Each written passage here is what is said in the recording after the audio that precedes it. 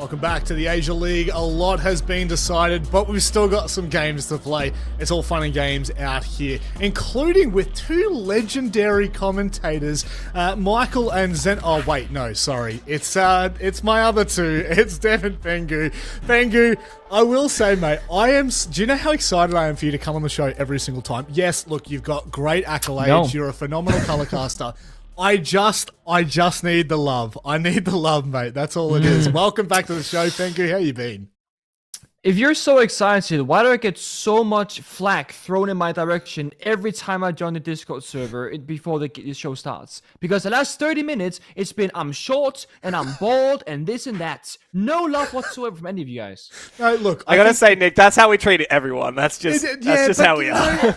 I think it's. So I'm not special. It's just because you're from Norway, Pengu. That's all it is at the end of the day. No, it's not the same. Like Denmark, Sweden, Norway. It's not the same thing. It's close enough.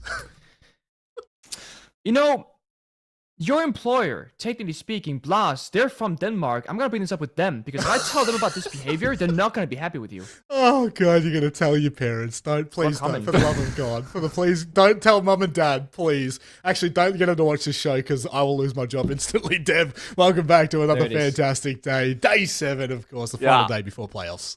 That's right. So we pretty much determined who's going to the playoffs, but there is still a little bit of chance for movement there. Just, while we're having a bit of a yarn, I got to say it's nice of them to put me in the middle just because it's symmetrical, because the two people that don't have hair are on the sides and then the one with the great haircuts in the middle, I think it really lines up perfectly. It is. And it's kind of like, if you think about it like a hammock, you need the two trees to carry the slump in the middle. So let's go ahead and start having a look at the standings today. I don't know what's going on today. There's something in the water. I'm telling you right now. Bleed out on top by a country mile. Elevate cannot be touched either. Pengu, I know you haven't been able to keep up with as much of the show because obviously you're not being a part of it, but have you been able to keep track of how things have unfolded?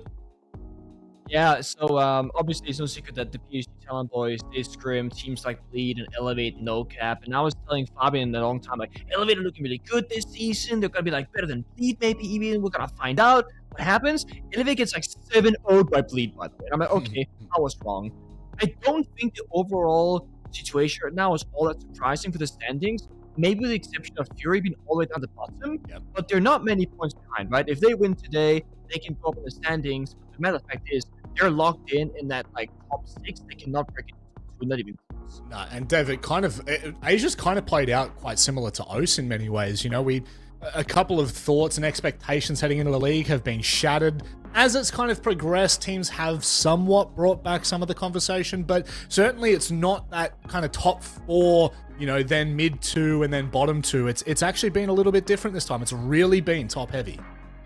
Yeah, unfortunately, we thought that coming into this stage it would be a 3-horse race. Typically, it's been a 2-horse race for the top between Bleed and Fury, and as you can see, Fury have dropped off a cliff this stage, and Elevate, even though they have improved, they haven't been able to catch up with Bleed, and I think Bleed they've managed to run away with their lead, and of course, such a talented roster with recent additions, both in the support staff and in the active players as well, has really bolstered them, and they're looking like the best team in the region at the moment, maybe even the best team in the whole of the Asia Pacific at the moment. Of course, we'll have to wait to see some international play before we find that out. But in terms of the mid-pack, Rival has actually exceeded expectations so far, which is really great because this is the only new team into the league. Of course, previously we had Daystar and they didn't do amazingly. Rival have shown that they can keep pace, and of course there is still a little bit of movement between 3rd and 6th. That's really the only movement that we can expect out of the matches today, but at least it does kind of shape up how the playoffs will be seeded in terms of that bracket. Speaking of the bracket, let's go ahead and break it down a little bit for everyone at home. Currently, the only two teams that are kind of locked into their positions are Elevate and Bleed. Now, even if Bleed lose their game today and Elevate win their game, I still don't even think with a 7-0 loss to Bleed and a 7-0 win to Elevate that could end up changing anything. But as things start to shape up, obviously we'll start to get a bit of an understanding. I mean, Dev, the big conversation is always like, you kind of don't want to start on the side of Bleed because you are going to have to play through them. But at the end of the day, to make it to Montreal, to make it to any international event, you are almost 100% guaranteed to play Bleed at some point. Would you, I'm actually going gonna throw a hypothetical. Actually, you know what? Why am I asking you, Pengu? A hypothetical. The professional player that has been to multiple international events. Would you rather verse the hardest team on your way to the grand final, or wait until you get there to verse them? Oh, you gotta wait. I mean, sure, it feels great if you take them down the very first match or as early as possible, but let's be honest, if you're not a team that is either elevate or bleed, you want to have as much practice and warm-up as possible, because going from best of ones into best of threes is a whole different ball game. And one of the big things we talk about APAC in general, whether Southeast Asia, Japan, Korea, whatever, it's always about map pool. So when you are a weaker team going into best of threes and you tend to have a weaker map pool as well, you have a massive disadvantage. Yep. So get a game or two under your belt, then face the greats, and then hopefully try and have a good game and take them down. If I can jump in there as well, Rob, always, I know always, that because you were going to ask me, and then you asked the guy who's far more qualified to comment instead. Yeah, But I just want to play a little bit of devil's advocate from a guy that has no experience at playing at this level. So here's some unsolicited advice. My take is that no matter what, you still have to beat the best team in the top bracket and the best team in the bottom bracket. If that ends up in Elevate and Bleed, then it doesn't matter if you're on the Elevate side of the bracket. You still have to verse both of them. And also to add to that, when you get to that grand final, you have extra pressure, right? This is the match that we're playing to make or break our chance of going to the major. There's no LCQ, no second chances, right? If you're also maintaining that level of pressure while thinking, oh, we're going up against the Bleed Esports, I feel like that's a double dip on the pressure. And I can imagine a world where teams would actually say, look, it really doesn't matter. I wouldn't mind playing Bleed in the semi-finals. Of course, at the end of the day, it does mean a little bit of difference in SI points if you come second, as opposed to dropping down and playing in that third, fourth place match. But I don't know, I just want to play devil's advocate and say, I still think that teams on the Bleed side of the bracket, you don't write off their stage. There's still a way that they get into it. Okay, a small counter argument. I think this actually boils down to if you feel like you're peaking. If you feel like you're in the peak performance right now, that's when you'll face the best team if possible. But let's say you're in a bit of a slump. That's probably when you want to say, okay, let's get those first practice games and then face a better team later on. I think it could boil down to that kind of middle ground. Yeah, sure. Well, I guess I'll leave it up to the audience to decide who they want to listen to. A person who's lifted hammers, or someone who mainly uses it to nail boards together. Let's go ahead and start talking about how today's going to pan out. Of course, the schedule for the final play day. I'm excited for the first matchup, but obviously we'll wait to talk about it. Rival Esports have obviously had a pretty interesting run for the very first stage ever, with only one veteran in Jackie Wu under that roster. But as we start to look further into the night, it does feel as though there is a very particular trend, Dev, which should be a very confident win for these teams. Yeah, I mean, we do have quite one-sided matches in Asia League every now and then. And sometimes that's between the top teams, as you alluded to before. Pengu, we saw Bleed Elevate be a 7-0 in favor of Bleed, and that's not a reflection of how close or not close these teams are. And unfortunately, yes, all of the teams that are on the top half of this graphic are heavily favored in these matchups. It just happens to be that that's the way it's panned out. But I still want to entertain the notion that there could be some upsets. Fury, obviously, really being shattered in their form at the moment. They have really struggled throughout this stage, and they're currently in the bottom place that still gets them a playoff spot in 6th, and so there's still a decent amount to play for them there. And in particular, it takes me back to what you were talking about, Pengu, right? For teams like Fury and Elevate, who really do think it's a realistic chance for them to make the major, it's about getting back into that form, because these guys have had troughs. They're not peaking right now. They're doing the inverse of that, so we need to see a springboard out of the match today to make sure that they're back on the up when it comes to playoffs.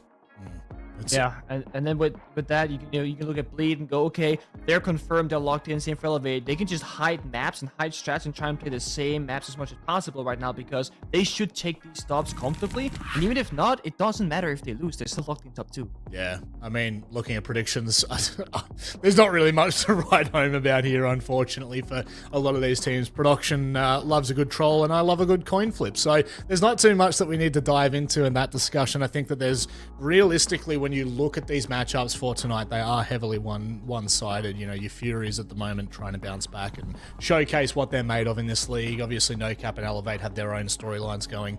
For me, I really am excited for this first matchup, and this is where we can start to transition the conversation a little bit here, Dev, is into the Rival Esports versus Bleed. Now, obviously, as Rival Esports, you come in as very heavy underdogs, as every single team would against Bleed at the moment. But it feels like there's a little bit of a spark for this roster. They've done such a phenomenal job so far. They have, and the highlight for Rival has actually been taking down Fury. It was a really close match, but a 7-5 win gets you the full 3 points. It's why they're so high in the standings at the moment, and it's quite a contrast to what we saw from the team that was formerly the 8th team in this league, which was Daystar, who did struggle to even make it into the playoffs. Rival is showing us a lot of really exciting things, particularly Jackie Wu, formerly from Direwolves. He's been phenomenal, and in fact, if you look at his entry kills, 8 and 0, it's him and Azuki and Scarlet, but especially Azuki, who's one of the highest rated players in the league right now. Jackie Wu and him together are the reason why Rival is actually the second best team in this league at getting those opening kills, just behind Bleed. So they're ahead of teams like Elevate, Fury, NoCap, Direwolves, and it's why we expect, hopefully, these guys to be able to bring a bit of firepower, even in what should on paper be an unfavored match. Pengu, from your perspective, you know, you see teams come in and out of leagues, you see teams have their debut stage for debutants, and obviously a little bit of a veteran here. Do you think that this is a case of maybe the league underperforming, or Rival Esports hitting a mark when maybe others are still trying to find their footing? I do think it's a bit of a mixture of both. That's often the case, right? When a league has, you know, multiple teams, it's not a matter of, hey, is this team good? Is everyone else bad? What's the situation? The matter of fact is, Rival, they have had losses, sure, but they're very close. They're losing 4-7, they're losing 5-7. We're talking 1 or 2 rounds difference, and they will be much higher in the standings. I'm curious to see if Rival keep this roster, what they can accomplish next year going to the upcoming stage for 2025, because they do have a good look going for them. They certainly do, and hopefully they will be able to contest against the Kings. Who am I speaking about? If you don't know by now, you have been living under a rock for the last 5 events, 5 stages even. This roster has just come together so well, and Dev, it seems like every single week they find a way to innovate and just impress us even further in a league that right now might just be a little underwhelming. They've been there. That's right, and they're not only incredibly dominant here in the Asia region, but they are serious competitors on the international stage. Now, they made top 11 at their first ever international event in Atlanta just a year ago. They made top 12 at Six Invitational. They made top 11 at Manchester and top 8 at EWC. And so this team really knows how to play that international siege, and a large part of that is, of course, Julio, former world champion back when he played for Ninjas in Pajamas, coaching this roster, but also Leader, who's the newest addition.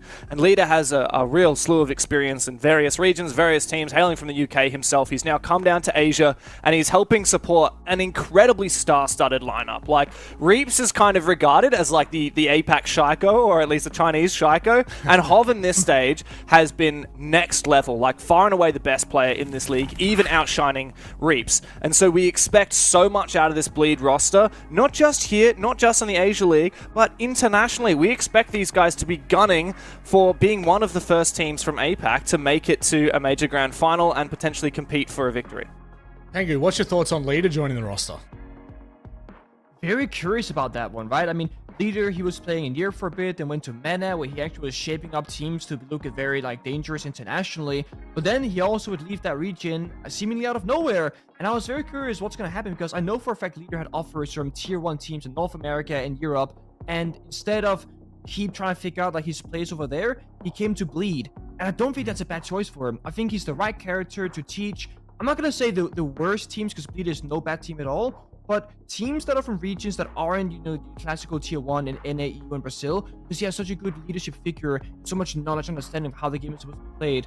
So I think it was a great pickup for them, and I mean, the results, they showed themselves here as well. Yeah, and it's interesting kind of seeing, the integration, as Dev was alluding to as well, for the coach to kind of be coming from a different background altogether. We're kind of seeing a lot of different pieces of the puzzle coming into Asia now, not just for Bleed, but also, we've got other imports on Elevate, on Direwolves. It is great to start to see this region bolstering its, I guess, its mechanical skill with what experience other regions have to offer and knowledge. So let's start having a look at the map vetoes, stop waffling about the broader spectrum, and start to dive into a BO1 that, of course, Bleed will be favored on. Dev, do you have anything you want to say here?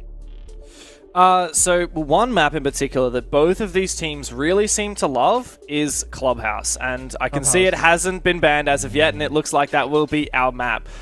This is a dangerous game though for Rival. Now they do like this map. They've had some pretty big wins. They took down Hasib quite convincingly. They took down KnockKnock quite convincingly. However, they did lose to Elevate on this match earlier in the stage. However, in contrast, we look at what Bleed have achieved on this map. 7-0 over Elevate, 7-0 over Direwolves.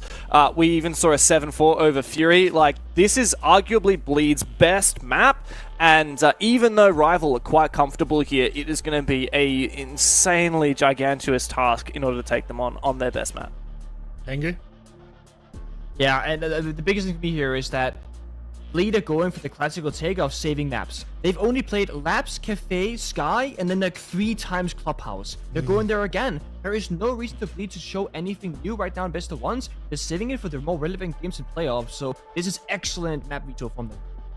Well, at the end of the day right now, Rival, they have looked good coming into this league. They've looked competitive. Pengu said it really well. You know, they've gone 7-5, 5-7 in multiple of their games, so they've clearly got the legs for this. But do they have the determination to beat a team like Bleed? You might have it in the bank, but by God, you got to show it in the server. It's time for us to get underway with Jake and Guz. Thank you very much, Rob. J Monday. It's always wonderful here for Asia. Big game coming up. Rival team, Guz, that I think has impressed so much throughout this stage thus far. Bleed, of course, as we know, just impervious to mistakes. They're 6-0. They're 18 points out of 18. I don't see them being dethroned now all of a sudden on Playday 7, but it has been somewhat done before. You think back stage 1, that Playday 6 loss for them was, you know, towards the back end of the regular season, then going into playoffs. But I think this is a different Bleed roster that clearly, for all intents and purposes, are leagues above the rest of the region.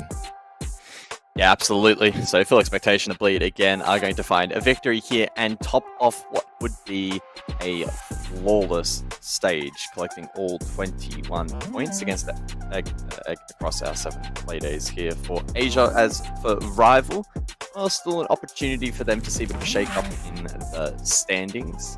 Goes back to the discussion though as to where exactly teams will actually want to be seated. But I think you go in wanting to win this game and, you know, at least throw a bit of a shake up into the mix going into the playoffs.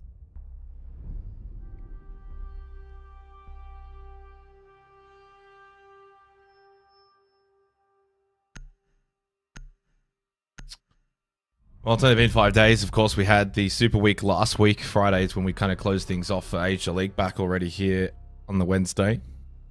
Bleed 7-0 over Elevate Guz on that Friday. They were tremendous on Clubhouse. I'm a little surprised we're actually heading back to this particular map. It was brought up by James on the desk. Bleed starting defense as well. It does put Rival into a position where they're going to have to be very good on this attacking half.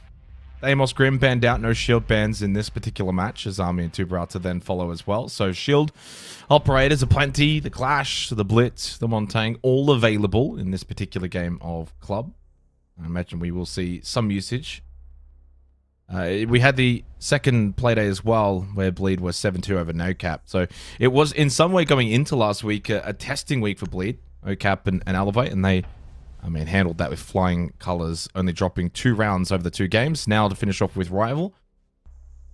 I think that they're going to be in a similar mood to close this one out. Scarlet on the Blitz to begin. Attackers need to locate. Of course, Suzuki having a tremendous stage so far for Rival Esports. We saw Yao last week, actually, Guz, who subbed in and honestly looked pretty decent. Filling in for Scarlet. Scarlet, of course, now back. Yao goes to the substitute role again. But I tell you what, there's some talent on this Rival roster. Certainly so. We'll see if they're able to show that this evening. Again, with Bleed well and truly secured for top 2. First place, I suppose, with the massive round differential. Yeah, they are first. They have currently. They really don't have really much to play for tonight. They're just going to run around and frag out. They're not going to show anything strategic, especially when you consider that there's every world in which Bleed's next game in the playoffs could be against Rival. There's every world in which that seeding does play out in that regard. So I'm expecting Bleed to just run around and have fun tonight.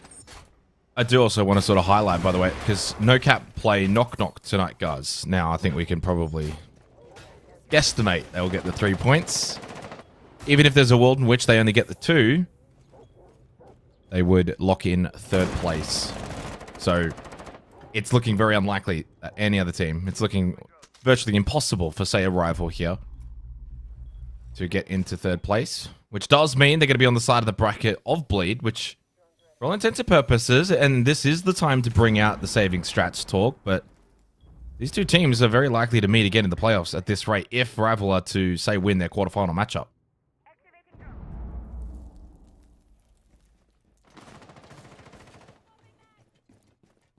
So 2 minutes to go in the round, and Turd is still upstairs, top floor in Logi alongside Reaps. Rival haven't really committed to too much of a roam clear at this point in time. They do have the line to deal with that potentially. Blitz in Logi now currently though, so Scarlet's going to take them head on, walk straight into the cross. Very stack here from the attack. The Oryx counter works out, okay. And this round has completely fallen apart. Songler does stat pad a little bit with the double kill up top, Turd with some, well, very funny moments.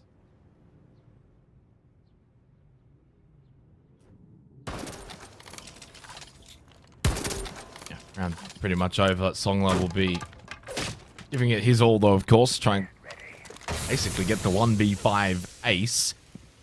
For all intents and purposes, he has already started off nicely with the opening 2 kills. Plenty of time as well, so he's not rushing it, but he does go straight into the arms of Leader to finish the opening round off, and that's just what Bleed can do. They're so deadly. Turd's still laughing in the chat, or in the cams, or both.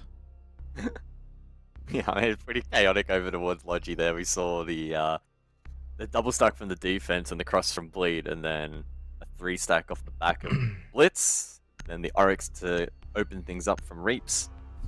Bleed eventually able to win out that trade game for the most part, and then eventually 1v5 into a 1v3. Clean work from Bleed. Attackers need to locate and defuse bombs. And Gym Bedroom for round.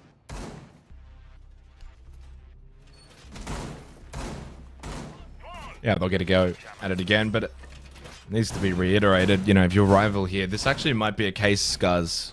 I don't want to harp on it too much, but to really kind of nail down the fact that you're probably not going to see them take Bleed to this map in a best of 3. So, for rival, this is essentially just, let's have some fun. We know we're going to be on the side of the bracket against Bleed. We know we probably won't want to go up against their clubhouse when it matters the most. It will get banned out. There will be the veto process. Let's just go have some fun and see what their best is like, what we can gain from them. I don't think there's really any other question. Rival, it's, yeah, pretty much locked in that they will play Bleed in the playoffs if they make the semifinals. I will say as well, Azuki, I feel like has somewhat dropped off a little bit this stage as we've kind of continued on. Really shot out of the blocks and was just a massive standout. And it's just cooled off ever so slightly. But it does mean the rest of the team is going to have to pick up the slack.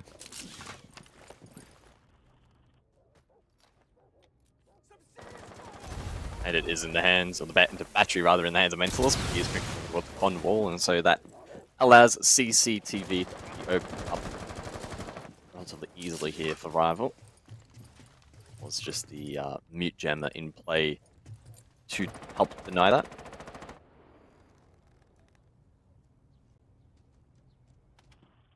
So 2 minutes on the clock then. This is a map clear take, of course, as the objective, as mentioned, is over towards Gym Bedroom. Flores in play can help to deal with some of this utility, and the con wall now opened up to help expose that position. Cross being held though by Turd. Well, pop red. Again, very standard setup here from Bleed. Rival can look to play in this to clear it out, or maybe swimming around over toward Jacuzzi, but that also a challenge with the mirror. What am I watching? It's all stacking into kennels. Like, this is weird. Zuki makes entry at least in towards CCTV. They deal with Reaps, who, yeah, had a lot of targets coming his way from that breach. Still in towards Cash's turn. No time to laugh now. Songla. Buddy, don't worry about bot red. You still got to clear Cash. And a freebie onto Scarlet is Turd. It's a great shot. The third round for Turd. He really wants to keep his spot in this team. Goes for more. Goes for a fourth, but loses his life. And Engine keeps this round alive with 45 seconds left. Goomine stepped on Mentalist. Easy swing. Turd saying he's farming them. Well, you know what? In that round, he certainly did. No, absolutely. I mean, he probably should have got the last kill too. I think he had a very brief moment of hesitation, and it proved costly. It was a really good farm from him inside of Cash. Don't know where Jackie Wu was in that position. He still had a somewhere at that point in time and elected not to use it on Cash Wall. And yeah, Toad could play that position pretty uncontested. And so Jackie is now in a 1v3, 20 seconds on the clock. Bleed are going to go back to back. Certainly the expectation heading into this match that it would be decently one-sided. Tertiary site may offer an opportunity though. Zuki's hiding. Zuki's hiding. He was a bit embarrassed. He's like, oh no, don't watch. Yeah. I honestly don't take too much from this game, guys, for a lot of reasons, right? Like, it's a dead rubber, essentially. You know, it's our job to obviously communicate that to everyone to make sure that, you know, this is not exactly two teams that are fighting to the death for, you know, the be and all. Bleed cannot fall out of first place. They are locked in. Same with Elevate as well for second. There is no result that can change that. So they have nothing to gain. Not a lot to lose either, for that matter. Rival, it's the same. You know, they're locked out of bottom two. We've got our whole top six sorted, so it comes down to your seeding positions, but they're too far away from NoCap to get third. So the only way in which they would be able to avoid bleed would be to actually lose and fall down to sixth, which is still then requiring other results. Direwolves and Fury to be specific. So they have nothing to gain from, you know, trying and showing strats and, you know, doing everything they possibly can to win this. It's just the nature of the Belly of the Beast. Cash and CCTV for this third round as Rival yet to really fire too much of a shot. Songler with 2 kills, of which he got, you know, late into the end of the opening round. The round was already lost. And a smuttering of ones for Scarlet and Injin as they bring the Capital to deal with any Rafters hold. Turd has been playing that position quite a lot lately on the Legion at the moment. 5 kills for him. So much talk throughout this stage, prior to it as well, during, and I imagine after. His position on this roster, but playing well at the moment. Played well last week, playing well tonight. Yeah, I don't want to dampen his performance tonight if he continues at this pace, but this isn't a dead rubber game, so if he can perform like this in playoff, all power to him. That would be incredibly impressive, but in a match like this, sure, it's great, good confidence builder, and if he can run around and get kills, that's awesome. Doesn't really change the complexion of the stage too much.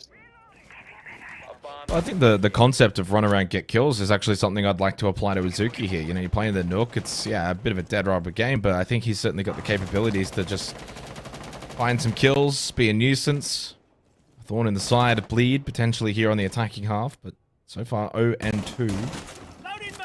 Albeit a couple of assists as Hinjin, outside in parking, will lose a bit of damage. Bleed, pretty decent control so far.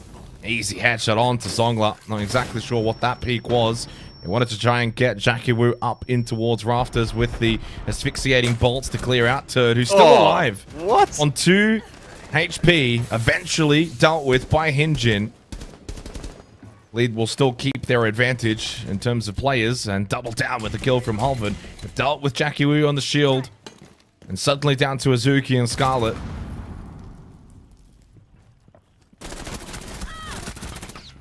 Drop down punished by Zuki. But Reaps trade over towards Lounge. So Scarlet now left in the 1v3. Lee doing a good job locking down that garage position. A perfect rotation. All 3 sites looking clean. I wouldn't mind seeing them go to maybe bar in this half and try and mix it up a little bit, but again, they probably don't want to reveal too much inadvertently, so will likely go back down to basement. Bleed will look to keep this streak going. Yeah, I mean, most of the round here is just lost by this swing from Songlone towards the doorway, maybe anticipating the bolts to have already expanded out the flames, but they hadn't quite, so Turd was able to still hold his position. Not a lot of pressure from Jackie Wu on the Montang. And so he's able to just kind of just stand there and watch that doorway, free kill, and they deal with the Montang all too easily. At that point, the round's pretty much done. Back to basement, onto the scope personnel for Turd. He has been flexing on it. He has been trying to highlight to everyone his increased operator pool, and certainly this stage it has been more prominent than ever before. It was one of the pieces of criticism his own team imparted upon him. It seems like he's really taken that to heart, and he's put the work in. He's increased his operator pool. He's playing better. And at the end of the day, it's win-win for Bleed, guys. You either find improvement through Turd, who knows your system, or you replace him with someone that you feel is better. And that's just the ruthlessness that I think they as a team and as an organization they have. And it's why we see them do so well internationally. Attacker's objective is to defuse a bomb. Yeah, absolutely. I think he can go into this sort of matchup with the mindset that it's not too important, obviously, but you still want to play some quality Siege, and you don't want to let your form drop before playoffs. So it's just about maintaining sharpness, and there can be little things that you want to improve upon. Maybe not strategically, but in terms of maybe communication, or you might shift a couple of positions around that players are, you know, holding, or operators they're playing, etc. Test the waters a little bit. So the scope post here, round 4. So currently over towards Barrage on the roam. Good play for his life on this position, and if he gets caught, switch out the other shell, likely on site. Elsewhere, Reap side of blue taken down by the Ying of Yinjin. So it's a solid clear. A little bit of damage for his troubles, but we'll stay alive, and those candles in the late round could be super impactful. Also, Hoven double droned main, but both drones no longer being watched. Sneaky play here from Hoven, which could be quite impactful. Has he made any noise? Well, he's honestly played that poorly in terms of his positioning and movement. Some of the very basic fundamentals for someone who's so good. Just the way he's swinging around through the doorways there and left himself wide open. He did find a kill, though, through Mentalist, actually. And I think Turtzler has actually transferred back as Jackie Wu's gone for the plant inside of Arsenal. Is anyone there to deny? Songler's got good control. No one in towards blue. It's a late transfer from Turd. And in the end, Rival will take this basement round. It feels as if, to me, that's the sort of round in which Bleed tried to just do too much. Tried to be too fancy and too cute. And yeah, that was never going to work for Turd.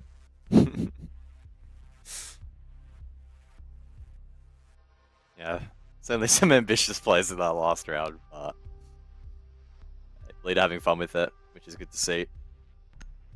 There's nothing worse than in a final play day or final couple of play days like this, especially when a team is so dominant in lead, will just either play completely boring Siege or completely not care. And I think Bleed are caring enough to have some fun and try some stuff and try to make the game at least entertaining. So certainly respect them for that. And basically go for round number 5. Third up to 6 kills so far, so he's continuing to lead the charge. Rival though is just Suzuki Eve, and everybody else still negative. They're trying to find form heading into playoffs. Attackers are activating the bomb diffuser. Defenders have eyes on the diffuser. If that had worked though, it would have been insane. So Bleed will look to play a little bit more conventional here in this 5th round as they reshape their operator lineup. Ayid, Mira, Goyo, and Co. In response, Scarlet onto the Blitz. Maybe anticipating a little bit more of a bunker down defense here from Bleed, and they can certainly work the vert angles towards Kitchen with the Buck. Blitz can go dirt, could go down main, could drop Moto. Maybe blue. Options here for Rival. And suddenly, because it's just one singular trolling round from Bleed, Rival only need one more attacking round here in this half. Well, that's a Blitz making his entry into what's secret. Feet showing. not flashed. Trying to turn back. In the end, the Blitz will lose his life. Mentalist got the kill. They did finally take down Turd. I mean, it was pretty ambitious from Scarlet, but got something from it, so it was good to see. I don't know if that's a worthy trade, though, to lose the Blitz stat Oh, absolutely early into not. the round. Oh, no, it's not, but it was fun. Was it? Well, fun for who? You wouldn't say that if Rival were fighting for a spot in playoffs. No, absolutely not. A really big testament to the competitive integrity of this particular match, where both teams are clearly having a bit of fun. Bomb located Yeah, by certainly still trying, but having some fun along the way. Again, like I Stuff will said get opened before, up. Rival, you have a bit more to lose in this matchup. In terms of seeding, there is the possibility that they're going to face Bleed again in this bracket, depending on how it shapes up. So, Yeah, that's why they want to lose. they could also win it, though. No. Well, NoCap are playing KnockKnock, guys. Come on. Still a possibility. attackers recovered the diffuser. I'm A not loss, gonna debate this a with loss you. doesn't guarantee them that they get knocked out either, right? Yeah, it's a larger possibility, though. Come on, Michael. I believe in the knock. You believe in KnockKnock? The team is already eliminated? They also don't even have Spidey time. I mean, Oh, they don't have Spidey time? Okay, no. No, I take it back. Oh, they won't no. do that. Spidey time's on Hasib, mate. We're going to get them in the next game as well as they take on Fury, who actually find themselves in 6th place, which is the, well, I'll leave it to Rob to discuss later on the desk in terms of competitive integrity, but Fury would love to finish in 6th. I'm very scared to be casting that game. I'm not. I'm already very scared. 20 seconds left of this one as the flashbang goes out. Smoke S-Babe as well. And Mentalist and Hoven will comfortably hold this one down. Not a lot of time remaining for a very low HP Songler and Jackie Wu. Subsequently, both will fall at the same time, and that will be a 4th round acquired for Bleed Esports. I mean, the awkward thing about Fury as well is, and it really flicked the switch when Nick said it on the pre-match, is if you're a team that's out of form, you want to avoid the better teams as early as possible. Whereas if potentially if you were peaking or you felt like you could actually take them down, it was a little bit more irrelevant.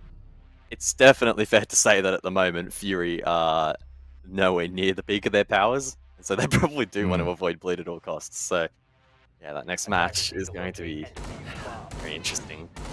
But, all our focus currently still here on Rival v Bleed. Bleed defensively looking very sound and having fun in some of these rounds and trying some intriguing strategy, but clearly fundamentally they are the far superior roster as expected. Going through the motions, just getting the job done as we expect from Bleed Esports. Now, the big thing will be, guys, actually moving forward in this particular game, if you want to have some fun, can Bleed keep their round losses in single-digit territory by the end of the regular stage, which is, well, conclusion of this. To make it pretty simple, they would have to close this out 7-1 now, which would put them at 49 rounds won for 9 rounds lost.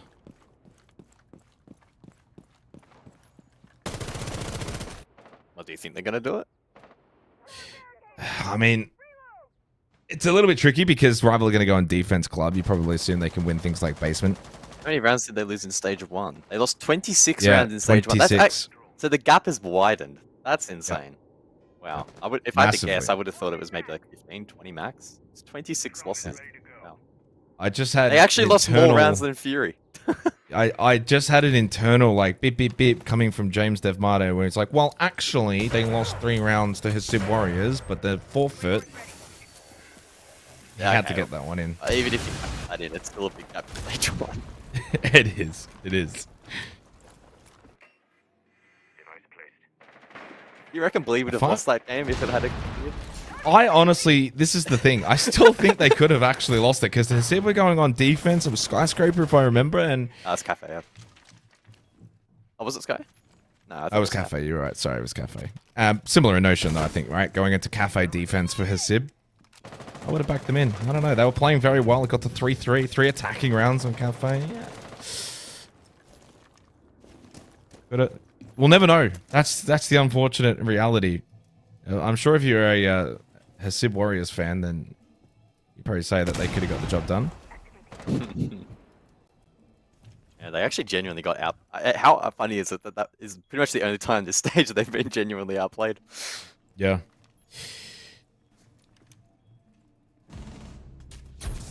Reeps with the opening kill. The only other game that's actually been close for Bleed was the Fury game of all teams. 7-4. Maybe that's why they still have such high respect to Songla. Full white from the Candela. That's not helpful from Hinjin. Just as he was trying to clear out that flipped mattress. My goodness. Round was over before I could even get my words out. Flawless from Bleed as they go 5-1 up. And we are a couple of rounds away from seeing both of these teams into the playoffs, of course, next week. Just going through formalities here for Play Day 7.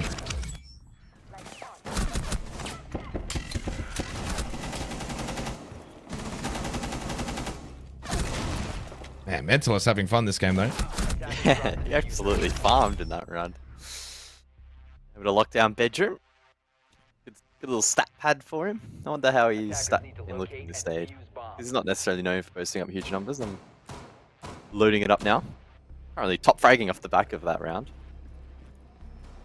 Man, he must have got so many kills. My stat page is taking forever to load.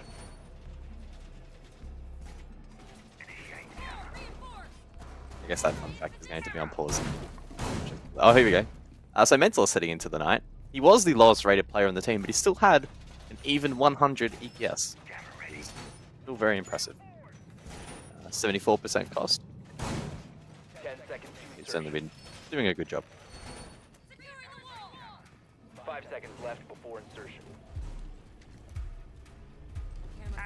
Attackers must locate and defuse a bomb. When it comes down to these next 2 rounds, guys, if Bleed can have single digits through 7 play days.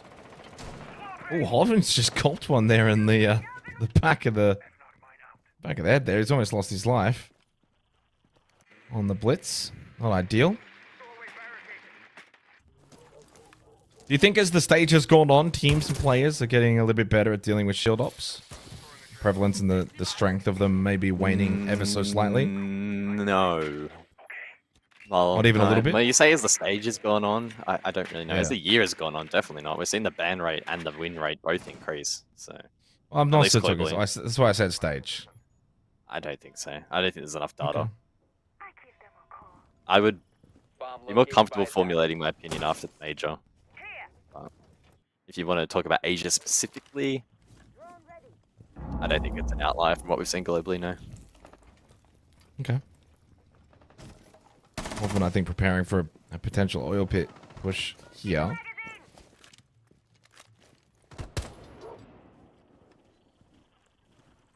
Reeps is hunting. There is Hinjin towards CCTV, but Mentalist will just win the solo battle. Mentalist top frag, Outside question the mark? CC window, yeah, and he is top fragging. Oh, and that's a free kill as well outside of Secret.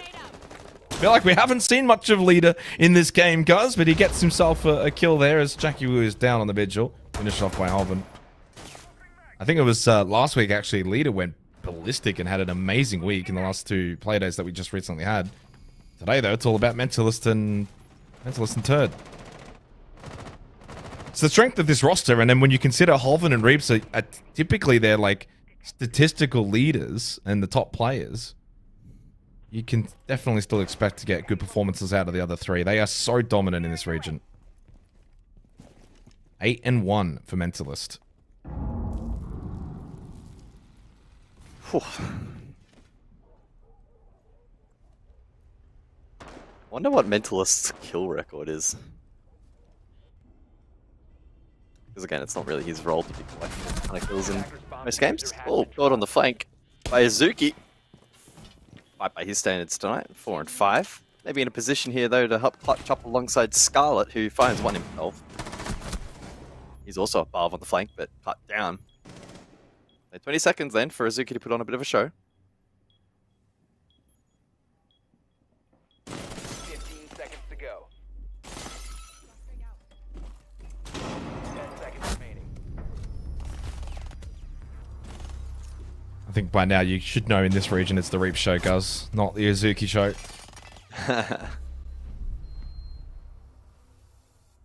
Getting taught a bit of a lesson here for the final play day. Rival absolutely will not be going to Clubhouse in a best of 3 against Bleed if they are to make a semi-final. No ifs, ands, or buts. Where do they go against Bleed if they That's a good question. have to face them in a semi-final? That is a good question. Well, that's assuming they win their first game in the bracket. But I feel like it's the same. Actually, we probably had a very similar conversation last week with Elevate, right? When Elevate lost 7-0 on Club, and we're just sitting there like, well, we're probably not going to see them play Club in the grand final. Lead have been very good on Club a couple of times this stage. Even played Fury here.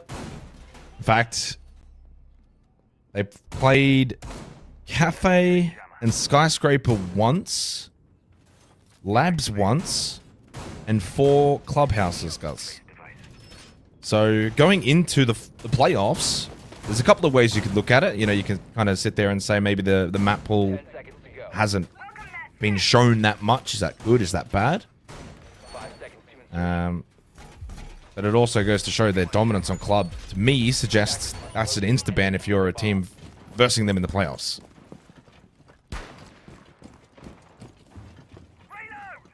Yeah, I mean, for Rival heading into this game as well, they hadn't banned Clubhouse once, at least what I've got documented. Been banned against them several times though. So it's a map that they're clearly comfortable in playing, but the gap, even in a low pressure environment for Bleed like this, it's quite evident. Gym Bedroom then for round number 8. Some intriguing operators being brought here by Bleed. I have to help it open up Jacuzzi. Triple shield. Not too uncommon, but yeah, triple shield to try and seal the deal here. See how this We just needed the clash from Rival. We could have got the quad. Yeah.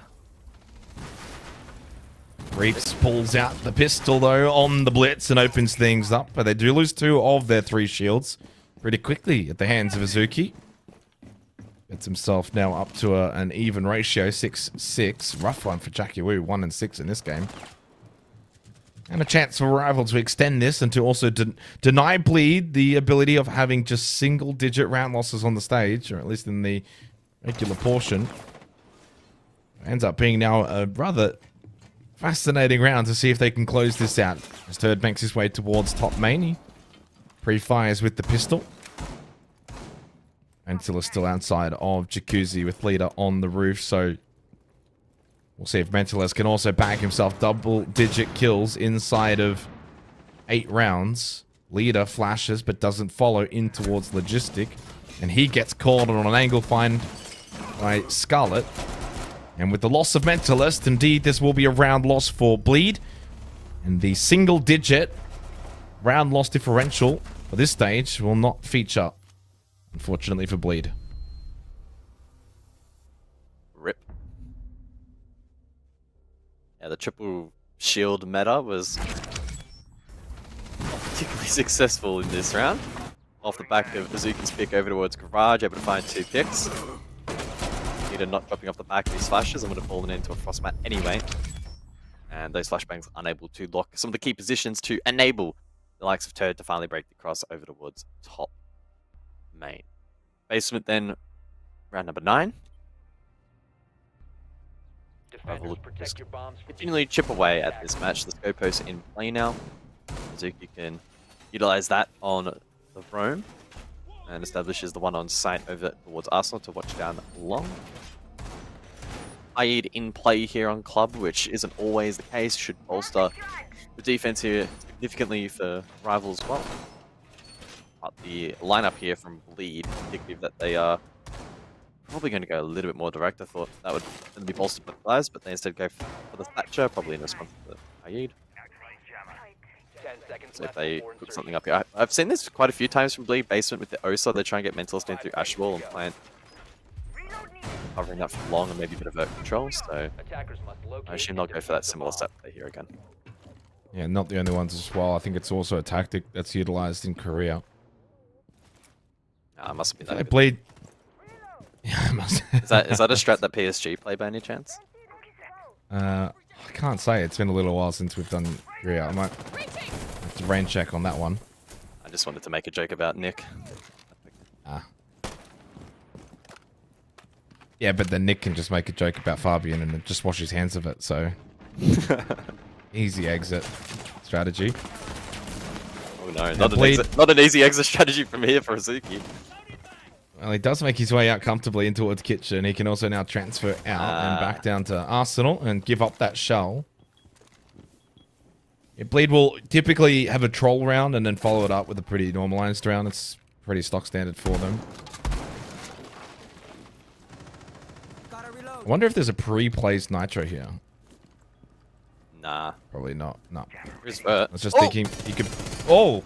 A chance to get a kill on to Scarlet. I was thinking maybe he could play the camera of the Scopos to get some information there. Maybe try and get a kill. But that just seemed like a set and forget from Azuki to give that shell up so he could transfer back down. I don't even know if he actually needed to do that. I think a normal rotate down main stairs was still more than viable.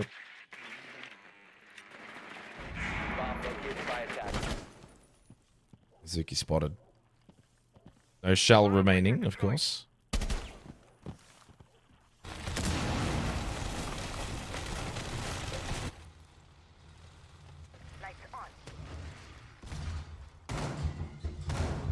Mentos has Kid over towards blue, so I don't know if the Ashwell strat is exactly what they will end up going for. Although he might reposition now, yeah, that's probably going to be the case. Over towards main, 4v5. Leader can sneak over towards dirt like we saw previously, and Hoven can unlock blue with Candelas. And recognizing this push now for Bleed. Last one out from Hoven as he drops down with it. One behind, two in front. What is that positioning? Talon Shield down. The Mentalist going to go for the plant. Tapset gets off it. Really need a little bit of help here from Turd and Leader. Mentalist stuck in the corner. And Songlat will lose his life to Turd. Big kill found. Leader inside of Turd. Scarlet, though, playing back of Arsenal here, trying to take contact. Mentalist doing a decent job of staying alive behind that shield. What an ankle. Turd, though. Then the drop down. Scarlet, position known and flushed out in the end as Bleed will close this out. Very comfortably, Made Adju. As always, the best when it comes to this region. Another season with the #1 seed going into the playoffs. Yeah, they're professional about it tonight, so credit to Bleed. Tested a couple of ideas, had some fun with it, and then ultimately lent back on old habits there on that final basement push to secure themselves a very dominant stage. And heading into the playoffs, they are, without a singular doubt in the minds of anybody, the #1 team to take down in Asia. As I throw back over to the desk, I do have one question for Mr. Moritson. Does he know who Spidey Time is? I don't know who Spidey Time is. Oh, Spidey Time. no. Oh, What? no, he's missed out. What? He's missed out. It's lore that will catch you up on slowly and surely. Penguin. Oh, Some of the no. most unbelievable stuff you've ever seen. Dev, speaking of unbelievable stuff, we went into this with high hopes for rival esports, but high hopes don't necessarily mean a full amount of trust when you're going up against a indomitable force like Bleed.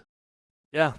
These guys are the best team in the region, and no one can contest that. A question in playoffs perhaps will be posed, but here in the round robin phase, like, no one can hold a candle to them. It's a bit of a shame, as Jake said on the broadcast, that they didn't manage to close it out 7-1, because then they would have only lost single-digit rounds if you exclude the forfeit game. But if you look at Clubhouse holistically, they played it 3 times, did Bleed, and they only dropped 2 rounds across the 3 maps that they played on it. And both of them were in this game. So that's a pretty impressive stat. That is absolutely horrifying when you look at things. Now, with Bleed, kind of, Pengu, have you found out who we were talking about? I found out, yes. Yeah, very fantastical from Jason Oxendiddy there. A bit of a throwback for I don't know what purpose, but he gave it to us. Oh Pengu, we're now looking at Bleed as being the, by far and away, the best team in Asia. You know, for quite some time, there's been a bit of question over them. Fury, maybe Elevate was slipping in, but I think at least for group stages, best of ones, there's absolutely no question. There's no doubt. I don't think that Bleed is going to be any weaker in best of threes either. That's the bigger story for me. It's not that, oh, best of one team, they're winning, etc. No, they got a good map pool. They got good players. They do the prep work. And they've been playing very few maps so far in the entire stage. So they're so ready for best of threes. If they can keep up this kind of performance and win games like 2-0 in those best of threes, they'll take this kind of prep work also to the major internationally. So they're looking absolutely on fire. And just the gunfights themselves, they just stormed all over Rival Esports. Had no chance. And when you look at it, it's kind of crazy to see even like Mentalist having a game like that, Dev. I think it was 8-3 I've got on my notes here. It just goes to show that it doesn't matter who you're looking to. It's across the board. You've got gunners that are good, but a team that can facilitate it no matter what player is in that position. Yeah, Mental's actually getting quite a few opening picks as well, and particularly on Clubhouse, where usually you've got hard breaches that are not allowed to die. You don't expect your supports or any of your hard breach players to be in those opening engagements, but Bleed are just so well-rounded. There were some cheeky things, like I didn't mind, I think it was Azuki on the Scopos trying to aggressively play around kitchen hallway, and then he goes into kitchen and zaps on out of there back to site.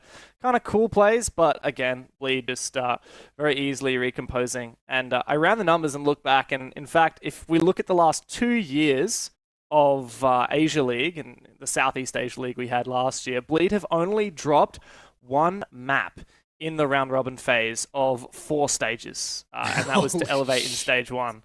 So these guys are really dominant. Last year, the story was that they couldn't hack it in BO3s. They couldn't hack it against Fury. The conversation has really changed this year, and even in the last 6 months, these guys have well and truly established themselves as the big dogs in this region, and I think everyone will be surprised if they don't make it to Montreal, but the job's not done yet, and BO3s can be a very different beast. Bit of a Kobe Bryant throwback there. Job's not done. It ain't done yet. They've still got a while to go. Bengu, that change that we're kind of talking about, shifting away from, their performances of the past, early last year when they first kind of formed together and started to look a little bit competitive, into now what is just a snowballing beast. Do you think that most of this comes down to that international experience that's being brought, one from their international performances, but two, also the imports that they've now got? Yeah, I think international experience definitely matters. Also, they seem like a very emotional team to me from the outside. Thursday in the in-game chat and stuff like that, having some banter. I think Julio joined the roster as a coach has made such a big difference for them to say, guys, the strat, you know how to shoot straight in the server, but emotional control and prep work, that's what you're missing. That's what the region in general might be missing, actually. So they have a bit of an edge there with the imports, and now they've been sticking their guns together for a long time. I mean, there was a whole minus turret plus turret situation. I'm still not sure how that's going to go in the long term. Yep. But I think the core of this roster is certainly going to stay together. Yeah, core of this roster with one gunner that's always on the tip of our tongue, Reaps. Let's welcome him in for the first time in stage 2. Reaps. Hello. I look forward to this moment because we didn't get it last week. I want to ask you, how have you been for stage 2? We don't get to chat to you very often. It's good. I think the whole team environment after EWC, we improve a lot. The coordination, the fundamental, yeah. So the stage has been really good. Yeah, we can see that with how many big wins you guys have had. You're looking pretty much untouchable. 2 7-0s on Clubhouse, now a 7-2 on Clubhouse. And today we saw a little bit of Scopos play. Now, it wasn't by you, it was by Azuki on your opposition and Turdster on your team. But can you tell me a little bit about what you think about Scopos, the new operator, and what ways she can be used? I usually start playing Scopos, but I'm the slave using 30 shotgun bullets and have to use SMG to fight low angle. But if I'm the guy playing Scopos, I just run around and shoot. I probably not gonna use my transfer. Oh, there were only one time I can use transfers. Oh, I'm low HP. Oh, transfer. Yeah. Nice. Bit of a little spoiler here. Your Discord name is Reaps No Brain. Was that kind of signifying the gameplay today? Because it seemed like you guys didn't care too much about strategy or playing, super tight game of Rainbow Six Siege, which is like running over your opponent, taking gunfights, and showing that you can just win this without any real need for, strats. No, that my Discord name is my teammate show me, and they, I just sometimes I couldn't figure out something, and it's really funny. So they just no brain on my Discord name.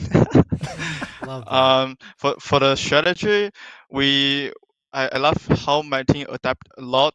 Every time before the game day, we just talk about how the team gonna counter us, how we're gonna counter their counter. Yeah, and we basically follow the strategy, but we get a lot of adaptation in it. So Awesome. Counter the counter. That's fantastic. Now, Reaps, you mentioned at the very start of the interview, you know, quite a bit's changed for you and the team heading out of EWC and into stage 2. Dev brought up a statistic that you haven't lost the best of one for God knows how long. You haven't lost a game really for beyond my reckoning, my recollection. Sorry, I have to ask you, what is the real difference maker? Because you guys are well and above where the level of competition is in Asia now. Where is this coming from? I think thanks for the Julio and Lenda. They really prepare everything for us. Every day, you can day, he just watch all the world, and then we decide what map we play best. Then Lenda helping us what setup they're gonna run, what attack, what kind of attack. So we prepare well in BO1, but in the best of 3, obviously it's kind of hard to prepare everything. So. Well, I can tell you right now, we're all looking forward to best of 3s and seeing how far you guys go and what you can do. And then, of course, what it's like in Montreal for you. It's going to be a bit colder this time of year. But, Reeves, thank you very much for joining us, mate. Is there anything you'd like to say before we let you go? Thank you guys for supporting us, Bleed Esports. Yeah, see you guys in playoffs. Bye-bye. Beautiful. Ciao, Reeves. Can I just say, we're always looking forward to a Reaps interview because we don't know what we're going to get. All right, we're just going to put it out there. We don't know what we're going to get. Man, a few words. Man, a few words. But Dev, he stared down the barrel with every question, with no other player does. No other player looks at the camera. They always look at their screen. So I got to give props where props is due. Look, I think at the end of the day, this is starting to sum up the most dominant team. Dev, would you say that this is potentially the best roster we've ever had in Asia? Period. Ooh, yeah, wow. Like that's a big call, but honestly, I'm starting to think maybe. What we really need to see is Bleed do better than top 8 in an international event for me to really believe that.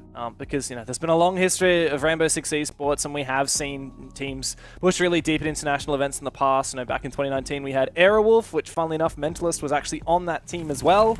And they made it to the semi-finals in Tokoname. They took down the Giants at the time, which is one of the big French teams.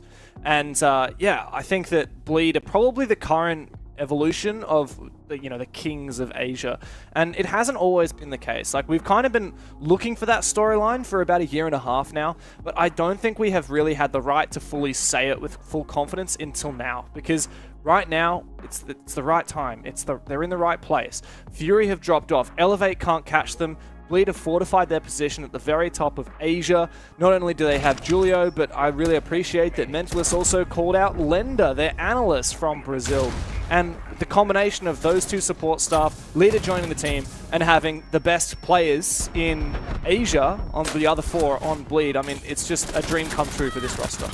It certainly is. They are starting to double down on a lead that was absolutely phenomenal. Plus 34 round differential coming into today's match. They will finish clear atop of the ladder as we head into playoffs, and we're all looking forward to their best of 3s because God only knows what they've got cooking up inside that team. We do go to a break. On the other side, Fury take on Hasib Warriors.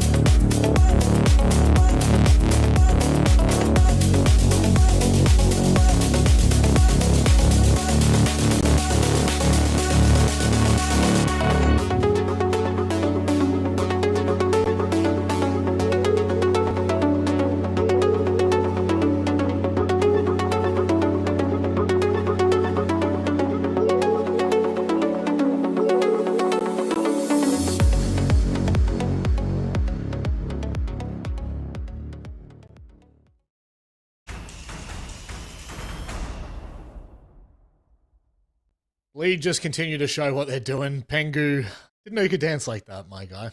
I did not know. I can you break had it down, the moves. man. Can we you? get- can we get some moves? Yeah, look? hang on a second. One day we're gonna have an after party, and I'm gonna have a nice little sip, and I'm gonna be breaking things down. You're gonna be completely just like bewildered by what I'm doing. Maybe we could actually probably do a little Mexican wave, you know, like you start on the side and then we go across and then Rob finishes it off. You reckon we could do that? Yeah, let's try. Well, it. with delay, let's try it. Am I starting All it? right. Yeah, you're starting it, Pamela, you mate. start. All right, You ready? Are we doing the worm? Is that what we're doing? Yeah. Oh, never mind. Whoa, they Production said says no? no. Production Production says doesn't no. care about your No. feelings. Production doesn't care about your Okay. feelings. Again, 7-2 win for Bleed. There is absolutely no doubting where they're at right now in the Asia League. But one team that we have many doubts about going into playoffs, Dev Marta, Fury, have not been Yeah. on the ball. That is the nicest way to put it. Yeah, it is. They've won their first game and their last game thus far in Stage 2, and they have had a lost streak sandwich. They had a really, really terrible first game, or second game rather, to NoCap, and they got smashed by Bleed, they got smashed by Elevate, they even lost to Rival. Yeah, that's right. Yep. Finally got a win over KnockKnock, but aside from beating Direwolves in the first playday, even if they win today, the only wins outside of that Direwolves one from Fury are against the two South Asian teams, which have been far and away the weakest, unfortunately, in this league. So, yeah, what on earth's going on with Fury? We're still trying to figure that out. Yes, there's a chance for redemption, and it starts in playoffs, but in a way, the precursor to that is here today, proving that they have made progress. Hasib, you know, they're not on the level that I expect to take points away from top teams, but they will still give a fight to Fury, and Fury needs to make sure that they just smack them. Like, just get it over and done with. Smack him. Right. Have you seen the tier list content we've got? It's bloody Hasib are up in B tier for some of these teams. So you never know. You never know what to expect. One thing we know what to expect here, Pengu, is obviously a win for Fury. That's what we're going with, right? This is what must happen. There's no and ifs or buts. This roster have had it's difficult. They've had a rough stage, but when you look at their round differential, they haven't been getting smashed. They're +1 still, and they're all the way down in 6th spot after only winning 2 games. So I think that like it depends where you want to lean in the storyline, but I'd probably go to you on this, Pengu. Where do you sit with Fury in stage 2? I'm not all that happy with them, right? Whether it's their fundamentals or their map pool or how they're just like playing in the server 1-to-1 from individual player perspectives. But I also don't want to count out Hasib Warriors because they were the closest team to taking down Bleed. Arguably, it was a 3-3 half on Cafe, then they were forced to forfeit. So I'm not going to say Fury, oh, they have to win this, it's going to be so easy because Hasib, they're terrible. No, if Fury don't show up 100% today, they might end the stage on a loss and look even worse than they were before today. So they gotta actually show up on the server now and not just say, oh, we don't care, standings are locked in, it doesn't matter to us, because this should matter to them. The Hasib Warrior game might well go down as one of the greatest commentary moments. Yes. One of the greatest games that was never played in history. Yeah, I think literally. that's how we can Exactly. describe. It will be. It was much must-watch television, as our great Jake Xenox Diddy once said. But unfortunately, it did fizzle out with a forfeit loss for Hasib Warriors. They come into this one, and Pengu's put it quite well. They are one of the only teams to contest against Bleed. Unfortunately, we didn't get to see how that match played out, but there is a feeling, Dev, that the Hasib of Stage 2, there is a bit more substance to the roster. Is there enough to beat Fury, considering where Fury's at the moment, right? There's two parts of the conversation for Fury. There's they haven't been playing well, but there's also, they need to prove what they're like going into playoffs. So can Hasib Warriors get it done today? Honestly, roll the dice. Like, yes, it's possible, but Hasib are the only team in this league that's still winless after 6 play days, and going into their 7th, they've got the former champions of this region, Fury, and a team that has been to many international events, a team which has got Crit J, one of the best players in the region, 3rd top rated, despite his team being in 6th place right now. Hasib Warriors really do have their work cut out for them here. And maybe, yes, maybe it's possible. These guys got 1 point from their loss in overtime to Direwolves. As we said, they went toe-to-toe with Bleed before having to forfeit because they couldn't get a sub. And since then, it's been just loss after loss. Regulation loss to KnockKnock quite convincingly 7-4 was a huge disappointment for these guys. Smacked by Elevate 7-1, and then lost again to Rival 7-4. Not good enough is, I'm sure, how they would describe themselves this stage. I mean, Hasib have had improvement, but we need to see much more. Certainly do. And we're going to go to the veto process, in which case we already know what map it is, because there's no shot we're not going to Clubhouse in a game like this in Asia. It just seems to be the, wow, we nearly got a rare. You're so smart, Rob. Look, I'm that guy. They have said that I am one of the best to ever do it, and I say as well how great I am at veto predictions. In fact, one of the best that have ever done it. Looking at this, Pengu, I am really disappointed we didn't get Lair, but at least Clubhouse, do you, like, how do you feel about that one? Because Fury have not really had the greatest showing on at this stage. I think Club is a great map to test out your enemy from a strategical perspective, and if Hasib wants to say that they are a team where if you take down Fury, they're not going to just come down to gunfights, right? They want to do it actually with strats, with the bombs up rotations, etc., and executes. But regardless if Hasib will go, you know, only on losses this stage, they are still the GOATs because they took down Lumina Gaming in the qualifier earlier this year, and for that they have my praise and praise from the community as a whole. Oh, they certainly do. That was a spicy one as well, because I spoke to Hasib after that, and they were bouncing off the walls. Their players were trying not to be too disrespectful, but also like, you come into our house, we're kicking you out. And that was, I mean, there was something so satisfying about that moment for, like, as an APAC fan, you always hear teams, yeah, you're okay, Dev. You always hear teams constantly talking about the fact that APAC's free. They travel all the way from Europe and they get slammed by the boys. But we're done. There's no more waffling. We don't need to waffle. Unfortunately for everyone at home, we go to one of the biggest wafflers known to man, Guzzler. Go on, guys, give us a waffle. No. Oh. That was a very short waffle then. Maybe not one of the biggest wafflers known to man. Very unfortunate game coming up. No Spidey time. Very disappointing. No comment. No comment from us. We'll move into Clubhouse for the second time in a row tonight as we head into Game 2, played a 7. We just very recently had Rival and Bleed go toe-to-toe on this very map, of which, of course, Bleed won 7-2. And they absolutely dominated that. Actually, 7-2 in the opening kills from Bleed in that game. It was very one-sided. Are we expecting a similar matchup here with Fury versus Hasib Warriors?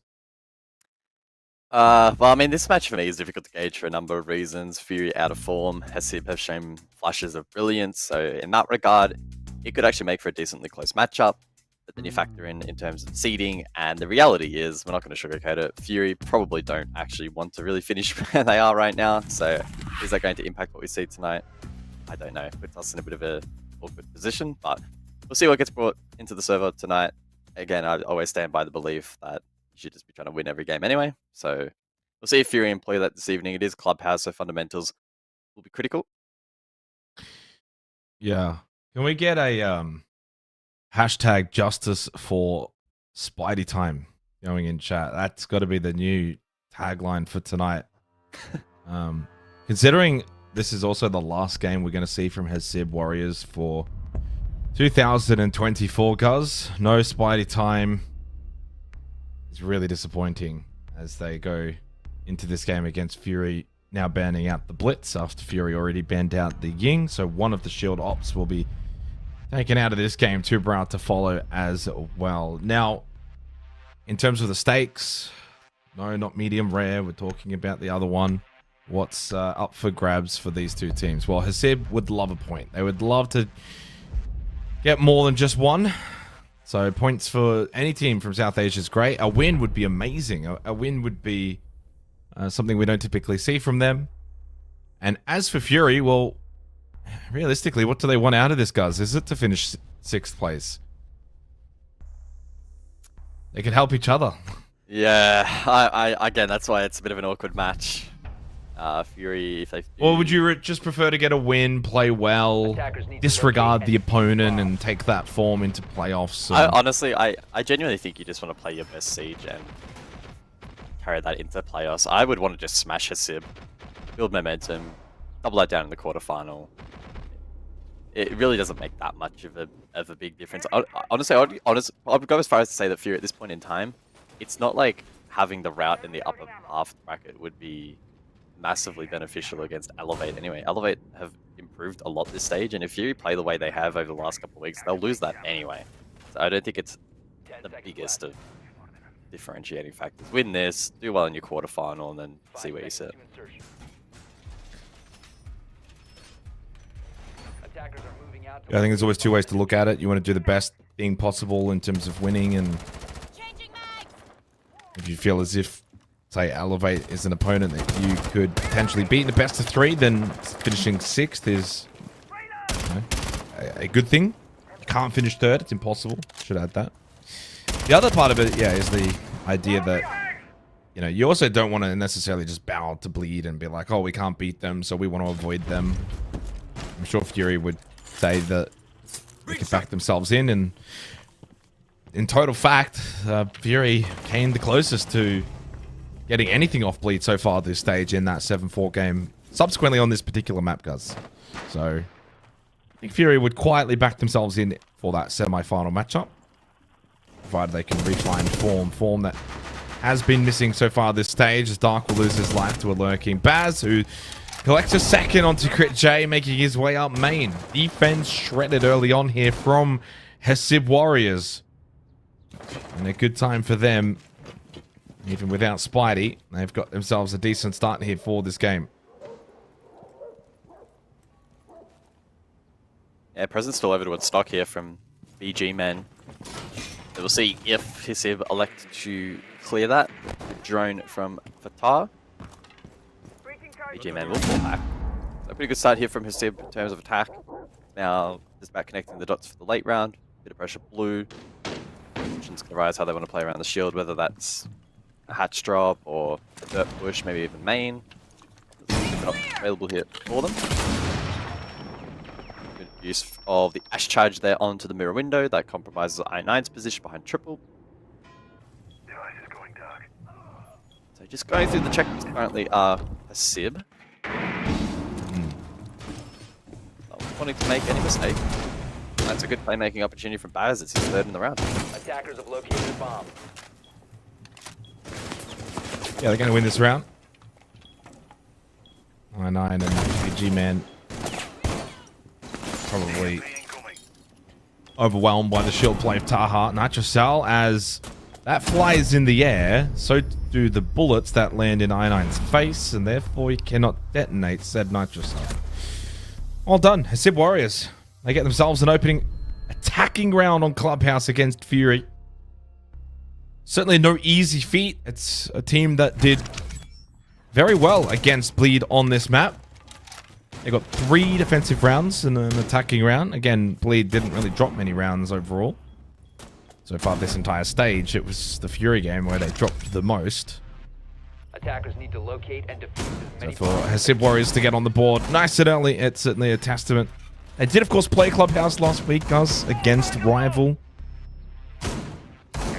Only got the 1 attacking round, though, in that opening half, so it was a 5-1 half. Got a couple on the defense, and it was close and almost got themselves a 2nd point, but not to be. Of course, had the stand-in superstar of Spidey Time that particular week. As with a 4K, though, stands tall in this opening round. Into the 2nd round we go now. 10 seconds to go. 5 seconds left before. Yeah, pretty heavy on util here from the defense. The Castle his army combination. Fury don't see the likes of the Flores in response from Hasib. Basic standard lineup here with just a singular dedicated hard breach and the Thatcher combo. Looks like the Monty is going to be the mainstay here throughout this half. As anticipated, Clubhouse is certainly a map where almost every objective is very, very viable.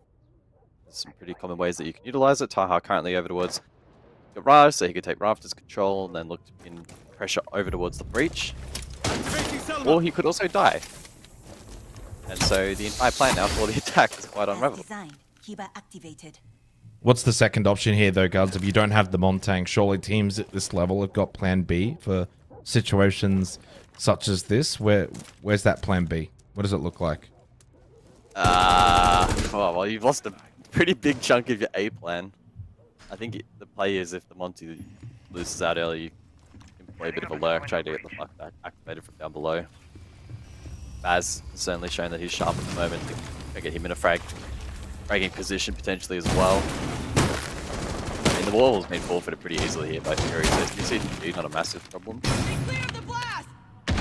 We are probably going to see the downsides of losing the Monty until the mid round.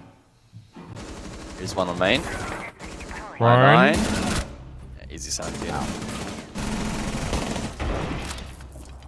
Jay also gets the kill onto Baz, who is making his way in towards CCTV suddenly. Only 2 players remain for Hasib Warriors against the 4 standing members of Fury. Cash and CCTV control, or not even really, with the Nitrous Soul of Crit J. Hasib wants peace, will find the grave. And Fata will be the solo member remaining for Hasib Warriors. Fuser inside of Cash. And at this point, just delaying the inevitable. Dead. Attackers dropped the diffuser. Clean that for Fury. They were able to lean heavily into that util setup that they had established. I'm entirely sure how they were able to drop the Monty so early on. Really shouldn't be the case in Rafters. Taha should be a front on position, so I don't know if he got caught in the side or if he was going for an ADS. I think it was a headshot, so it's maybe trying to shoot something out. I don't quite know, but did pose problems to the mid round as kind of anticipated. The clear of Cash top red was Defenders, protect your out bombs from of sync there from the by attack. attackers. Rightly punished. Base it then round 3.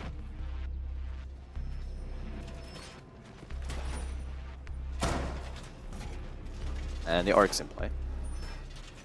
So we're going to see some more counterplay throughout this match from Fury. In response to that Monty, they've seen that it's going to be a common trend and they're going straight for the attack.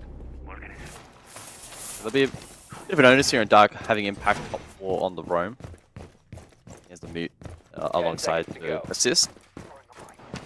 We may also see Ben replace aggressive effort lines as well to A, but I think I9's focusing more so on the objective. Attackers are moving out to locate a bomb and We'll see how defuse Dark it. goes in this particular round. Needs to try and waste as much time as possible. Might be more challenging to fall off, but the hard shield commander is a pretty good trade-off.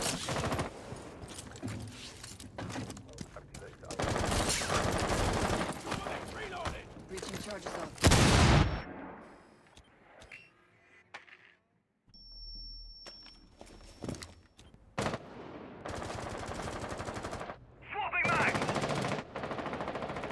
Dark and Crit J. Tension up above for Fury. Other 3 finding themselves inside a basement. Yellow Pink intel here. Baz has the awareness of Dark's position inside of construction. Slowly making his way over and should be able to maybe find this kill and does do so. Dark completely caught, unaware. Crit J though, he does find the trade and clears the drone that subsequently gave away Dark's position. And in that moment as well, I9 made his way up main stairs and the flank is successful. Gets the free kill onto Din. Taha makes his way from Con in towards bedroom. Elsewhere on the map, BG Man and Fatah will take each other out. And puts now suddenly Fury in a commanding position. Hasib wants peace outside. Taha down main. Fury best placed now to win this 3rd round. I9 still over towards kitchen. Flashed out again, but proving difficult to clear. Meanwhile, Baha is down main. Hasib still fumbling with flashbangs, needs the help of the shield, and that information finally comes through. Nitro Cell from below, not doing massive amount of damage. Hasib on the vault, pushes up forward. I know under a lot of pressure, eventually falls. Minute on the clock now. 2 versus 2. Hard breach though, a challenge with kitchen hatch electrified. So we'll likely see a rotate blue.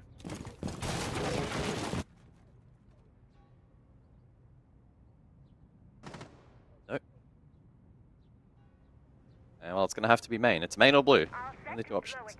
Time to make a new floor. 30 seconds, so options have run out. Main or blue. Main it will be. Richay finding himself inside of blue at the moment. As the Monte makes his way down the hallway, like Cole was expecting to then play off of it. I thought he had the right idea initially. But I guess not peeking the hallway puts Critchay in the best position to do just that after Lycolis drew the attention of the Montang towards him. Critchay gets an easy flanking double kill down the hallway. And look, Lycolis doesn't get a statistic for that, guys. That's the, nature of playing a more supportive role. He is just as big a reason as to why they got the 2 kills on the round win there as much as Critchay, but Critchay walks away with the 2 kills. Yeah, he just played patiently and baited them into the line of sight, so that was clean. Attackers need to locate and defuse as many bombs. Look, he'd have big impact in the late round from Fury. Both the motor and hatches were closed. Limited the options there a little bit more simple. They could probably make a fair argument that those two having limited options probably wasn't the be all and end all anyway. So 2-1 first rotation. All the defense cash then next up the 4th round, and we're going to see the Clash brought more counterplay. So the Oryx in the past, far more aggressive counter, whereas the Clash can play a more passive role. 5 seconds to insertion. So like also be tasked with keeping that Monty at bay and helping feed Attackers must information. locate to and the defuse defense. a bomb.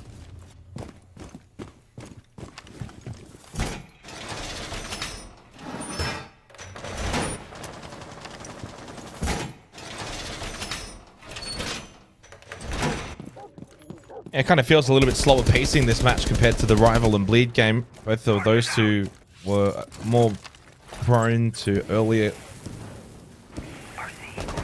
fights in those rounds, and the rounds themselves probably finishing a lot quicker. Sure, there was some early engagement fights in that previous round, but boy, did it really then just slow the pacing down because of it.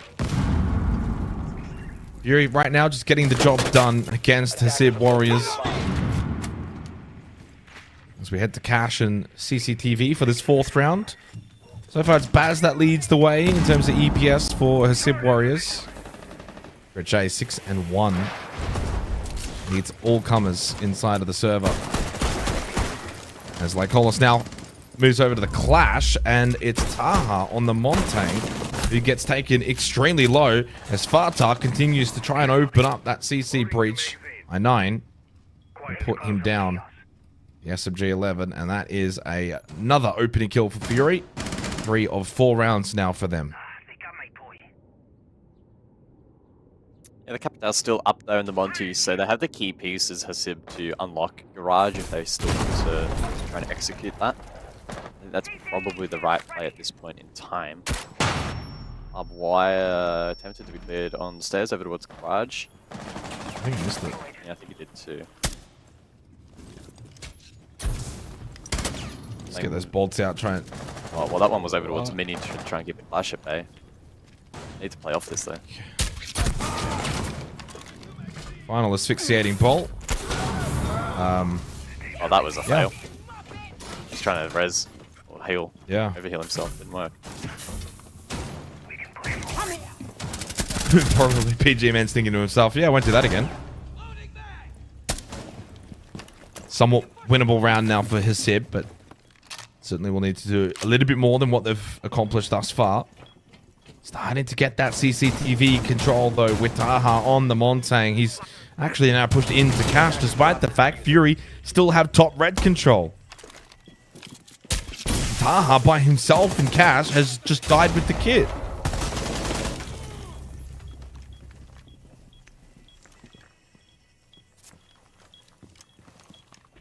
Seconds remaining. Attackers recovered. Look at a plan. Swing, close angle, shotgun in hand. I9 doesn't overswing it. Knows that they will need to peek into him. Baz loses his life towards top red. Din off of the plant and no time remaining. It will be a 3rd round acquired for Fury. A strange old round in that one. Yeah, a lot of those moving parts not connecting particularly well for Hasib. They still had a pocket that window of opportunity over towards Garage. PG Man got a little bit too cute on the dock. And after they unlocked that control though, the diffuser dropped over towards Cash in a very precarious position, made things very difficult. Breach clear from Fat up the car was 4. PG Man was timed with the stim, the overheal. Down below, they went for an aggressive retake. And then Taha sent it deep with Kit. So there were a lot of different mistakes in that particular round, unfortunately. Which meant that it was a little bit messy. After we walk out the other side of the round win.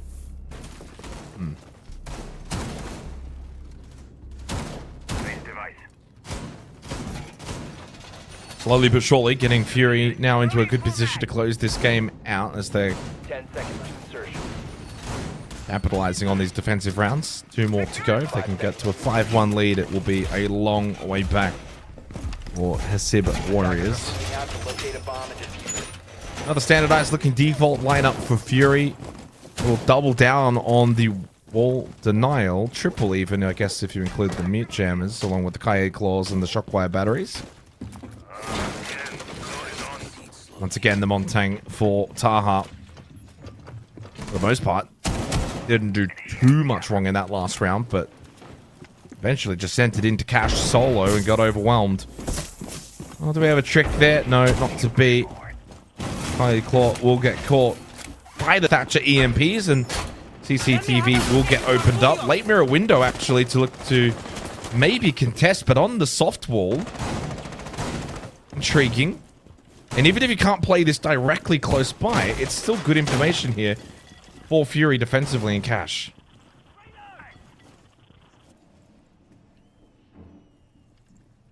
Yeah, Dark holding over towards main stairs as well, so it looks like Fury don't want to give up this position without it. Oh, reloading! Fine. It's like Holes gets caught. A good read from this time around.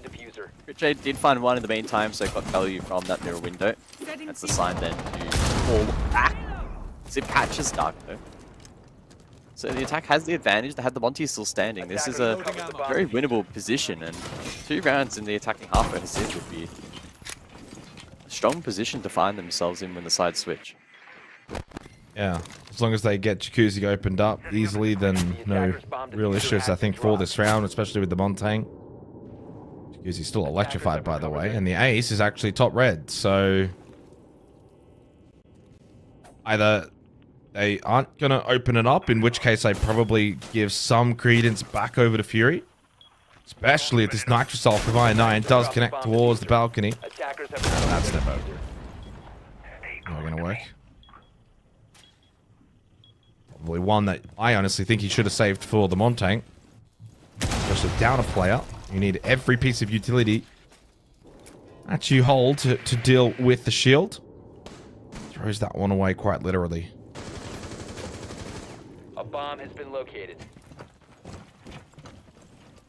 No Ash charges remaining to clear the mirror window either. Oh, Hasib's fallen off the roof.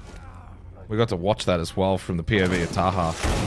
So, they haven't got Jacuzzi, man fell off the roof, and Baz is dead, and the round's lost.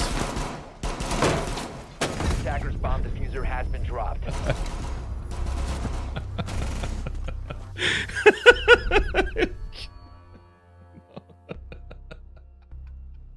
Look, falling off the roof at this level is never great. I will say that is probably one of the most common places to fall, so that concession. But when you're in a position with the Monty still up, and you're in such a strong spot to potentially win your second attack round in the half, that is a big boo-boo to be making. And Fury with favorable rotation back down to basement. In a matter of moments, it flips from a very probable 2-4 to probably now being a 1-5 in favor of Fury. So I just couldn't help. It was just, for me, it was just the comedic aspect of like watching, like you watch this outline drop from the POV of Taha, and then just watching it all just fall apart off the back of it. I do feel for Hasib, both the player and I guess the team.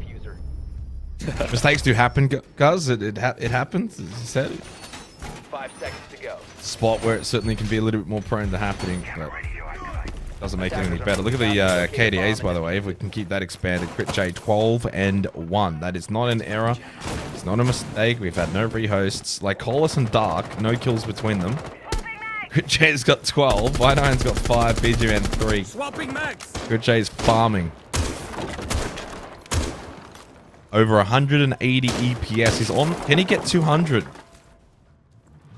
I don't think so, but it's looking pretty sharp. Monty again in play here from Hasib. Last time out on base when it came down to a 2 versus 2. Hatches proved to be a problem to open up, limited options, and so few were able to bait into a death ball. Or not really a death ball, but more so a cross that was unfavorable. Rome employed here again from the defense. Second floor occupied by Jay Dark. Line of sight down below for the kitchen, which can help deny the entry, and the hatch as well from being opened up if they aren't properly cleared. Sib do have a read. Sib is holding the rotation back. Gives a call that one has crossed. Trip up, dodgy. Oh, and Dark wins it out. Didn't deserve to win that, still had the shotgun in hand, but wins it on the switch. Baz now to try and lurk up above. 5 kills for him so far after a good start. Has unfortunately slowed down since. Let's have a good look. He's able to find 2 here. He'll probably win his team the round, at least spots one. As Fury make the call to rotate back through Con, back towards site.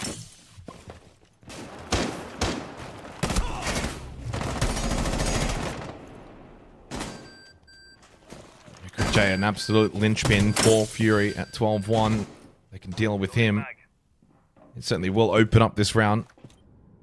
Just under a minute remaining, by the way, so certainly need to get eyes towards sight. No hatches opened up, guys, with 50 seconds left on Clubhouse. No hatches opened.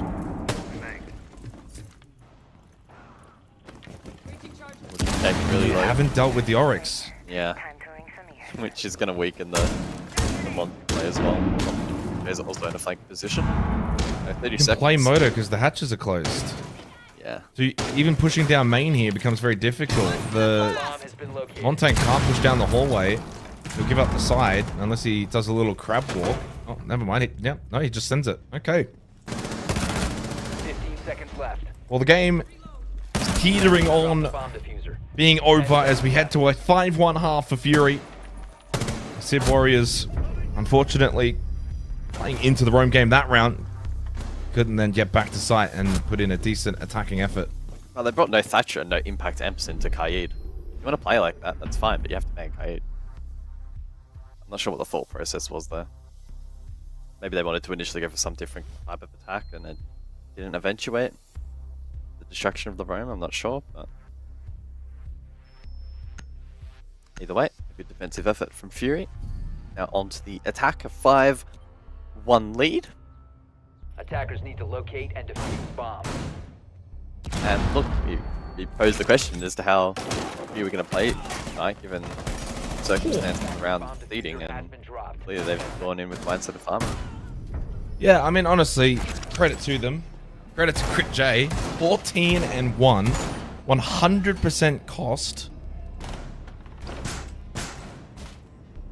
He's still, I mean, I don't know how the I don't know how the EPS works, guys, but it still has him on 179 EPS. Yeah, well, Even though he just keeps getting kills and not dying and has 100% cost. because you need to get more kills per round. It's per round basis. He's got he's averaging 2 kills per round. How much more does he want? If you want to get to 200, it's probably close to 3 a round, I would imagine. Oh my. I don't think it scales linearly. Oh no. Well, not the best of That's a starts. kill for I9. Not ideal, but you only lose the Goyo. Bomb located by Provided he attackers. did place these Vulcan canisters. I would imagine he already did. His teammates can play off of that. Church Arsenal for this 7th round as Fury looking to make quick work of their opponents. do not opt in bringing the shield. We saw the Montang every single round by Hasib Warriors, by Taha. Now onto the castle, looking to have this bar extension with the castle barricades. We'll drop Moto. Still 2 minutes on the clock, guys, but they have completely given everything up, along with having the hatches already opened. A little bit speedier than the last round that we just saw from Hasib attacking into this site.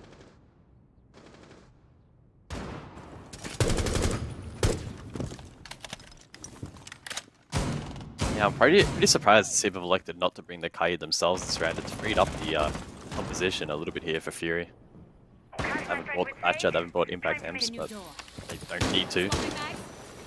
Unless the hatches themselves get aggressively impact tricked, at least pretty simple work to get these attackers open with Cabana. Quite timely as well. Attackers recovered the bomb. I9 to assist invert alongside the buff. Time to ring some. So Fury Attackers have dropped the in bomb the next diffuser. 15-20 seconds are going to be in a position to execute. PG Man is being mindful of a potential flank. They want to get down to blue hatch. So that execute will come through in a moment's time.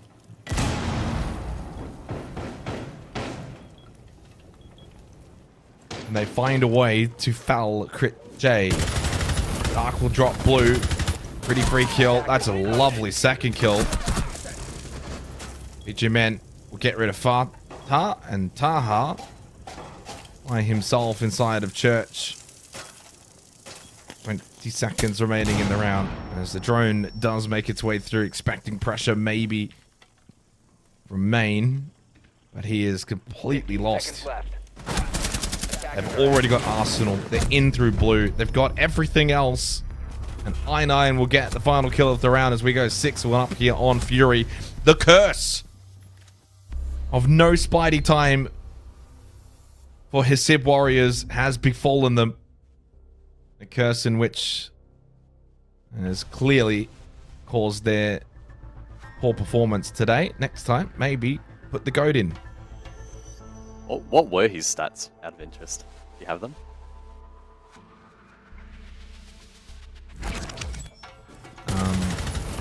Spidey time, sorry, from last week. Yeah. Let me have a quick little look. Obviously, it's something that is going to take a little bit of time. What is it? Hasib. Maybe I can do What it. did they play? Rival? I'm just going to look at their team stats. So I have found the stats. There seems to be maybe an error with my stats. I don't know. Maybe your stats are different. It says here 410, but I think he was 10-4. No, 410. Maybe that's fake news. Maybe this... it was 410. He may or may not have had the worst EPS rating for the team across the stage. I just feel like it's That's got to be wrong. like a malfunction and error. No, I don't believe it. Fake news. He definitely performed a lot better than this weird glitchy system is saying. Also, Taha right now actually has a lower EPS. Thank you very much. That is true.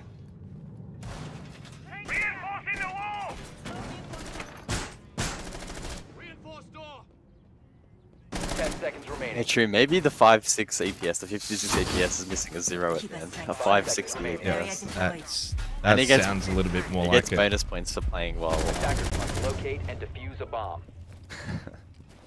I honestly don't think I could play sideways. I don't think many people could. I'll do Hasib continue this game, or it'll be a 7-1 in favor of Fury, looking to bounce back after a poor ending to the stage, must be said. That may not really matter in the end come playoffs. She'll clear over towards stock here for the early portion of this round as everybody on side of Hasib Warriors is now on base.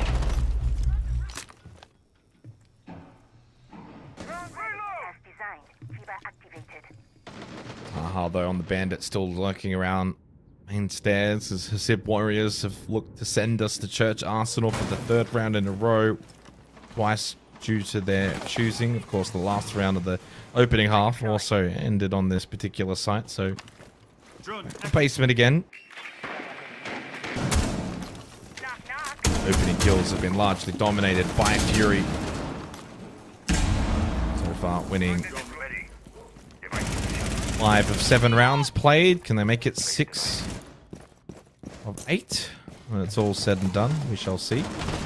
90 seconds left in this one as they use the exothermic charge. Just get a little bit more floorboard pressure. Let open the wall. That's good, yeah. I think just the top bit. A bit of a classic.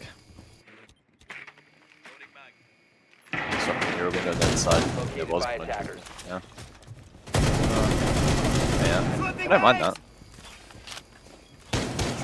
that. Position a little bit more untenable. The 5 versus 5 though, if you haven't found an opening just yet. Minute on the clock. Here we go. This is Execute, though. Hasib's time. I don't know. They need the advantage come execute, I feel. Bartard towards dirt. 3 gas banks available. Flash clears out triple momentarily.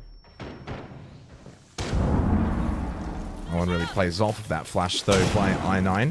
Another one thrown down now by Crit J, and a second to follow. Who pings off of the EE1D. Kawan Mine Launcher as well, getting some information, but it is Taha that gets the opening kill. I9 losing his life. BG Man with a slow push in towards blue. Does find a nice kill onto Hasib. Wants peas as Taha will get himself a second in the round. Deals with Crit J. Just his 2nd death this game. 10 seconds remaining as Lycolis is in kitchen. Will have to drop. Needs Dark and BG Man to win a couple of fights, and they cannot.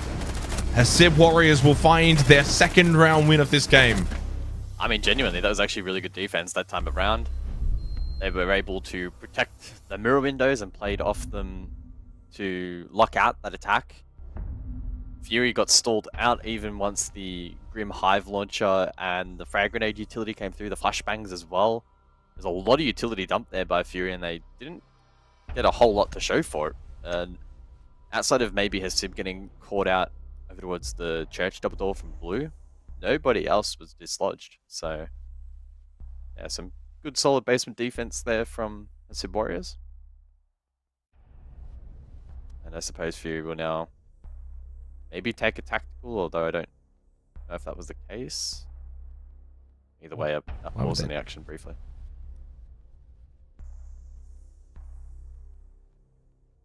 I think it was on our end. I don't think it was on their end.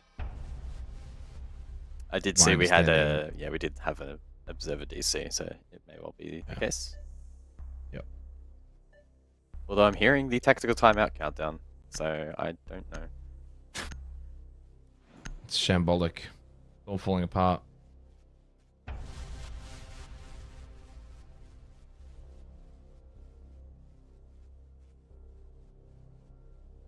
Definitely paused. Well, a bit of tension in the air now with the win for Hasib Warriors. The comeback trail suddenly opens up. Pathway to overtime. Does Church Arsenal secured. Imagine Gym Bedroom to follow. How do you envision them being able to bring this game back and looking to secure more points this stage? I don't. That's the brutal reality, unfortunately. Again, that last basement defense was clean. The problem is we don't see that level of consistency from the teams representing South Asia enough. But they turned it around here tonight. It's very dark. Reality is there's a reason why their round diff is -25, because they just lack that consistency. It's a shame because, like I said, last round was great. They have those. Every game they have bringing them consistently enough together, which has proven to be a challenge. Whether that's mental pressure or lack of crap. To say, we just need more experience inside of the server. Gym Bedroom seconds for left. round number 9 as we get jump back into the action. Apologies for the delay. I'm led to believe 5 seconds left before insertion. it was not a tactical pause, it was just a tactical. Attackers are moving to defuse a bomb. I believe we heard the tactical pause countdown because one of the players clutched up and called it in time, so we could actually have a proper pause. That's what I'm led to believe anyway. So, back into the action. And looking to be a map clear here from Fury.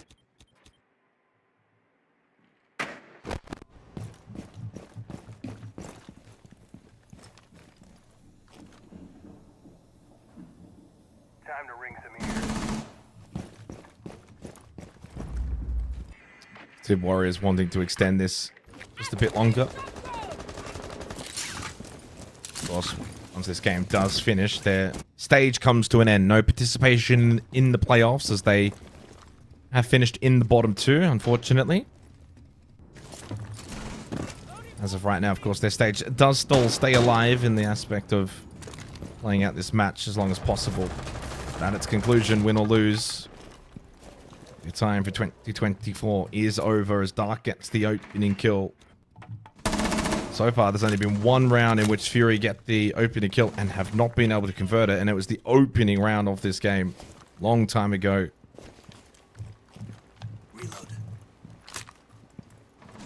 Taha falls.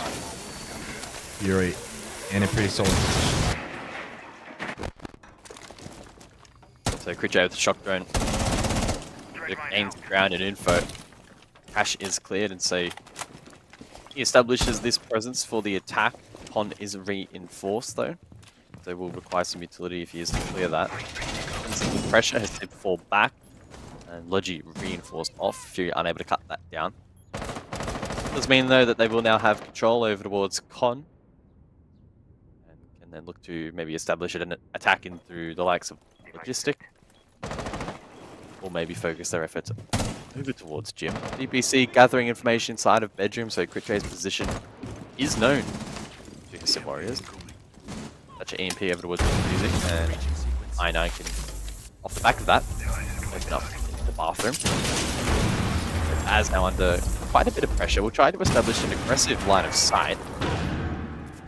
30 seconds on the clock. We will need to make their move. It will. Bomb diffuser has They have been stalled out, and suddenly a bit of life sparks back into Hasib Warriors. Attackers have recovered their Not a lot of time for Fury. Baz holding towards 15 Jim. seconds left. Still one towards Jacuzzi though on the breach. Baz needs to be wary. A lot of time. Hasib wants peace, holding towards said breach. Critchay lost his life again though without impact, and only one left. Fatah says haha, but I9 gets the plant down. Can he take the 1v1 with BG Man? He's not sure though where the plant is going down. In towards Jim. Has spotted it, does get the kill, but I9's just a little bit better, a little bit cleaner in the post plant. And it's Fury to get the last. Ha ha. Great call from you, Jake. Yeah, they definitely get the last laugh in this game. A pretty dominant result in the end for Fury.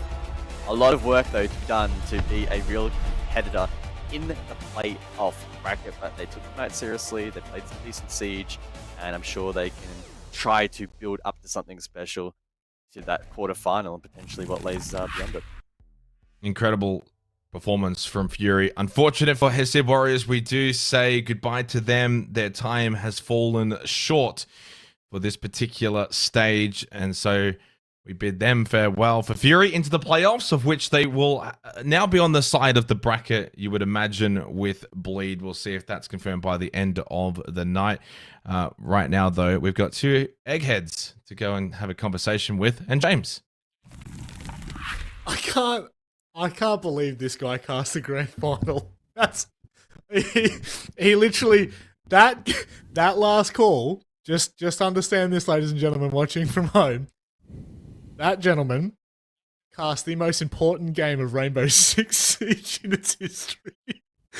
Oh God, we love it here. Are you talking about Pengu. Hasib Warriors versus Fury? That was the most important. Yeah, game, it was. That It was the most yes. important. There's no doubt about it. There's no doubt about it. It was an important game for Fury, if we're being honest, Pengu. If we can bring it back to a somewhat serious note, really important that Fury got the job done and got the job done convincingly.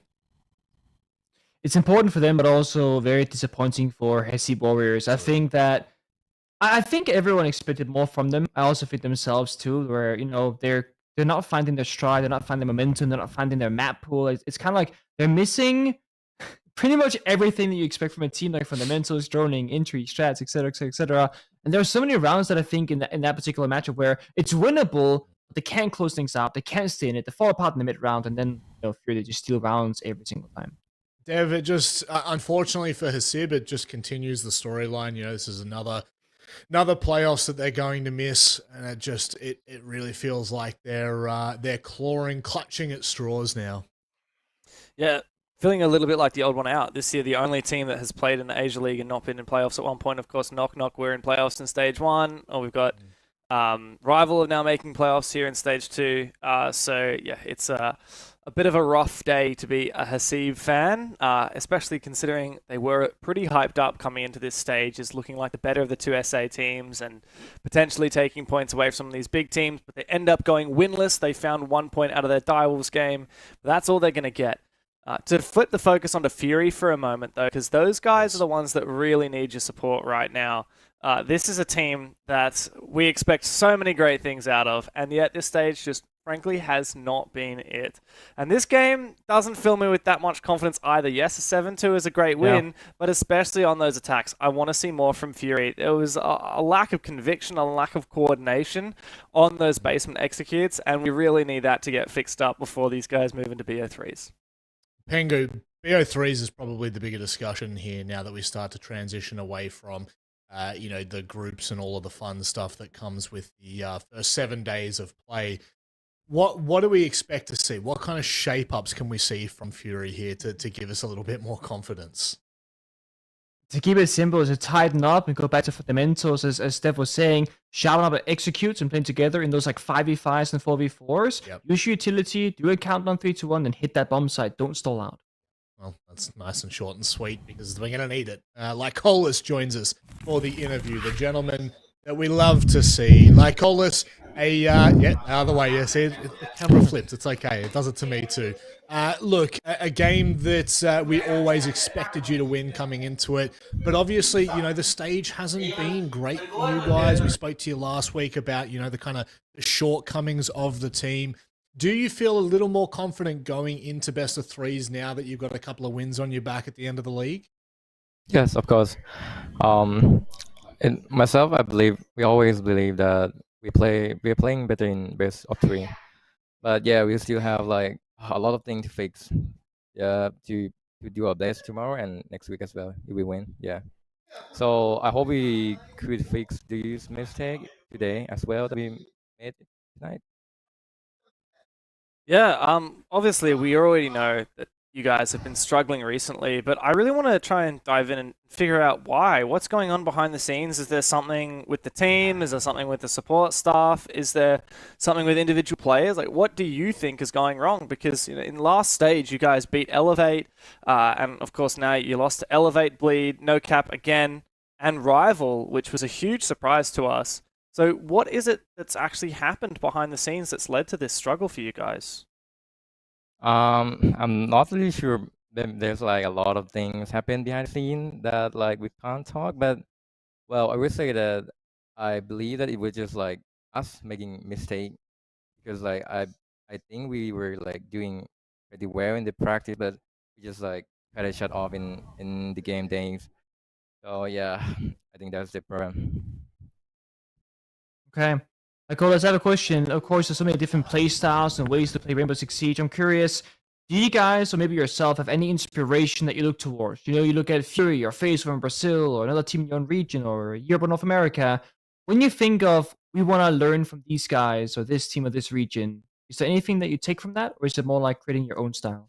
It was more like creating our own style, but of course we were like watching some like interesting thing from the other league, but we didn't like do it just like them. We just like try to do the thing that is working against the other team that we facing off. Yeah, because sometimes we just like pick something and it doesn't work well with some of the team in our region. So we kind of create our games. Yeah. Nicholas, Thank you so much. thank you very much for joining us, my friend. Do you have anything you'd like to say? Obviously, we head to best of threes, and that's where you guys tend to thrive. Nah. I think we need more rest for the day. Yeah, just gonna go back to chill, relax, and prepare for the tomorrow game. Oh, we love it. We love it. Awesome. Nicholas, thank you very much for joining us, mate. We wish you all the best. You too. Legend. You can wish the best for me. I love Nicholas. It's great to have him back. Back in the show, obviously, we missed him for 4 days, Dev, which just sounds absolutely insane to say that coming from, you know, a roster of this caliber with these players. We thought that they were going to do better. Does that interview fill you with confidence going into playoffs? It doesn't swing me either direction, to be honest. Okay. Because, like, my question, I know it was a hard question to answer, but the thing on my mind is yeah, just why? What is going on with Fury? It's one thing to watch their game and be like, they're not playing that good. It's actually kind of easy to say that. It doesn't take a genius. But what is really important is understanding what's going on behind the scenes. And of course, if there is something more serious, something internal with the team, he's not going to disclose that here on broadcast. And so there was something hinted to there. I don't know what it is. And yeah, I personally have no idea what's going on. But we really do need to see whatever is going wrong. I really want to see that fixed, because these guys deserve so much more than the current form that we're seeing out of this team. I mean, these guys are absolutely capable of going to international events and taking down some really big teams. And right now, they are struggling to even stay in playoffs contention here in the Asia League. So we really hope that they can get on their bike and get ready for playoffs starting tomorrow. Yep, and that's it. They've just got such a short turnaround. They need to try and correct these things that just continue to go wrong for them in best of ones. But they do finish on 10 points for their stage. They have for now leapt via Wolves, and they will lock in a jump over rival Esports, who unfortunately lost at the start of the play day. But it is time for us to have a change of the guard as we prepare for NoCap and KnockKnock.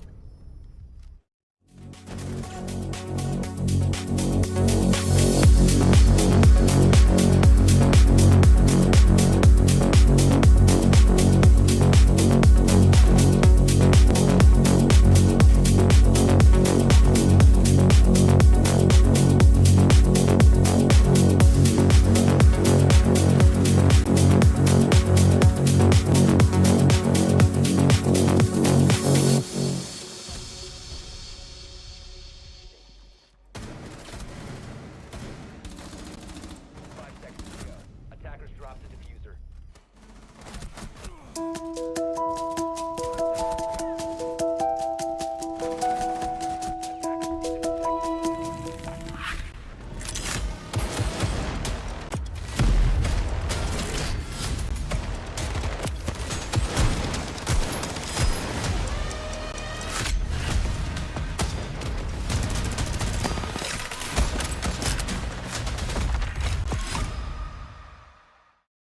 This one could be a real slobber knocker of a game.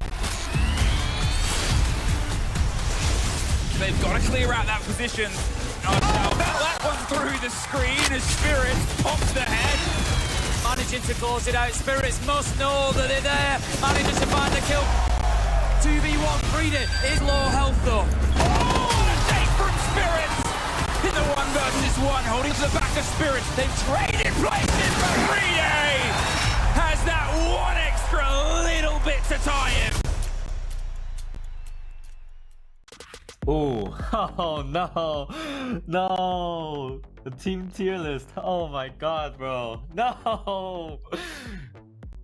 First is split. You know where that's going. It's in A, S tier. It's obviously S, the best team in Southeast Asia for the last 2 years in a row. I'll put them in S because they made like a lot international events. S, you know. If I put anything below S, I think it's quite bad juju for me. You know, giving some respect, so put Bleed on the S right now. Bleed is S tier. I think it has definitely gonna be a really big challenge for us in the Asia League. Bleed probably S tier and for sure. Alright, I'm gonna put Bleed on S tier. They're just the top one team in Asia, like, not gonna lie. Direwolf. Ooh. I have to put Direwolves in B. They did lose Jogor. I don't think anyone can replace what Jogor was doing for that team last stage. Tyrolls has, I think, had a roster change recently, so I'll put it in A. And Direwolves, I'll put us at D, which stands for Direwolves. They do give all the teams a good fight. Right now, B. I've had a good run, and I think they're in A tier, definitely. C. I don't feel like they're a big threat when you're fighting against them. They're pretty like predictable for me. I'm gonna play on D tier. I'm just gonna play on D tier, bro. Elevate. That is almost as close as Bleed, and they're showing it in games as well. Opposite in A as well. Probably top of A. They're a solid third place team and probably contending for like second with Fury. Elevate is A. I think I'll put them just below Lead. So Elevate, I'll give us a D for not qualifying for anything within these 6 months and whatever. Man. We have to see like they are around like A to S right now. Really talented roster and amazing players, expecting a good challenge. So definitely A tier. Elevate, I put them on A. They have a good player like Speak Easy, Ape. I'm gonna put Elevate on A tier. I think they won the A tier tournament before I made the invitational major. I forgot, but Fury, as good as Bleed. I'll put it as a S.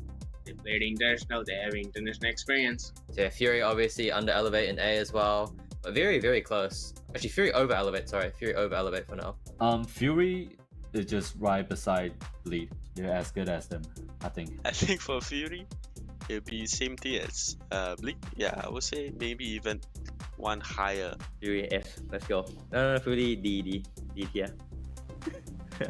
I'm kidding. Just put them back to F. Sorry. again, one of the better teams in this league. Super talented players.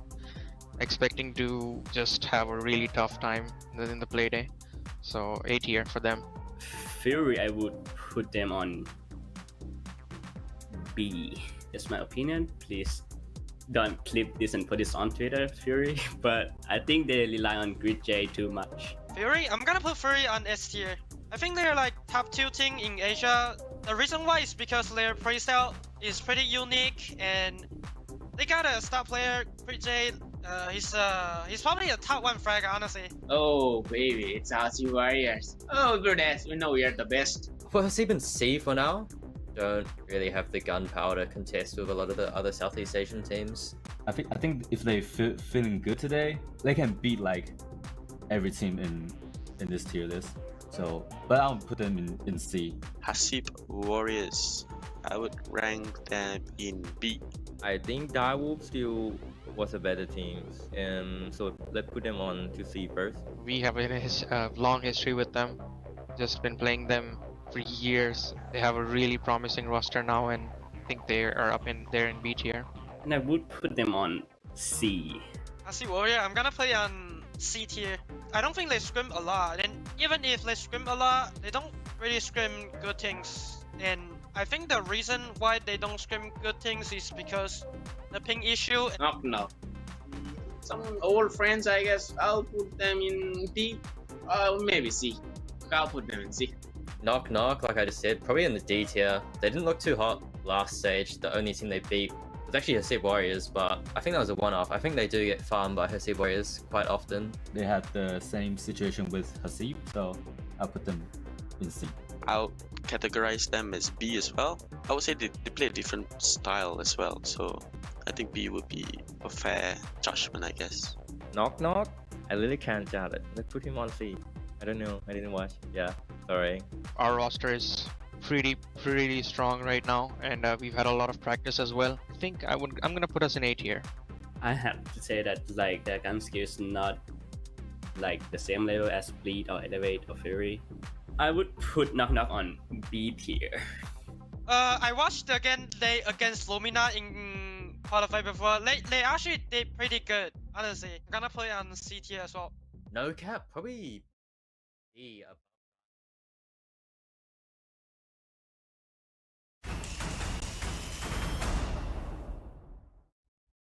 Well, we swapped out for the Motley Crew here. We've got 2 boys that really just don't really prioritize doing their hair. They'll just flick it back. How similar do you both start to look after a while? Which one's replicating which? I don't quite look. They've both gone with the hey wait. They do that with well, their you hair can do it as well, time. Rob. Nothing's stopping you. I can. I am that versatile. That's how I am. Always welcome back to the show, of course. Thank Bit you, of a Rob. disappointing match from Hasib, Jake, but I guess some positive signs for Fury across the board. Yeah, sure. There's not a lot that you can probably take from it. I think going into the playoffs, certainly nice to get a win. Certainly, it's been a rough stage for them. The fact that going into Playday 7, they're sitting 6th, I mean, it's very indicative of what a poor stage it's been. So they've got certainly still some turning around to do with their form. Hasib, unfortunate. Yeah, not much else to really say about that game. I'm sick of Clubhouse. Yeah, yeah. I tell you what, if we see Bring back Oregon. No, do not bring back Oregon. No one wants to see another blue take ever again. Guys, we start to transition into our third matchup. This one for me, I think it's going to go in a very similar fashion as to how tonight has gone. 7-1, 7-2 territory, would you agree? Yeah, probably. I think at the end of the day, that's a pretty fair estimation of how this match will turn out. NoCap have had relatively good form throughout this particular stage. Last week against Direwolves was a little bit dicey, but they got that 7-5 across the line over on Labs. As for KnockKnock heading into this particular play day, only with the one match under their belt. Yes, only the 3 points for them, and unfortunately that was against their South Asian counterparts. So against all the other SEA teams, it's been a little bit of a struggle for them. But who knows, maybe tonight they could just throw something out there. They've got nothing to lose. Well, I mean, at this rate, that's the unfortunate nature of how the league plays out. If you are not competitive enough, you are obviously going to fall out of the pack. Rival Esports came in and showcased what it means to be competitive in your first stage. So KnockKnock and Hasib, both South Asia teams, have unfortunately missed out on playoffs, which means they've got nothing to lose at this point. But let's start talking about NoCap, do a little bit of a deep dive on the roster that coming into this has started to look a little bit better, even from stage one. I think there's been some slight improvements, but still across the board, Jake, there's obviously a lot of room for improvement. Yeah, absolutely. I agree with that wholeheartedly. Last week was a good win against Direwolves, and a little bit of a contest. They got some good attacking rounds in. I think we continue to see that. These guys are always going to be the kind of contender that we expect from them. Are they a championship team anymore? Arguably no. And Bleed have completely held that mantle for such a long time. But with the demise of Fury, suddenly that kind of second spot does kind of open up. We know, of course, Elevate have had such a good regular stage, but you imagine, a NoCap v Elevate best of 3, what would that kind of look like? Hard to say. You go all the way back to what was Playday 3, 7-4 in Chalet, close game, little coin flip here, moment here or there, and who knows what the result could be. So I look at NoCap as the best challenger to the challenger, and that being Elevate. So all it takes for them right now is you win this game, OT, regulation, doesn't matter, just win, you lock in third, it means you will be on Elevate's side of the bracket. That's what you want, Rob. Yep. And I think that they're certainly capable of being able to, in a best of 3, go toe-to-toe with them. Yep, and look, now we kind of turn the tables a little bit here, and we talk about KnockKnock, we talk about the roster that has been a little bit disappointing for me, Michael. Unfortunately, the only real result we've been able to see out of them is their win against Hasib. I mean, South Asia diff, I guess. Yeah, absolutely. I don't really know how much more I can really add on to this this team's storyline at this point. I mean, if KnockKnock's ready, I'm happy to talk about them, because heading into this particular play day, again, they don't really have a whole lot to lose in this matchup, so it's difficult to sort of measure exactly how they're going to perform tonight. I'm glad we've got Rise with Buck up as a graphic, because I was actually going to highlight him. The 6-2 entry is really positive for him. He's been really solid in that more supportive role, despite primarily playing Thermite and Kaid, as the graphic suggests. He's also been their primary Monty player as well, so he's been getting in on the action in the early round, which is good to see, and maybe making up for others like Jittery, for instance, who I have listed as a 112 entry. Finding that really, really challenging. Wow, 112. That's really tough. We were out here criticizing Killerman in the OS League. That one might top that. But look, at the end of the day, I think KnockKnock go into this. You're always going to say the underdogs, but there's really no hope for them if they aren't able to hit the strides and hit some peak form, realistically, because NoCap, they're absolutely by no means pushovers. So you're really going to have to step your game up here as we go to the vetoes. Let's have a look what map we're going to be going to. Please not Clubhouse. Please, not Clubhouse. Please, not Clubhouse. Do not show me Clubhouse. For the love of God. Okay, thank God. If we say it for a third time tonight, I think the desk is doing itself after that one. But we do end up potentially on Labs. No, we're going to Skyscraper.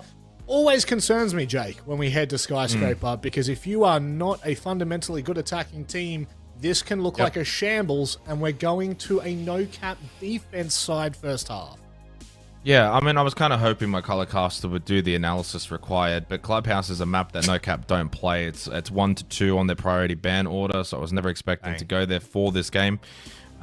Skyscraper, though, I think is still going to be the kind of map where structurally they should be quite sound starting on defense according to the graphic, and it means that they can get off to a really good start. That kind of 4 or 5 opening round territory, which then puts KnockKnock in a position where they're playing from behind. So, as much as, you know, we kind of meme the Clubhouse, I think we could have probably gone to any map here, and NoCap would be dead set heavy favorites.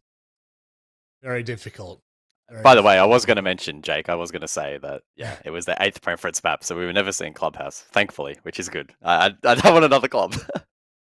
No more clubs. It is time for us to get underway with James Devmarter Stewart, and I don't know, Pengu's first and last. So first, Pengu last. Nicholas Morrison. Thank you. How do you not know Nicholas Thank you. Morrison? Hi, I'm Pengu Nicholas Morrison, and I can't, what was that ad you did? I can't believe anyone could have ever forgotten it. Yeah, it's a command in the main R6 Twitch stream as well. Exclamation mark Pengu, and it says the whole thing. This guy, he's got his own command in the Rainbow Six channel. Okay, I see how it is. For all the wrong reasons, by the way. Yeah, very, very true. That E-worm that we I just managed to get out of my mind is now stuck back in it again. But let's see what we can put on our minds now. KnockKnock versus NoCap. Look, a game where, to be frank, the stakes are reasonably low. We've seen KnockKnock fail, unfortunately, to make it into the playoffs, and NoCap have already solidified their spot. However, there is still room for movement, and especially for NoCap here, a lot riding on this game in terms of getting back on that horse, keeping that form up high, moving into the playoffs. The team that has only lost to the top 2 in the league, Bleed and Elevate, to go flawless otherwise by finishing off with a big win here on Skyscraper. Have fun, LFO? Looking What's for the org? O about? Let's I was gonna say, effing go. I guess so, yeah. I don't know, let's... But without the G? No, because it's an O, not a G. Oh, LFO because these teams are both LFO. Yeah. I Both see. Orcless. It is. I was thinking that maybe it's the Orcless thing, but I wasn't sure. Is the NoCap logo like a popsicle with a took a bite out of it? A little bite out of correct? it, yeah. That's exactly what it looks like, yeah. These guys did actually have an org in Stage 1, Jalita Esports. I don't know what happened to those guys. But yeah, once again, orgless. Hopefully one day they get picked up. But they might actually have to make it back to an international event before that happens, Pengu. It's been a hell of a long time since these guys went overseas with Elevate. Back in the day. There was a little tied world record Oregon game against Rogue, I believe it was, on Oregon, yeah? Yeah. Mr. Spronigiri. The GOAT himself. Yeah, he was got a lot of praise. 27 or 29 kills? 27, I believe. The most in a That's what single map at a 6 Invitational ever. Yeah. Not half bad. He was spoken highly of by a lot of people internationally speaking, and I believe he also tried looking for a team in North America at one point, right? In like more recent history. Yeah, look, he did have a little bit of a, I don't know what it was, a uni exchange or something that he went to Alaska and he was there for a couple of months and he had some time off the game. And now he's going and finishing his uni still back in Thailand. But yeah, I'm not sure if he was ever seriously entertaining offers from overseas. I know he was certainly looking for it a couple of years ago. But it's nice to see all of us biased towards this old Elevate roster. Very happy to see him back with these guys. Unfortunately, they haven't quite had as much success as we were hoping for. They weren't able to hold a candle to Elevate or Bleed. But they did beat Fury, of course. And maybe one day they can be contenders. I mean, realistically, we move into playoffs. What are the chances that they'll actually might be able to take it to Elevate or Bleed in a BO3? All depends on form. If they're having a good time, I think they can do a lot more than what they've done so far on this stage. And to be honest, I think with NoCap situation, I don't think they have done too poorly, right? I mean, are they expected to be beating the top dogs already? I'm not entirely certain about it, but they're doing it, close enough of a job to be in that conversation. So in best of threes, anything certainly is possible. But I do think that today up against KnockKnock, even if this doesn't change, anything drastically in terms of standings, I do think NoCap gotta go out and swing in now, showing us that they do care about this matchup and just end this stage 5-2 on the scoreboard. Otherwise, not gonna have the most confidence going into playoffs. Should expect a full 3-pointer out of this one as we dig into it. KnockKnock on the attacking side, definitely going to be where you expect these teams to struggle a little bit more, but an overpeak perhaps here from Mr. Punch. This is dangerous. Oh, Envy is actually the first one to fall. I'm not exactly sure where Onigiri found that pick. And still, okay, so he's up here in office. We still have that peak going down from Mr. Punch. KnockKnock struggling on these entries already. One of the hardest things about attacking Skyscraper isn't the execute itself on the bomb side. It's actually getting inside the building and getting that first foothold in the map. So I really like this early aggression from NoCap, shutting them out, keeping them at bay. They get a 1-for-1 trade. Even numbers on Skyscraper always favors defense, and only here gets another.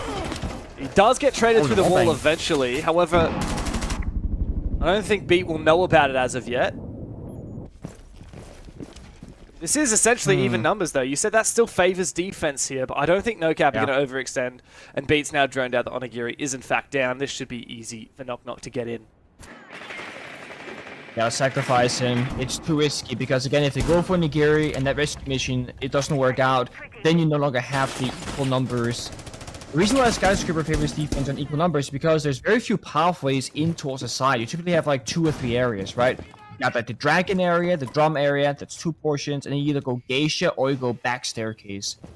So as long as you have 2 or 3 defenders alive, you can cover pretty much everything. Top that with some gadgets like the Ela mines, the grist mods, or the leash mines or the Ela grist mods, smoke, Goyo canisters. Oh! You're good. Well, what is that? Really nice shot is what it is. Usually it's extremely hard to take control of drum here, especially when you're going up against an Azami, but Mark somehow gets one tapped. That does open the gates for KnockKnock to start exploring opportunities on this site. And a clutch opportunity now for Scatman as he finds his first. DCH there still to support him, hiding inside a tea room. Scatman's caught in an awkward spot, but he's just going to prone here and wait. He's got some feet holes he can work with as well. As Jittery rounds this corner, the smoke is about to subside. Beat and Jittery separated, not able to support each other, and Scatman likely favored. But Jittery jitters around that corner and finds his shot. They know exactly where DCH is, and Beat gets him with the backstab. And believe it or not, despite being 5v3 down, KnockKnock find the first round. That is not boding well for NoCap. Not having the crossfires, not having the synergy, and sacrificing the Asami early by losing the player so easily inside of drum. Are you gonna fall back or are you gonna play aggressive? You have to make that decision. He dies while trying to throw down the keep a barrier. Like, call for backup, rotate somebody over, use a toxic babe, stall things out. There was only 20 seconds left in a 2v2, and neither defending player was actually helping out each other. Skyscraper defense, you have to come out victorious. We're expecting a 4-2 half of defense. At absolute worst, 3-3. So terrible start for NoCap. They have to shut them up. It doesn't bode well. And we did see NoCap play Bleed on this map, and they looked very rough around the edges. They lost 7-2. But the same can be said for KnockKnock. You know, they played Elevate here and they lost 7-3. So this is a map that both teams are looking to bounce back on after pretty mid-recent experiences on it. It's been a while since NoCap actually won this map. It was against Rival back in the EWC quals. They've been trying to work on it ever since. I don't doubt it. Perhaps they're just trying to hide it even moving into the playoffs as well. Or hide other maps rather and just go back to a map they've already played. But you really need a confidence booster here for NoCap. To be honest, Nick, I feel like we could go to pretty much any map and I would still back in NoCap. Like even KnockKnock's worst map, sorry, KnockKnock's best map versus NoCap's worst map. I just believe that NoCap should have the fundamentals to be able to be superior on pretty much any map. That is what we're expecting. It is, like, from a team fundamental point of view, individually, gun skill, it should be the case. Now again, there is a world in which NoCap is not too concerned with this match. It's always possible and hard to gauge. See what I can do here though. He's chasing a lot of damage downstairs, 4 health on a Warden early. That's probably the one operator you want to keep alive for as long as possible, because Ying is being caught out by the attack. If Warden falls, those Candelas, they get so much more value guaranteed with every single use later on. And KnockKnock, they got a pretty good bomb set execute lineup. They can also go for home clear if they desire. At least the VIP wall's now breached. There's a fear from below. Got rid of the bandit battery. No juggle from Mr. Punch. Jittery opens it. And now the Warden, already low HP. One bullet here will finish him off. So he needs to be extremely careful. Envy might be able to lock him on down, but smartly, DCH goes and stands in a place where he's not going to be exposed to any of the soft floor. As I say that, he's now run back out again. That's the beam. Oh no, that's embarrassing. Oh no. That's actually really unfortunate. At least it's a bait. Yeah. Don't worry. I don't think it was a deliberate bait, but it ended up being that way. No, they're baiting. They're baiting. They're baiting. Okay. There we go. Now a chance to open up the main wall. Mr. Punch. Oh, okay. So Scatman's also going to die through the floor. Beat's been worth his weight in gold, and it forces Scatman to get aggressive. DCH kills him. What is going on for NoCap? I think he was trying to make a hole in the wall and just like literally took out his teammate. Enabled teammate outbound to me, perhaps. I don't know. This is falling apart. Yeah, it really truly is. Low HP on two of these attackers, but it doesn't matter because Envy will lock in the round for NoCap. A convincing one at that. I don't know what's going on here for NoCap, but KnockKnock are absolutely knocking them about. It goes from the Deimos can't find where to destroy the floor to them getting 2 kills off the vertical to a team kill. Breach gets opened up and then the round is just over. It's difficult with NoCap because I feel like they're playing 2 different sides right now. One part of them, they're playing very aggressive. They're swinging every gunfight that they see. Like, for example, DCH 5-minute Warden there early on. But the other half of the roster, staying super far back on the bomb side, not really wanting to take any risks. Either for NoCap, they got a full send, full commit together, or they gotta back off and let the round breathe a little bit. Make KnockKnock work for those walls, work for the entries, and then just, play down the timer, basically. And that hatch being open would have opened up more opportunities there for KnockKnock, but you can see the hatch was solid. There wasn't very much vert, nothing prepared by NoCap. There's a replay of that unfortunate team kill. NoCap just looked a little bit lost. Like, I don't know what's going on. Woke up on the wrong side of the bed. It's just one of those times where you're like, what on earth are they doing? Like, guys, wake up.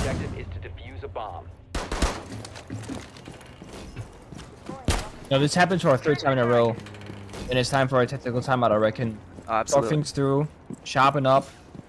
Skyscraper, though, good news is that it has 4 very playable bomb sites. Now, the master bedroom one doesn't get seen all that often, so we should expect it to happen you're seeing right now. But you can go through the motions. If one doesn't work out, go to the second, go to tertiary. NoCap still have a chance to win here on the technically harder one for defenders. Holding Geisha, bandit tricking, castle barricade, frost mats. This is them fortifying one position and holding on to it. Now all they gotta do is not overly swing outside and wait for the Maverick to do the work, then choose if they want to fight that Maverick or not. Oh, there you go. So the Bandit now knows the Maverick is there. I like this play, though, from the attack. They've got that Maverick, and the Thermite peeking through the Maverick holes elsewhere. Onigiri's found his pick, and that Zeduck's going down. But Mr. Punch is seriously trapped here. His feet were spotted for a brief moment. Beat might be able to find this angle. I don't know how Mr. Punch could possibly get out of this alive. He's so stuck. The finding kills around him. This is like the perfect bait if this works out. Mr. Punch plays is so smart. He knows he's not the person who has to do anything, just simply stay alive. He's so dead. How on earth does he survive in this spot? C4 goes out. He can see him. He juggled the exothermic charge somehow with the C4. He destroyed it. And now Jittery has to use his last one just to breach open this Geisha wall. Meanwhile, Mr. Punch is doing his best snake impression underneath this window, just waiting for someone to jump in. The breach has gone out. The jump in straight into the frost mat, and into Mr. Punch's waiting arms, looking for more. He gets aggressive. There's B taken down. All up to rhymes with Bark, and he's going to have to go nuclear 1v4. What a peculiar round for KnockKnock. NoCap, I don't know what they were doing there, but it worked. I love that, though, the confidence in saying, guys, I am dead. I need you to help me. And every single defender came to his rescue, and they made it work. Turned a bad scenario into a good one. Should be done and dusted. Benria mines, C4 goes out, crossfires established. There is no way in. At least he's found one. And there you go. Straight to the frost mat. But there we go. Shot through the floor from Scatman. And there's the first round on the board for NoCap. Again, a very strange round, but one that they'll take regardless.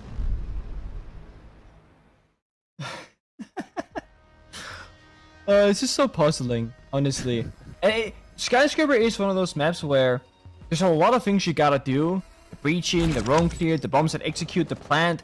It's gonna be hard to get the perfect operators for every single plan. Like, had they had a Capital, had they had a set of grenades, they could have easily dealt with Mr. Punch or forced him to move and then shoot him from the window, for example. But they didn't have anything like that. Yeah, they got the Grim, they can know where he is, but they kind of already knew that. They just couldn't do anything about it.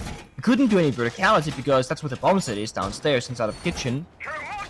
So maybe on the attacking side, look at bringing at least one way to disrupt any of those kind of strong corner positions.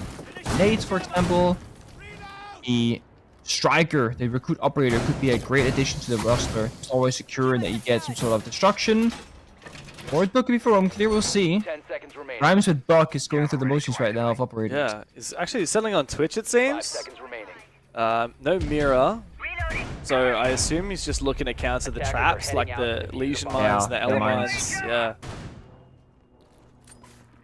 You talked about nades. We finally do have the Deimos. Saw it in, I believe it was the first round as well, or maybe it was the second. Don't mind the Deimos pick. We've talked so much about Deimos in our cast recently. I'm kind of just a Deimos simp at this point.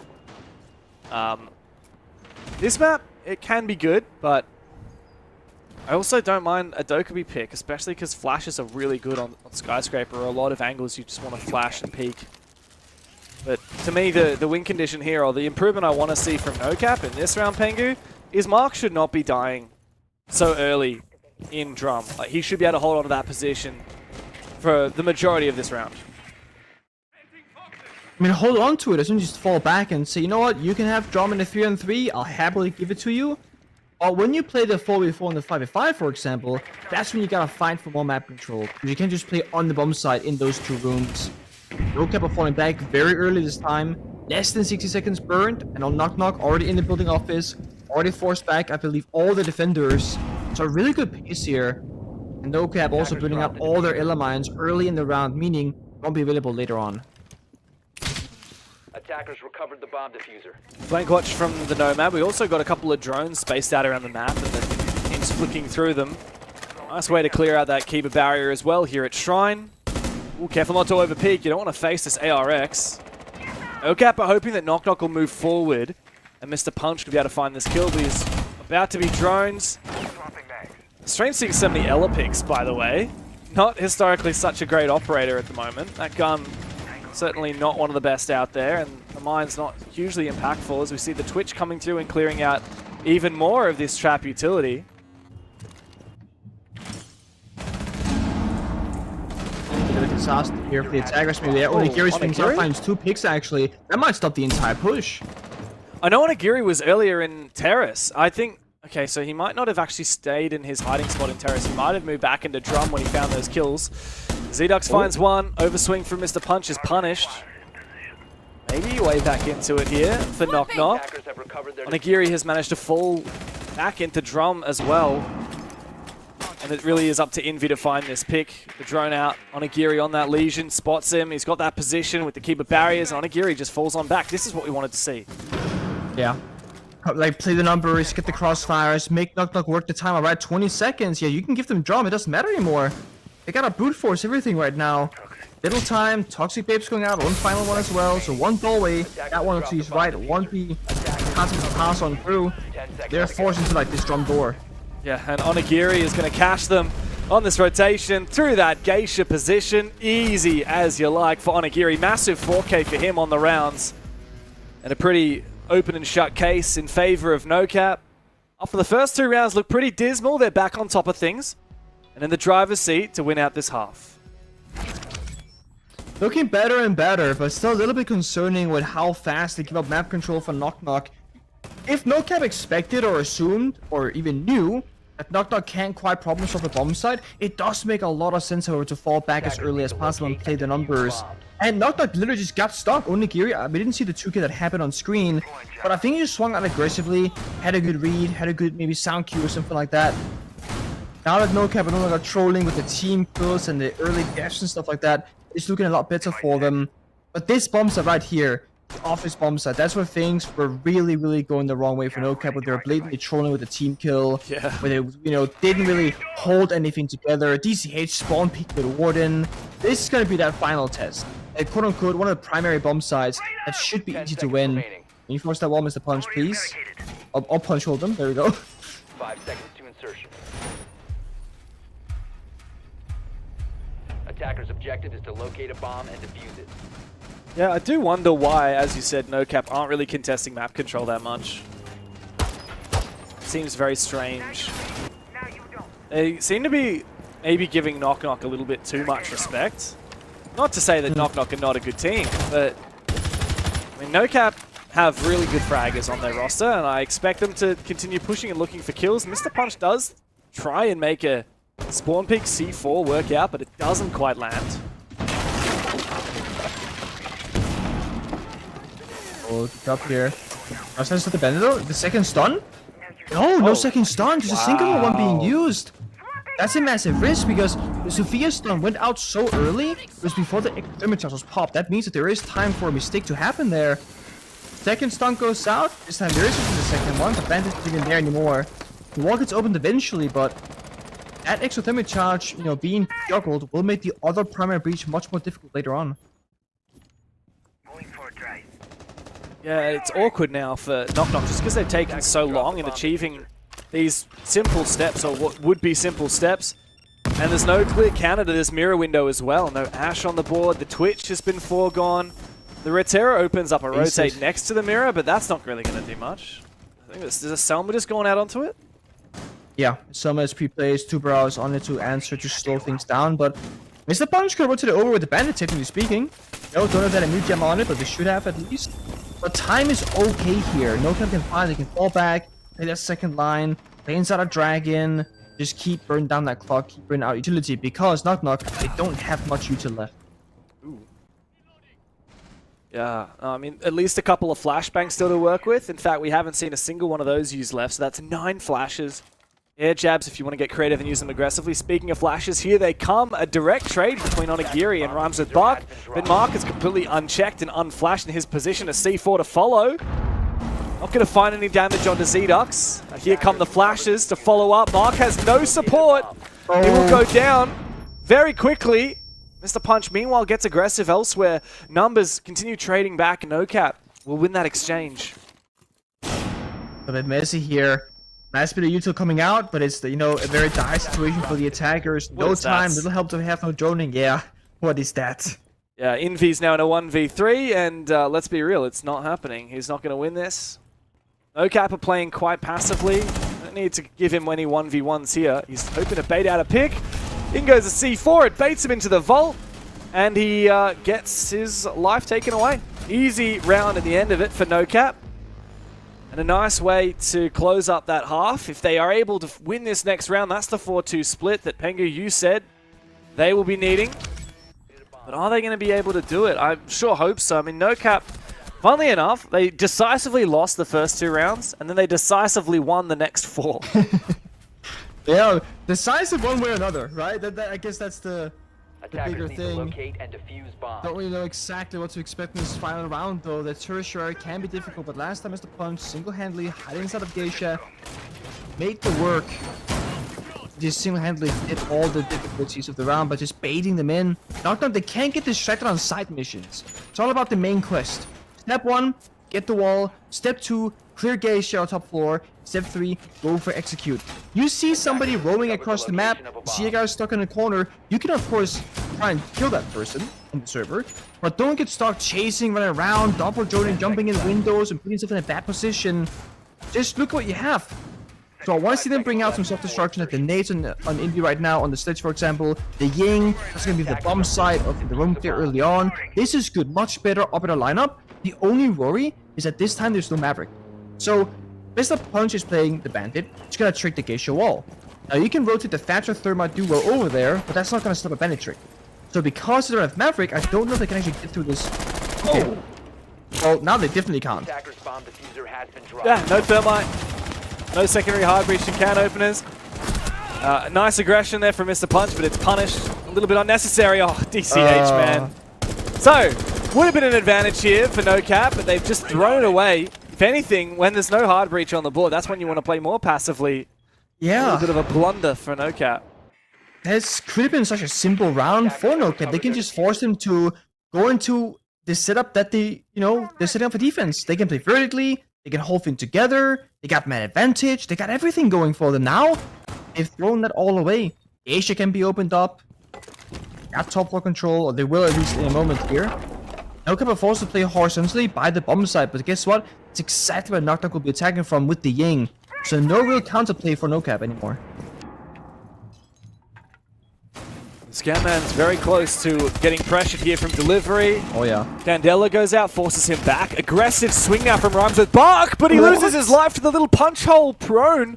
Scatman, the little rat man, looking for another one, and he's got the side on lock. 3v2 now. Advantage, NoCap. KnockKnock. Try and say that 10 times fast. Trying to get back into this, but let's be real, it ain't happening. Zdux throws out a drone, immediately shot. He doesn't exactly know where Scatman is. As his last two KnockKnock players try and pair up together. Look to your left, buddy. Zdux finds his third. Maybe there is a way back into it here for KnockKnock. Onigiri being peppered with bullets on site, but Mark has found his. Now it's a 1v2 for Zdux, and it's going to need to be an ace from this guy with 1 minute to work with. They have Mark upstairs in the verticality, and they just got to hold on to it. He controls the bomb site, always sees the player, force the 1v1. Yep, there we go. The ace is possible now. It's a 1-on-1 with 45 left. Plan's starting to go down. Does Mark have the information? He has the vertical angle. Easy clutch up for Mark. Well read and well prepped here with the holes in the floor. A little bit of a throwy round there from NoCap, but they do end up locking in that 4-2 split. It was also desperately needed. And they maintain that momentum. Pengu, that is 4 rounds in a row for these guys. And if they can continue that momentum onto defense, then KnockKnock will not be looking pretty for very much longer. The attack is so difficult in Skyscraper. I mean, NoCap, they've had their individual heroics. Scatman, for example, he brought that one back. That was all his doing. No teammate, no strats, just like pure gun skill in 1v1 situations. And I feel like they almost have to rely on that same kind of performance on the attacking side, because it's only going to get more difficult to pick apart a defensive setup without map control, having to entry, drawing everything out correctly. NoCap, they have two choices. Either they go for a very structured setup, where they get like the hard breaching and the battery and piece and all these kinds of things, the smoke grenades, or they can kind of go for broke. You play very frag-oriented operators like soft destruction, play most Okabe, maybe bring a shield into the mix, because yes, multi-blitz, they're banned, sure, but we've seen other regions bring out the fuse shield when that happens, and it still works the same as a blitz would. Yeah, you can extend like a multi, you can flash like a blitz, but you're still almost unkillable. So we can see NoCap do some of these funky plays if they get too desperate for it. Spawn peek though. Oh! Good Bang! night. Yeah, you could chuck a GN in chat after that one. Onigiri taken out very handily there with the boss G from Envy. KnockKnock. Nice way to kick off their half, hey? Man advantage. Are they going to play into it though? Are they going to fall back? This is a very roam-centric setup. Really does put some pressure on NoCap. Previous playdays, Pengu, Onigiri's actually said in the interviews that one of the weaknesses of his team is that they have struggled to take ground. They have struggled to be fast on their attacks. And he took that upon himself. He said, guys, I'm going to be the one that's first in the building. I'm going to be one making these pushes, getting in fast. Yeah. And NoCap are going to be lacking that this round. Not just that, but the most difficult thing for NoCap to deal with might be the mirror windows, and Onigiri was the one playing the Ashe. You've lost your counter. Sure, you still have the Selma charge and the ace, and you can still get stuff going, but generally speaking, this will slow them down. This mirror window in a bit of an odd position. It can be seen literally from the window rappel. One's trying to bait out a kill there. Oh no! Great jump out. Yeah. It's good. The trade comes through from the Claymore. But really, what Mr. Punch was hoping for was someone to play in that mirror window position and be shot from that window. Now Zdux is aware of it. The mirror gets popped. Zdux can fall back. NoCap is still missing that thing we spoke of earlier. They're missing somebody inside the building. There's no map control besides DCH downstairs. And yeah, you're a Deimos. You could go for a track, maybe a vertical kill, but nothing is stopping KnockKnock from simply running away from him. There's no cutoffs. They're playing T window, Geisha window, rappel. They're backing off map presence. They're forced to lock up a staircase, and guess what? Inverse on the board, leashing blue lines. That shouldn't be free. About to see info when the mirror is. Rhymes with Bark now contesting the back stairs here. Mark needs to win his fight. Mirror's in a very strong position, and Scatman's lost his life entering Geisha, which means it's just up to these two players trying to funnel the same position here at the bottom of back stairs. Not a lot to work with. Basically, the way back into this is to fish for some picks, but I don't think KnockKnock's going to give NoCap an opportunity. Certainly shouldn't, and they're playing smart right now. They're playing far back. They're waiting for NoCap to make the first move because they got the numbers advantage. Play around the Fenrir mines, the traps, play on the time, the crossfires. Look at this crossfire right here. He walks in this door, he shoots. Oh no. Okay. Well, strange round. At least the trade comes through from DCH. Now it's a 1v2 with 11 seconds to play. He needs to bring out that rifle. Have enough bullets to finish off these last two players. There's info on Jittery. I don't think a wallbang is possible, and the diffuser's not going to go down. DCH is going to give up. KnockKnock find their first round of defense. NoCap looking a little bit lackluster in their opening attack. Start off with a Bosch T spawn peek, and you know it's going to be a bit of a struggle fest on the attacking side. That is just like playing a ranked game, right? You make your strats, you do your attacker repicks, you drone the drone phase, you spawn in. Alright guys, let's do the drone clear. And our entry's dead. And it's also the edge to the mirror windows. It's our IGL on the front most likely who's going to communicate what we're going to be doing next. It's a struggle. It really, really is.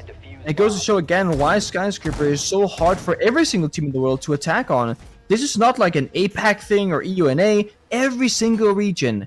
Most teams are just having such a hard time comfortably getting to the building and inside the building due to the natural structure of the map. Usually Muncie is the saving grace operator where, okay, we're struggling, pick the Muncie, walk on in, give us that comfortability. But Muncie gets banned by every single team these days, so that's not going to be possible. And the teams who before had to crouch on that operator, they can't any longer. 5 seconds left before insertion. Yeah, no, it's a nice change to see no shields, but we do need to see a little bit more on the attack from both teams. NoCap are the ones that we really have to look at now. Mr. Punch on that fuse. Funny, Mr. Punch has been far and away the top fragger this stage for NoCap. It's, I don't know, he seems very quiet today. We haven't seen a lot from him, and now he's on the shield. It's funny that really these days Fuse is picked just for the shield, and like the chances that you're actually going to use his gadget are usually quite slim. However, with the castle pick and no denial on this wall, actually you are going to get a little bit of value out of it. I believe one FNAT Dreadmine from the Fenrir was just cleared. Attackers have recovered their diffuser. Does give away your operator though. They didn't know there was a fuse available. Well, now they will be sure about it. The shield can do a lot of things, however. The entry and all the plan. There's some intel as well. Oh, that should have gotten the mirror window. Maybe. Yeah, I thought the mirror window got counted, but yeah, it did indeed. There you go. I sympathize with our observer just then, by the way. It looked 100% like Envy was actually going to win that fight. Onigiri did not look ready for it, and yet absolutely slapped him. Roma down below. Zedux, he was caught on cam, and he still finds that pick onto Onigiri. DCH is not able to cut him off as of yet. NoCap have to decide whether to go hunting or focus up on site. Well, they're gonna pop this fuse and push it in, I think. It's not a single ult to bar. Thing is, all these crossfires, if Fuse goes for this, it can be very dangerous. Could lose his life very quickly. They're gonna hold on for now. They're not quite ready. Waiting for the final call. They're strong on site to get the last bit of information before they make their move. Oh, that's a critical kill. Here comes the cluster charge getting detonated, and a smoke to go out as well. Amidst the chaos, we might be able to see the plant go down. The fuse charge rather only detonates once. Here comes a flank now from B. He doesn't know where the plant is! Team kill! But plant denied. DCH now in a 1 versus 3. He's got some information, and there's the first kill. 2 more to find. Very winnable with 40 seconds to play. He's got a great read as well. Bit of damage on the ZDux as he hears the pitter-patter of the feet of the players above him. Flash. 1 remains. Needs to isolate both of these kills as 1 versus 1 fights. Oh. Dreadmine taken out. Hasn't baited out a swing as of yet. Still a little bit more time to play with. But he doesn't know that the site itself is actually clear. Both of these defenders have fallen back. Decent read on where that first player is, but the swing from ZDux locks in that round. And NoCap have tied up the scoreline. KnockKnock are looking very solid here. It's a little bit dangerous. I mean, these attacks are not all that confident. I like the execute, right? The plant also almost goes down, but they lose players before they're ready. They get flanked downstairs. Bar gets one-tapped right before the smoke squad from the fuse. It looked good. In theory, I also think it was a pretty sound attempt, but execution in reality, small missteps, overexposing yourself, getting shut down too early. NoCap, this is your tertiary attack. This is where you have to win. Otherwise, you know, even arguing for overtime becomes difficult. You're losing the lead, but also KnockKnock, they get that full bombs of rotation. They go back to T, back to office, where they struggled previously. And statistically, this is often where teams will find their attacking success. On their lineup, you gotta think about it quite thoroughly. You're seeing what the enemy's bringing. The Bandit, so you're thinking the Maverick. Scatman got that covered, that's good. He goes off of a Ying though. This could be dangerous. They only have the ace, mind you, no Thatcher EMPs, just the Twitch drone. If KnockKnock wanna play around the Bandit trick, which they are by hiding the Bandit in that corner, they might lock NoCap out of reaching that wall, which is funny because this is the exact same thing that NoCap tried to do when they were defending, and now they're falling that same trap. Yeah, I'm pretty scared, to be honest, Bengo. I feel like KnockKnock have shown us quite a bit on these defenses. For me, it really comes down to this map control and this entry, and Onigiri is the man who has to do it. He's just caught ZDux crossing the map, so he knows that Fenrir is on this roam. We need to see NoCap get some drones ahead of Onigiri and start using that util. I want to see DCH going for some pings. I want to see NoCap working together to clear this map. I don't think they're actually going to enter, at least. I don't know where Onigiri is at the moment. He hasn't gotten in the building. He's on the far side, all the way. Okay, so he's tempted to try and move in from, what, Shrine perhaps? Just droning and getting a lot of information, but no one's entering on the back of it. There might be a gap here. If his teammate can watch that drone for him, you could make a play on the Dragon window. They've somehow breached Geisha wall, by the way, with 2 bandit charges left in the bandit's pocket. I'm not sure how that's occurred. I guess he rotated elsewhere? KnockKnock maybe with a small misplay. NoCap get Geisha control. Could be round over. You gotta win some gunfights first. Get out the top floor. A lot of drone work still happening. Especially with Mr. Punch playing the Twitch. He's clearing out all the util from the defenders. All Fenrir mines pretty much gone now. Quite limited. At least in the areas they're trying to enter from. Yeah, clearing those Fenrir mines makes a huge difference, and so does finding the pick and killing the Fenrir himself. Any Fenrir mine that's active now, you clear. You won't be able to replace that charge with one of his other remaining ones. I don't know what KnockKnock are thinking right now, but they're starting to feel that pressure. They've lost a player, and they're thinning. They're having to make decisions. Where do we push? Rhymes with Buck here is just around the corner from this kill. He could find onto Onigiri. He checks the wrong angle, and he's been completely mistimed here. Onigiri's managed to get inside. Rhymes with Buck does find one, however.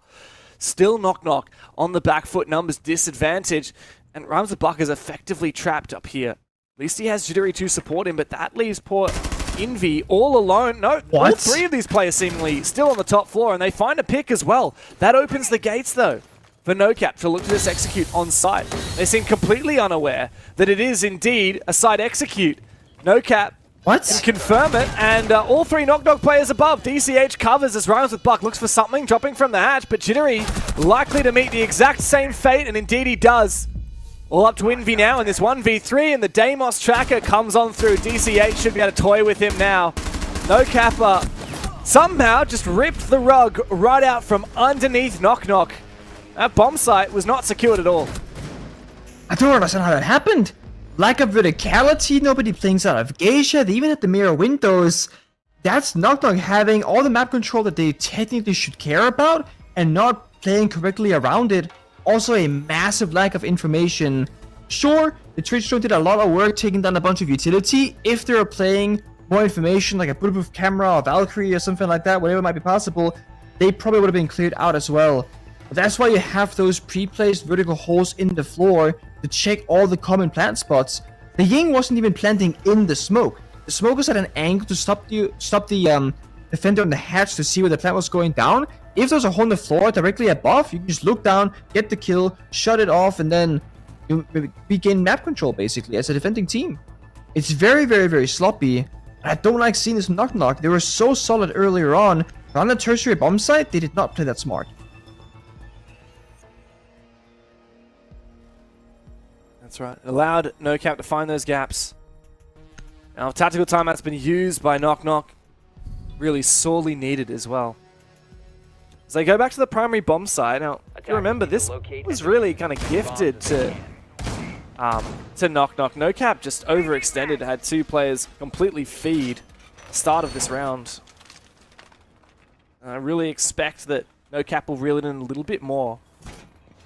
I don't know why. I don't exactly know what the intention is here for NoCap, if they want to go for something more direct like we ended up seeing that round. Because these roam clears actually haven't been that pristine for them.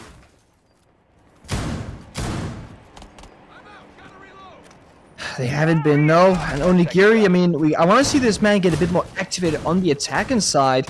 I thought last round, he was in a great position. Dragon window, holding the door towards T, and just get his hip fire annihilated basically by shooting back towards him.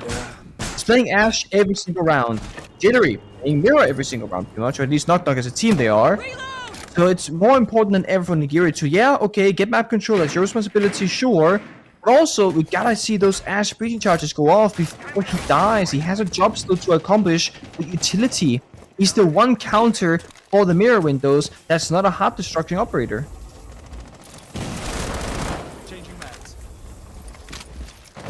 Well, it does seem like it's going to be a clear, which means it is going to come down to Onigiri to be that man to enter the building. Not sure exactly where he's going to start from, if he's going to enter from Shrine. Okay, so he's rappelling onto this balcony, likely to enter office or samurai window. He's immediately jumped into a goo mine, and he's got some support from DCH as well. This is what I want to see. These players move in together and start clearing this map. Already, KnockKnock have forfeited a lot of control. But that deadly boss G that was what met Onigiri the last time we saw this bomb site picked, that's going to be deadly. Gotta be careful. You're thinking, I'm safe here. Then it goes, oh no, I'm in danger. One tap, might be injured or even dead in the server. Timers, oh there it goes, he's injured with DCH, it's a boss G. One bullet, all you need. Should be fine to go for a revive though, but it does slow things down for NoCap on the attack. Oh wow. But good shot there from Envy, looking for more. Injure, but no kill confirmed. Is he going to get revived? It looks like he will. Got time. Didn't see the cross action. Yeah, that's unfortunate. DCH is very low now. The good thing about being 20 HP is that now you'll die to a boss G bullet, but it's like less valuable because you don't have that much health to work with. So if anything, DCH should be swinging Envy now. Yeah. Very true. Another gnarly angle here for the boss G to play. And you see drum control, and you see dragon control established here by NoCap. Meanwhile, it looks like, I mean, all of NoCap is seemingly going from the same direction. Onigiri getting very close to this mirror window. A flash goes in. Envy's about to be under the pump with this crossfire established. Onigiri, though, walking into a cross. Sees him for a second. There's also a player here in Geisha who can crossfire Zdox. He can go for a flank. Mr. Punch finally finishes off Envy, but Zdox from Geisha finds his. And a second one as well on the DCH. Plant going down now for Mark, and it's up to Mr. Punch to cover it. The C4 not shot out of midair. And the immediate swing from Jittery for a double. Massive round from KnockKnock. And NoCap are being pushed to their limits. On the back of the tactical timeout, the score rather, is tied. I'm loving the boss G. I'm loving the aggression from Envy because he is single-handedly being like that a wall in the middle of the map that NoCap can't quite break through. They can't destroy it. It's Envy falling back that actually allows NoCap to take drum control. They didn't take the control themselves. Envy allowed them to go there, but because he stopped fighting them. He found an injure and a kill, and almost found another as well. That's 3 bullets with insane amount of value from the Boss G. NoCap, they finally make it to the bomb site with a decent amount of players alive. They don't manage to get down that diffuser. Tried for it, that final C4 was tossed out. At the same time as the swing came through. KnockKnock is the dangerous part. Yeah. They only lost tertiary bomb site, which means that full bomb site rotation, they go primary, they get the dub, they go secondary. If they win here, they're at the very least guaranteed overtime. 5 seconds Yeah. left. There is a chance that KnockKnock can actually jump over... Oh, sorry, no, never mind. They're already above Hasib, so... Yeah. Look, even if they get points out of this game, they're not going to change on the standings, but it would be a pretty big confidence booster, and huge bragging rights as well to take out a team like NoCap. Or just steal points away from them. I mean, there is a chance that we see later today, Direwolves could potentially reach NoCap's current 11 points if they win their match later today. So NoCap getting points here guarantees that they will hold on to this current place.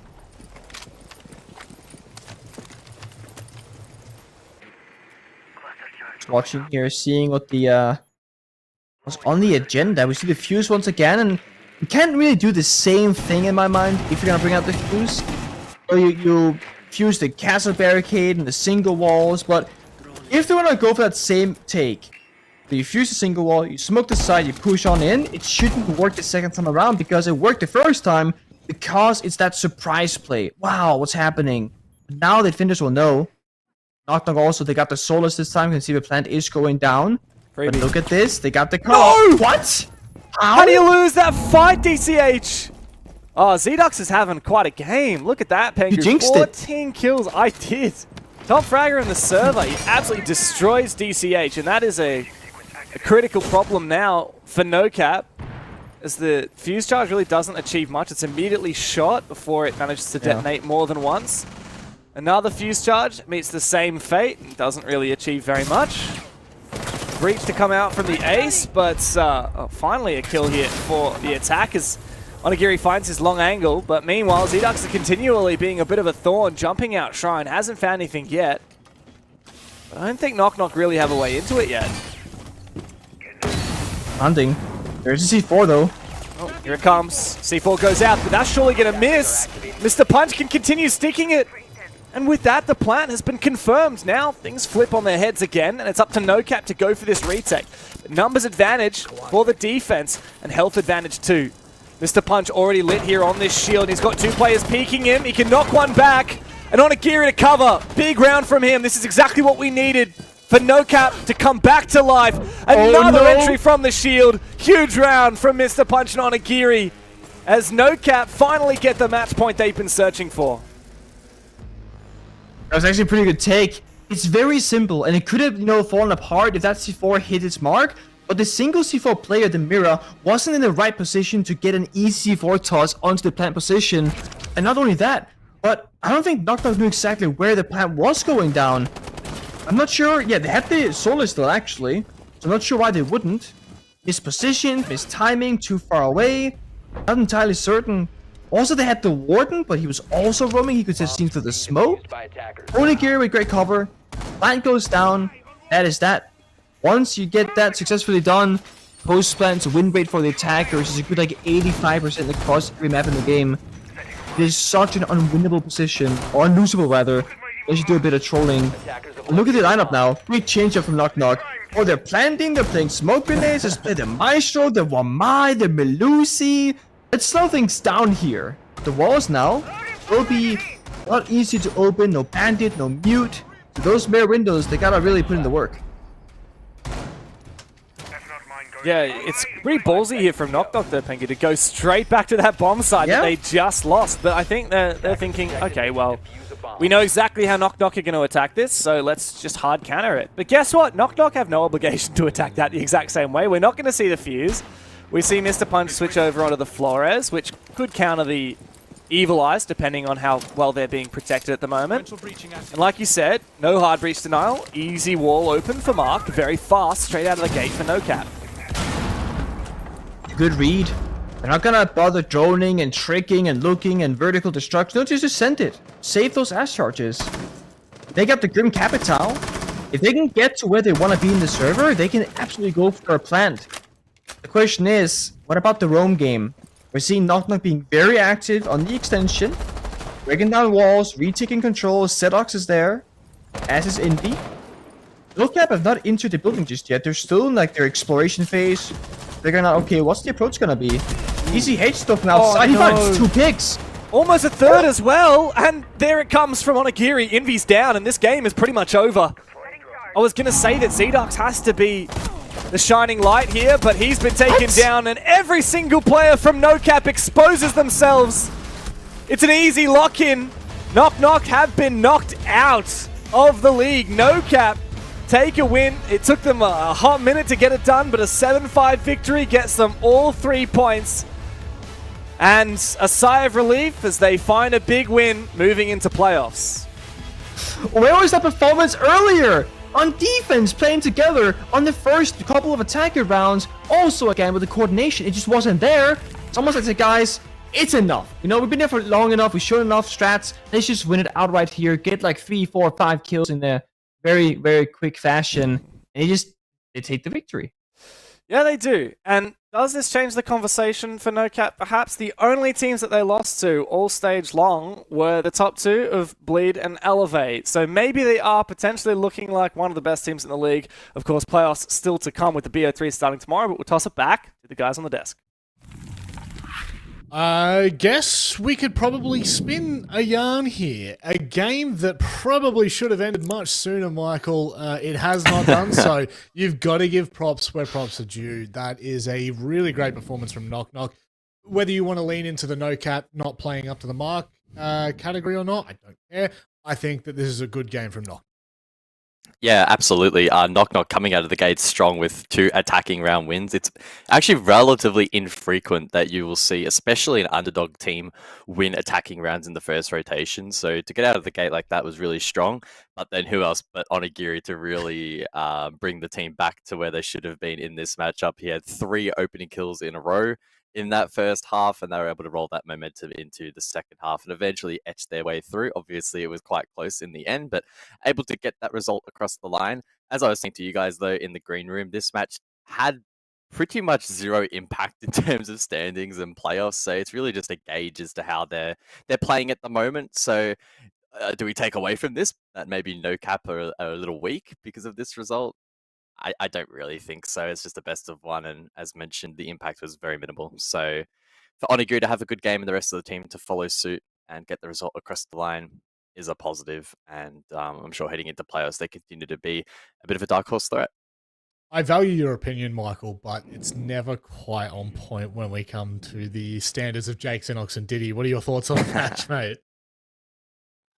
Yeah, I mean, I think that I actually agree with Michael wholeheartedly. I think when you have already a set result that you're locked into that 3rd place and you don't really have a whole lot to gain for, essentially going all out and, throwing everything at it, strap book, and, that super try hard feeling that you get when you're kind of playing playoffs and you're trying to qualify for something. So I don't think that this result changes too much in my mind, but it does feel like in terms of an individual performance for Onigiri to go out and perform the way he did in this game, that must feel good then going into playoffs. So I think that that's something you can kind of take away is maybe some of the individual aspects.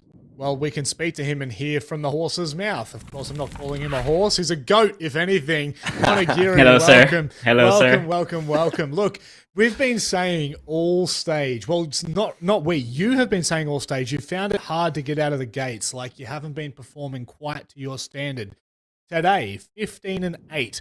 5-2 on entry. I mean, this is the performance we've been waiting for. How does it feel? It's good, I guess, but I don't know. I don't want to be like overconfident and like feeling cocky about like my performance today. I don't want to be dusty, but like they're not that top team. You know what? Like I don't know how to describe it, but like they're just aggressive and swing. And somehow, like, we didn't expect that day to be aggressive, but I guess it's the last play day. Yeah. So, yeah. So it's a it's a bumpy game. I say that.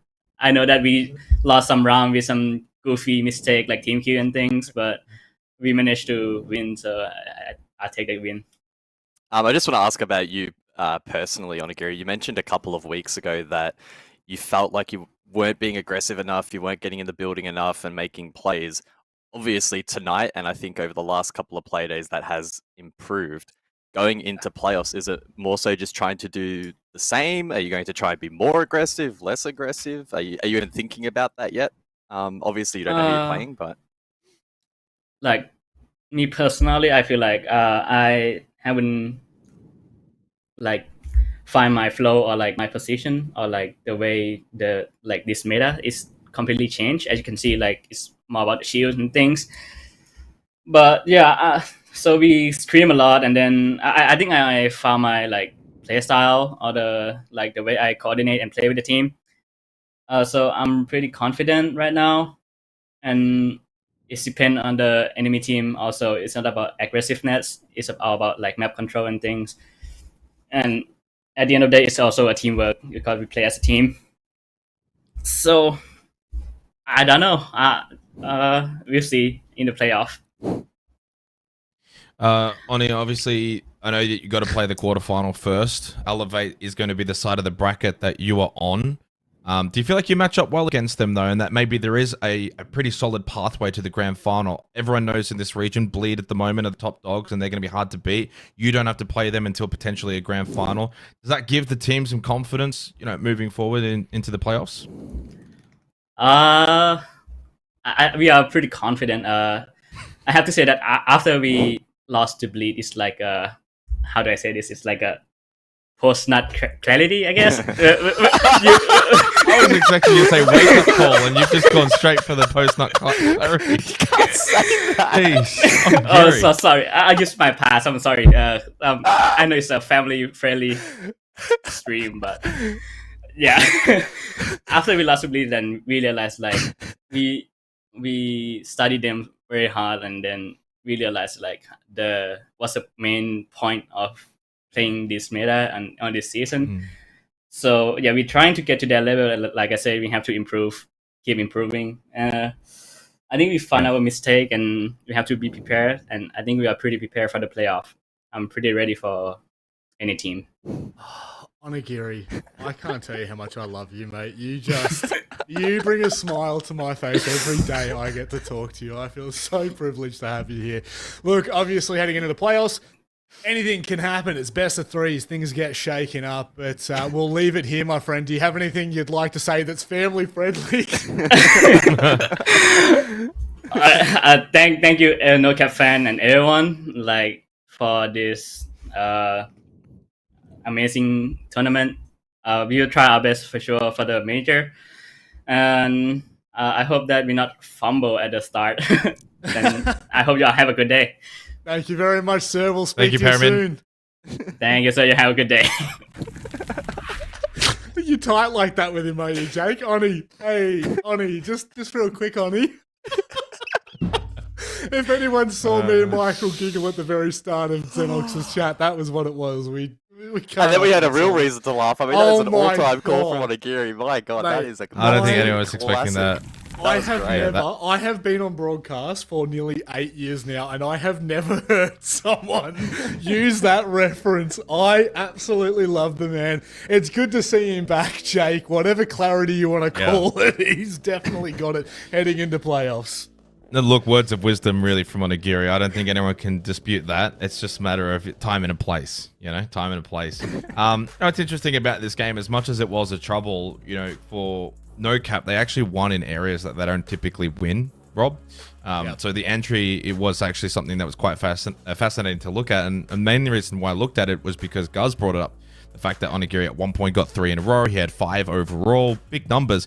They actually bottom 2 for entries this stage. The only team that was worse for them actually was KnockKnock. So they actually got something out of themselves that they haven't really been performing too well. And on the flip side, they actually did something well in the second half that they've been doing very well this stage, which is actually get the plant down. They're top 2 for that in this stage. So again, 2 plants from, I think it was like 3 or 4 opportunities. So, you know, I think that for NoCap, they can take some good positives away from this game despite the scoreline. I know that you can kind of look at and say, well, you know, it's KnockKnock, but KnockKnock played well. And we know that they have that within them. At times, Hasib as well. You can't just treat them as, you know, this kind of team that's just not capable. If they have a good night, hit some good shots, win a couple of rounds, and certainly on a, you know, map like Skyscraper, you come out of the gates, win the first 2 attacking rounds, anything can happen. So NoCap, to their credit, found ways to win that they don't usually win. No, and I guess that's mainly the takeaways that you want to try and find, because obviously these teams, it's only getting more competitive in this region, and they're going to need to find their way into playoffs and finding a way to potentially be in the conversation for international events. It's going to take some time, but who knows, they may be able to make it. Direwolves have a very tough task ahead. Elevate are on somewhat of a run and a tear in the Asia League. Don't go anywhere. Back after this.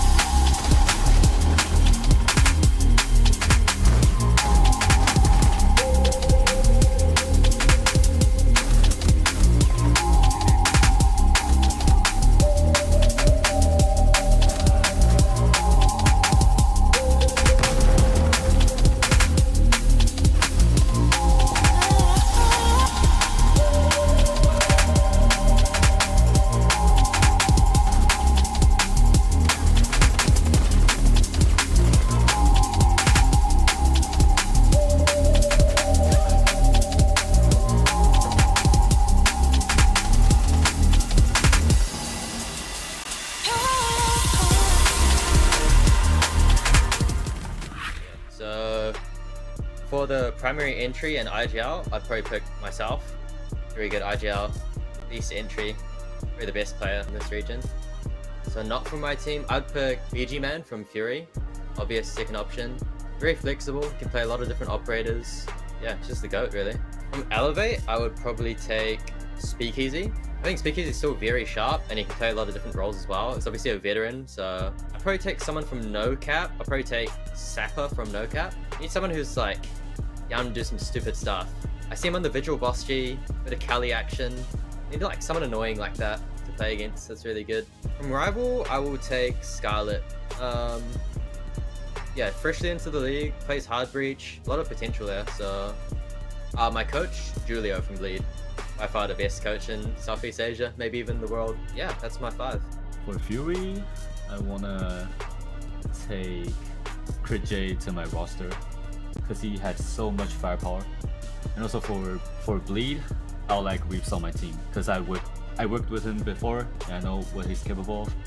Elevate is kind of tricky though. I'm thinking about Ape or Speakeasy, but I think I'll go with Speakeasy because he has more versatile on operators. Also from my team, I'll probably pick Souffle because he got like really in-depth of operator pool and he knows the game a lot. And for the last, I'll probably put in Azuki from Rival. He's got potential. He's good. And last for coach, I'm gonna take Julio because he won't SI. I will pick. Wait, I don't know if he's playing or not anymore. I9 from Fury, yes, because that guy has the biggest. Can I say balls? Like he's not scared of anyone. I love that guy. Give me Mentalist because I need someone to hold cams and drones. I'll pick Heikel for just to troll him. I'll put him in the flank watch role and play Nomad and just watch tests and flanks. For Direwolf, I'll pick Seal. I think he will be our entry fragger with his pure raw power. NoCap, I'll pick Sapper. Yeah. He's just a wonderful Kali main. Yes, I love this. Coach will be Rando Sando from our team. He is the best coach I've ever get coached on before. They are gonna win the next EWC and all the majors. I don't want to think too much, so from Bleed, let's bring Reeves in. Okay. Elevate, let's bring F in for the lurk. I like let's bring Super in. I think I like him the most. NoCap, okay, let's bring the duo. And then the last two will be NoCap from NoCap. Let's bring Sapper. And then we will bring his duo from Fury I9. And the coach, you can just bring in Furio. Why not? So my first player from the support will be me from my team. I'll be the support. And from Bleed for the second support and flex, I will take Rips. You know, he's preferring the various. And from Fury, we'll take BG Man. He's the experienced one from Fury. That's a very good team we can make. For Fragger, we'll take Onigiri. It's a very well-known player in the whole international region. Then for the other Fragger, will take Ape from Elevate, and coach will be obviously from my team Arshred. Can I see the options as well? Hang on, I don't really know all the players by heart. Let me open up Wikipedia. Fury, I think like Hollis. I don't really know all the players in Fury, but I think he'd make a good fragger. Bleed, definitely I want Reeps, one of the most talented players. He's just gonna win all the gunfights. Elevate, Speakeasy. I think he's a really good addition to the team. Helps you get everything done. Direwolves, I don't really know the players, but let's go with Seal. Last player from NoCap, I guess let's go with Nano. For coach, I want Unique. He's a good coach. Fury, I'm gonna Crazy. Yeah, he's the top one fragger in my opinion. He's like win every single gunfight. Bleed, I'm gonna pick third. He can play every single characters. I don't know why Bleed mentioned him before, because in my opinion he's probably the best player of the team. Elevate, I'm gonna pick MC. He's doing pretty good and he always get top frag in the team. Like when Chris and Adrian, they're not getting top frag, he's getting the top frag, bro. Do I have to pick player from Dials? No? No. Okay, I'm gonna put myself as a hub breacher, because honestly I think I'm the top 3 hub breacher in our region, like the Seas region. Yeah. Last player from here. I'm gonna pick Scatman from NoCap. When you give this guy a boss G, you can make like 20 kills. I'm gonna pick Coach from Bleed, Julio. He's the smartest of the region, like apparently. I think that's it. From Fury, I probably pick with J. Bleed, I'd probably say Mentalist. So, like I think it's one of the best support player in the league right now. Elevate, I would pick Speakeasy as a fragger again. Direwolf, can I skip that Direwolf? Okay, NoCap, I probably pick Scatman. He's a pretty good flex player and he's reliable on clutching. Probably Asuki as a fragger again. He's a top ranked star, and coach I would pick, what's his name again? Yeah, the Julio. Yeah, a pretty good team, solid team, I guess.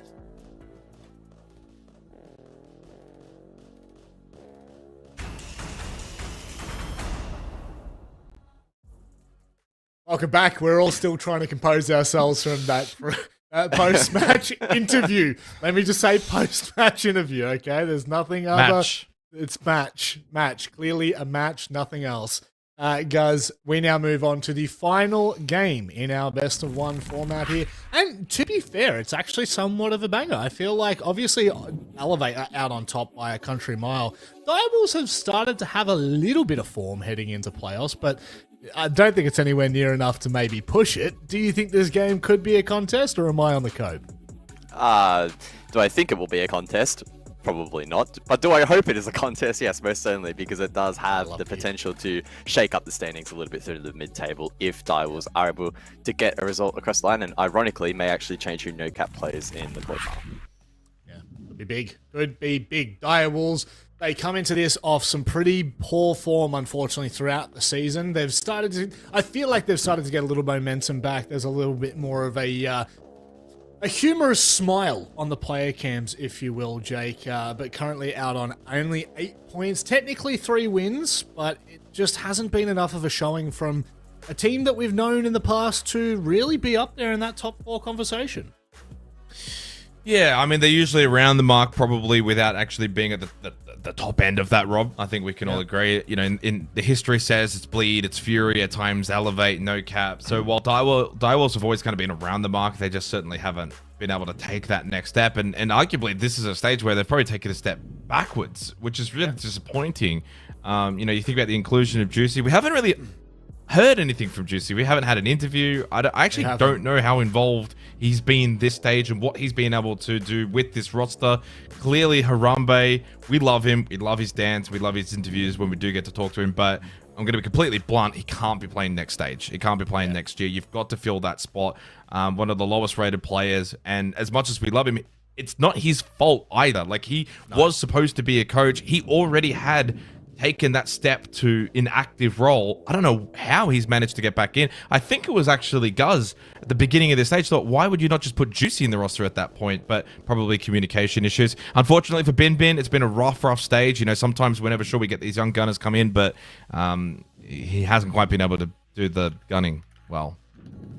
Well, you have a way with words, Jake. I can only talk on to... very quickly spoke to Juicy before this play day. And he said it's been a little bit difficult, obviously, with the language barrier. But other than that, he's been quite impressed with, you know, just being able to work with the team. So as of right now, as of this conversation, he said that he's looking forward to continue building with them into the next stage. So it's something worth noting. And he did say he will join us for an interview next time they win. So looks like we're talking to them in 2025. Oh, come on, mate. Get on it. Let's go ahead and move on to Elevate the roster, who will be in their way. They are second place and they will not move, win, lose, or draw, Michael. But they have been by far the most impressive team outside of Bleed.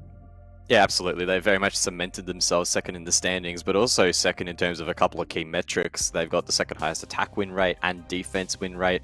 Unfortunately, both still trailing significantly behind Bleed, so a discussion for another day in terms of that head-to-head. The only concerning thing really for Elevate in terms of, you know, statistical analysis is they have the 4th highest entry stat. So entry has been a little bit of a weakness of them. They're even trailing behind the likes of Fury and Rival. So yeah, certainly something to note and to keep an eye on tonight. How to Elevate play in that entry game this evening, because they will need to step it up come playoffs. All right, well, let's speed run this, shall we? We don't need to have a look at the early bands. Goodbye, Cafe. Border goes soon. IC Clubhouse still. There we go, thank God. Elevate, don't want that one. And where are we at? Interesting. Xenox, do you have any statistics for me? I know you like your fun facts. You haven't had a lot of fun facts this stage, actually. It's been a little disappointing in that category from you. Jeez, I didn't realize the stakes were that high. No, I've always got a fun fact when you want them, Rob. Direwolves have not played this map this stage. That's my Xenox fun fact for the day. It's absolutely massive. It's huge. Elevate themselves have actually only played it the one time as well, and that was a win over Fury a couple of weeks ago. So 1-0 and 0-0 on this particular map. I do have this like weird internal feeling that Direwolves as a team have always been kind of prominent to playing Bank. I have no stats to actually back that up. But I can jump in. Would you like me to jump in? Save him. You don't know what you're talking. You have no idea what you're saying, do you? You're just feeling. Well, the Yeah, second part okay, I'll jump was in. Phil. Jake, just the first just mute part your was mic. actually Just mute your correct. mic and I'll jump in. For Dials, this is their #1 preference map. They banned it themselves once and had it banned against 5 times, but it's the first time we will see them play it for this particular stage. So yeah, obviously it wasn't a very prominent map for them from this particular stage.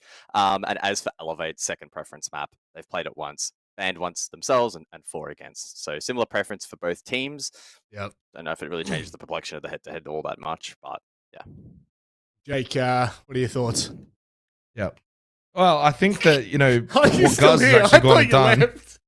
Oh, I'm not going to leave. I just turned the lights off, mate. I just can't be seen in that. Look, honestly, well done, Guz. It's about time you kicked into gear and did some work. And, you know, I was obviously talking about previous stages, not so much this stage. You go back actually to the playoffs of stage 1, and in every single best of 3 playoff, Bank was included, Direwolves was included. So yes, there is prominence in the past. Oh god, I love the quick. Wait. And on that note, we get into the game. That may be the worst pirate I've ever heard of, but I have heard of him, and I've heard that this game has some level of stakes to it. Pengu, yes, for Elevate, there's no effect that this match can have on the standings, but for Direwolves, winning here, or in fact even just getting a single point, so getting 6 rounds and going to overtime, guarantees that they'll jump at least into 5th place or 4th place, which means that they will not start on the same side of the bracket as Elevate. So at least there is something to play for here for Direwolves. Yeah, there is. I can't get over that this segment. Sorry, I just need to compose myself there. It's actually ridiculous sometimes with you guys. Yes, I love it though. Yes, we know how to make a show descend into chaos. And as we get into Bank, I actually have saved us a fun fact, Pengu, if I'm allowed to divulge. So, as Jake actually pointed out, Direwolves did play Bank back in the playoffs of Stage 1. In fact, in the 3rd place match of Stage 1, of course, first was Bleed, second was Fury, 3rd and 4th, it was Elevate and Direwolves, who played in a BO3 to determine who would be 3rd place in the region. Elevate won the series, but Direwolves won on Bank. So this is actually a rematch of the last time these two teams met in the server, and Direwolves have the historical head-to-head on this map. Interesting, okay. Someone doing their work prep right there. I'd love to see it. No shade. I'm excited for it. I'm a big Elevate guy. I've been praising them to people that I've been talking Siege about. Being like, you know what, Bleed, they're good. Elevate looking pretty good as well. So I was very disappointed to see Elevate losing that 0-7 when Bleed actually played them, because I was thinking, you know what, make it tight, make it close, exciting. No, it was a stomp. It's a complete fiesta. Hopefully Elevate can do some of that today though, and just destroy Direwolves, because I feel like that should be where they're at skill level wise. But with that being said, Elevate are fighting for practically nothing, so how much will they care? I'm not entirely sure. Yeah, that's a great point to remember here. Like, this game does have stakes for Direwolves, and it doesn't have stakes for Elevate. Aside from, of course, just getting form, getting some experience in the server, and demonstrating to yourselves that you're going to be in solid form going into playoffs, which is, believe it or not, just tomorrow. Like, we're playing BO3s tomorrow night. Less than 24 hours from now, these guys... Wait, playoffs is tomorrow for you guys? To locate and defuse When is it for you guys? Well, often it would be it's a whole week gap. Like, you have your Unless I'm not crazy, but then you have playoff start. Let me check what I've circled in my calendar. So here, I've circled in my calendar.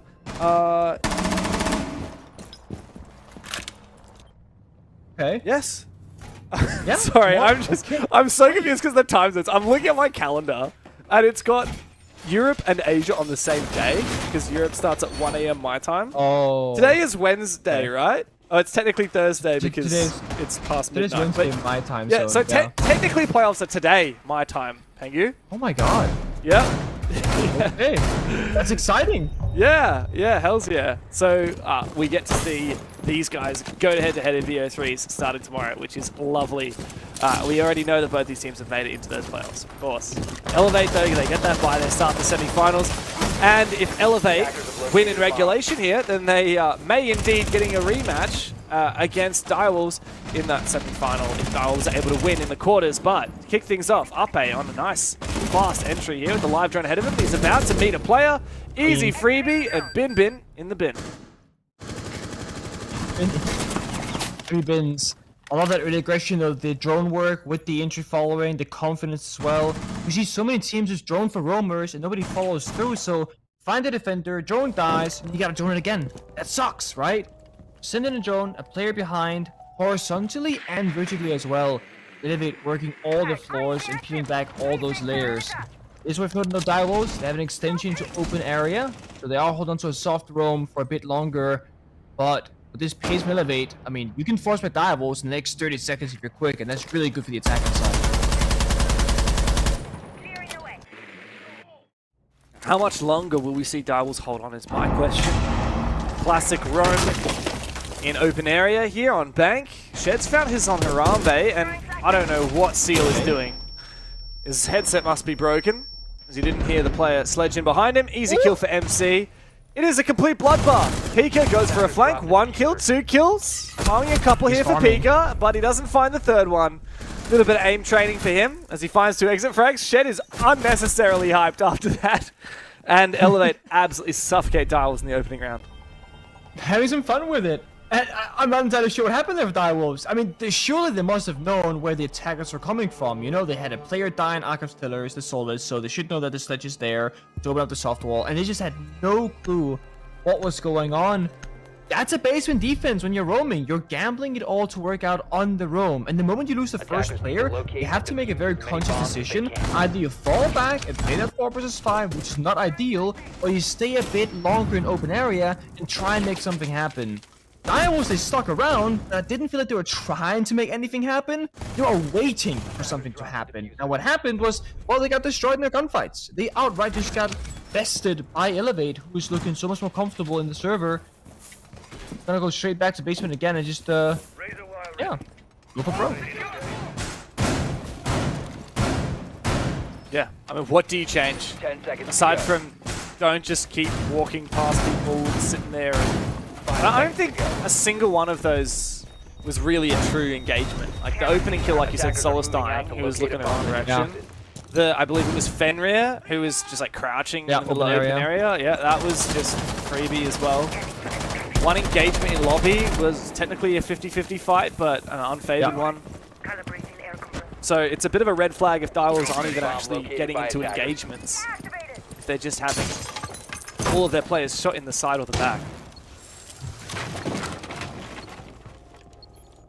It's tough when you're fighting with so much map control, and with that, direwolves not fighting for any of it this time around. You look at this.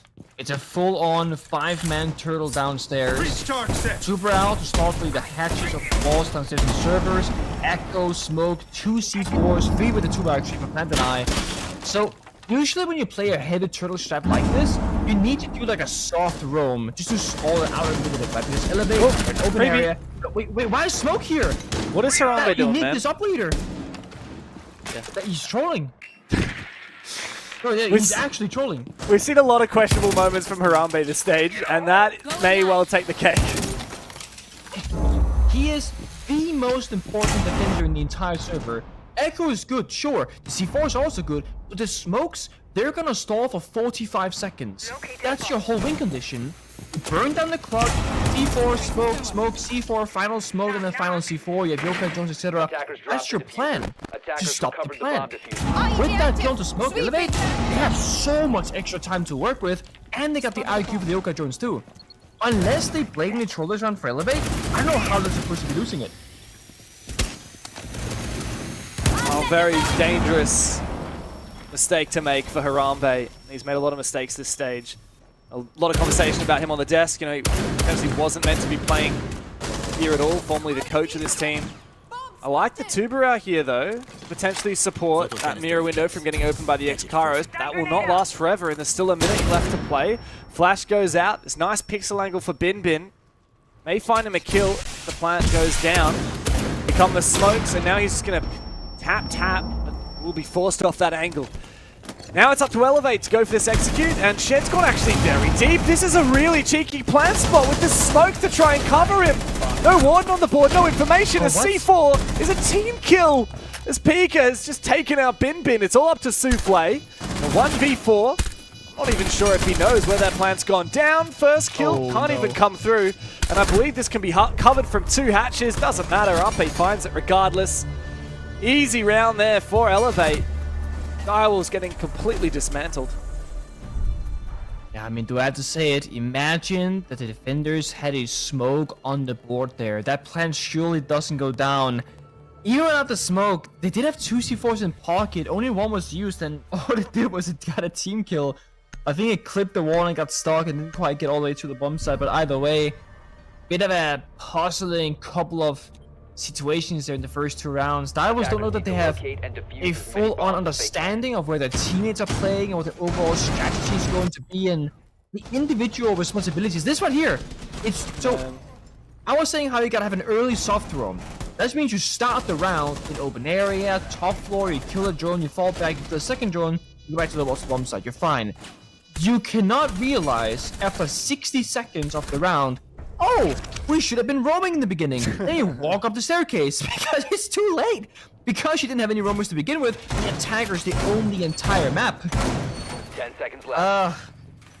It breaks my heart as a former smoke player myself to see that happen, because if that was me, or the Fabian, he would have scored every inch of the earth to make sure that I knew that I missed it. Yeah, rough start for Harambe. Direwolves tried basement, had not much success twice now, so they move over to open area, and I think this is a good change. Yes. To be honest, we've seen some really good defenses at this bomb site, even though it can be a little bit weak sometimes. In particular, I like seeing the Azami hold on to Kitchen. Such a solid position to have, especially with that slug shoddy that acts essentially like a DMR. We've got the castle to also fortify some positions. We've got a mirror. Maybe Direwolves can get back into it here. Hope so for them. Open area, very different bomb site, much more dynamic. They're around the map, you can extend across the board. Like they're playing top floor with a mirror window, they're playing the staircases. But Elevate again, one thing has not changed for them. They are so quick. They see the mirror and janitors, going to see your repel. Ashby throws out, boom, shatters the mirror, and now they're throwing it out. He's going out as well, holding verticality. So play though, finds Ape, actually Direwolves in the first opening kill so far. Not sure where that kill went down, but here comes Speakeasy. Backstabbed by Harambe here in stock. He's actually not holding in Kitchen. 3v3. This is quite winnable now for Direwolves if they can consolidate their position, fall back to site, pick up the pieces. So there's not a ton of util here to speak of here for Elevate. No breaching charges. A little bit of hard breach to work with here from Shed, but Hibana's used all the X-Kairos. Okay, hatch already been opened up, at least the one in stock. Direwolves again, I want to see them play together. Are they going to play for side? Are they going to play for a flank or a backstab? Right now they're going to be playing a little bit spread apart. That's okay for now. They have a guy server staircase, main staircase, and a third player on the side itself. Elevate, if they can find the read here, they'll realize that, hey, there are isolated players. Take down one by one. Be a person from above, drop down the hatch. It's moving. Some information now. I think they've done good drone work to try and figure out where these last players are.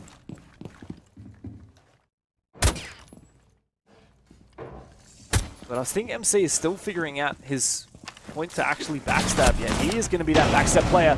Wallbang from Bin Bin. That certainly turns this around on its head now. Shared low HP, an attempted trade from NHiKal. He's been such a good player this stage. Finds his first, finds the double. Oh. This is what we needed from NHiKal. Direwolves now just up to Harambe. Nice little use of the Kiba barrier, but a wide swing here from NHiKal, and Shed comes up off that plant to take down Harambe. Great recomposure there from Elevate in that 2 versus 3. Thanks to the heroics from him and NHiKal. It's so good. I haven't seen much from NHiKal myself because I've only been going a couple of days of Asia League, but every single time I have seen him, he is popping off. Ape as well, doing a great job with the verticality. Everyone's working together. There's no individual element for Elevate. It is a squad of 5 people working together as one functional team. That mini execute upstairs, they're striking from 3-4 different locations, but all trying to take down the same couple of players upstairs in CO and janitors. So Direwolves, I'm not surprised they're gonna call a technical timeout and change things around and just talk things through, because this is not how Bank should be going for you. if you're happy to go here, you gotta look a bit more competent in the server. Yeah, I wonder if maybe these guys are a little bit rusty on that map, and they haven't played it for like 2 months now. Well, they played it a few times in the EWC qualifiers. They played it last stage, but it's not a map that's been regular in their pool at all. They've banned it quite a lot this stage, haven't been allowed to go to it. Really, they've only actually played 3 maps so far in the stage, and Clubhouse, Nighthaven, and Border. Just once on Border. I think now for Direwolves, they're maybe looking at their map pool and saying, okay, so we're not maybe as good as we thought on Nighthaven and Clubhouse. We can't always go to Border. We have to bring back an old map into our pool. Go to one map that Elevate are really good on. Of course, Elevate actually beat Fury here on the same very map. Direwolves, after that tactical timeout, what are they going to do? We go to the top floor bomb site for the first time. This is, I feel like most of the time we see this bomb site, you either win it really convincingly or lose it extremely poorly. It tends to snowball whichever team gets the advantage first. Attacker's objective is to defuse The lineup right now for Direwolves, they tend to go back upon information when they start to struggle. Second time we've seen the Echo from them. And Echo is great because it's movable information. You can rotate that camera around, but it also only gives you 2 cameras. Maestro Evils, Valkyries, they will give you more. You can't control exactly where they go. Also, I guess I gotta talk about it actually. There's a small Echo buff. You now have these, I call them Nitro boosters on drones, where you can make them go faster. Does Echo get that too? Yeah, you're seeing him right now, dude. He's zooming across the map. I didn't even notice that. That's sick. Yeah. So I think Twitch drones, Echo drones, etc. Not Forest drones, that's different. Brava cams also. So yeah, you can go faster on Echo drones. So a small upgrade. Bank is like the map where we see the iconic Echo roams as well. I think back to the old Rogue roster when they really started to kind of pioneer use of that Echo aggressively. We started to see it on Bank, and that's pretty much what Direwolves seem to be going for here with that aggressive Yokai in lobby that we saw previously. Elevate, though, have made pretty solid progress. They've opened up that stock wall into the hallway, and that cuts off so much movement from the defense moving up that stock hallway.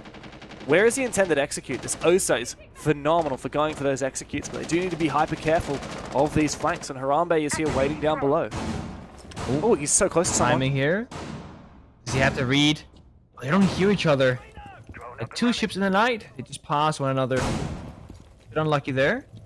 Now Ape has advantage, because if Jaeger has been spotted, there could be a chance of a track coming out. Look at this, this should be dangerous. Timing, he hears it. Free kill there for Harambe. Big pick as well, Ape going down. Like you said, the Deimos, that's a very powerful operator. However, elsewhere, Elevator found their pick and are poised on the site. Yeah, they are very keen to. Now, there are 2 bulletproof cameras looking at their position, and they're probably worried about the planted from below. Thankfully, MC can start clearing out this util. Let's as well. Shouldn't be worried. I mean, there's no C4s. This should be a clean plant. Oh, maybe a Yoga spawn, they can slow it down, but they can't quite stop it. Yeah, but a C4, some util. No, the Yokai shot out, I believe, but fights back and forth, and Elevate lose these exchanges. 1 for 1, trading down. 2 versus 3. Cal has to jump in the building, but we know what he's capable of. We saw Elevate win that 2v3 last round. It was Cal Shed to do it as well. Yeah, Souffle, big swing. Makes it up to Shed now with this Ying. No util to speak of, and Bin Bin will lock it in. Nice lockout there from Direwolves. Finally, they are on the board, but it took them a little bit longer than they would have liked. Small misplays off from Elevate. The first one I think we've seen so far. Speakeasy was the Osa player. He kind of came off the plant and went for a swing when he was hit by the Yokai stun. You can argue that if he just keeps on trying to plant, eventually, you see it right there, they'll run out of those stuns and then it should be okay. We knew from knowing all the other lineups and utility available, there was no way to get rid of that Osa shield from the defenders. There's no impacts left, no C4, no real verticality either. But if you're elevating the server and you know Candelas are no longer flying out, the flank is closing in on you, and you don't feel like you have a lot of map control, of course it makes sense for Speakeasy to try and go for a kill, because that would buy them so much space to then go for a plant afterwards. But small things, it can happen. Direwolves, they actually fight back, and they held their nerve. That's the very big thing. Harambe playing on the server staircase, taking the first kill to Api on the demos. That's a really great start. But then they just fall back and they relax. They don't overcommit to anything. Imagine that Harambe keeps flanking. He likely dies to a flank drone, and then back to a 4v4, and things don't look so good any longer. So Direwolves maybe are starting to read out the pacing right now. See if they can continue on. They got 2 more attempts here in defense for the side swap comes through. Gonna go to basement the 3rd time. Mind you, they lost in the first 2. A pretty one-sided match. And remember the Direwolves win condition for this match. Like if they want to make it into 4th or 5th place, or if you want to go in 5th at least, so it's changed the side of the bracket that they'll be playing on. All they need is 1 point out of this game. A bit of a lurk here from Ape. He's going to find a freebie on the seal. There should be a trade, though. There's a player right there. And Harambe goes for that swing, but a trade back again. No, Harambe doubles down. Finally, we see him come to life. Aggressive play from Elevate goes punished. Actually, there was a lack of respect there. Abe finds the first pick. Instead of just standing by that double door for a reload or holding a passive angle, waiting for a drone, he keeps walking into the kitchen, looking in the wrong direction. Harambe, good for 3. That should be the roam game 1. You can conclude this one, guys. Up the hatch, fall back, play in numbers, or if you stick around, make sure you stick around together. Souffle and Harambe can establish a crossfire and do a 2-1 trade. That will be okay. But if things get too hectic, you gotta fall back. MC's found Bin Bin though. This roam game has not been sacrificed. And then Harambe over peaks. So we do have a trade though. Now a 2 versus 1 favoring Direwolves, but MC is very capable of clutching this. Souffle's got a retreat. MC's actually dropped out into sight. Souffle hasn't yet done so himself. It's a flip of the switch. MC has that diffuser, but there's no rotate even for him to go and move in. Souffle very ambitious to peek that with the deagle, but he lands his shot. And the round on the board for Direwolves. Harambe's the hero of that one. I mean, he kept going aggressive and it worked out and wins 3 separate gunfights to slow the push from Elevate. But even with that heroic play, it still gets a little too close for comfort in my opinion. Direwolves, they're eager to fight. And I think that's really good for them in those like 5v5s and even numbers. But once they get that advantage, oh, I don't want to see them throw them. Especially because they call the tactical timeout, have no parachute. If they throw a round that they should be winning and they start tilting mentally, that can snowball into more negatives in future rounds. I'm really good for them, or happy for them, that they did close that one out cleanly. Because otherwise, you know, things start slipping away. Going 2-4 in defense bank is actually not all too bad. It tends to be leaning towards an attacker favorite map. But they have a chance here of equalizing at 3-3, and that is actually really good. Yeah, so far in the Asia League Stage 2, Bank is one of the most attacker-sided maps at 57%. And funnily enough, Clubhouse is the other one, by the way. Actually, no, sorry, I read that wrong. Chalet, that makes a lot more sense. Yes. But funnily enough, I looked at the stats for both of these teams, and specifically on Bank, both of them are quite heavily attacker-favored as well.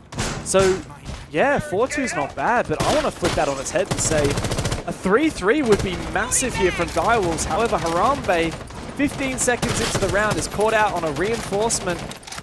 Another impactless round for Harambe. I mean, it's great to have a 3K and save the round every now and then, but I would much rather he be consistently get 1 kill a round instead of just go hard or go home.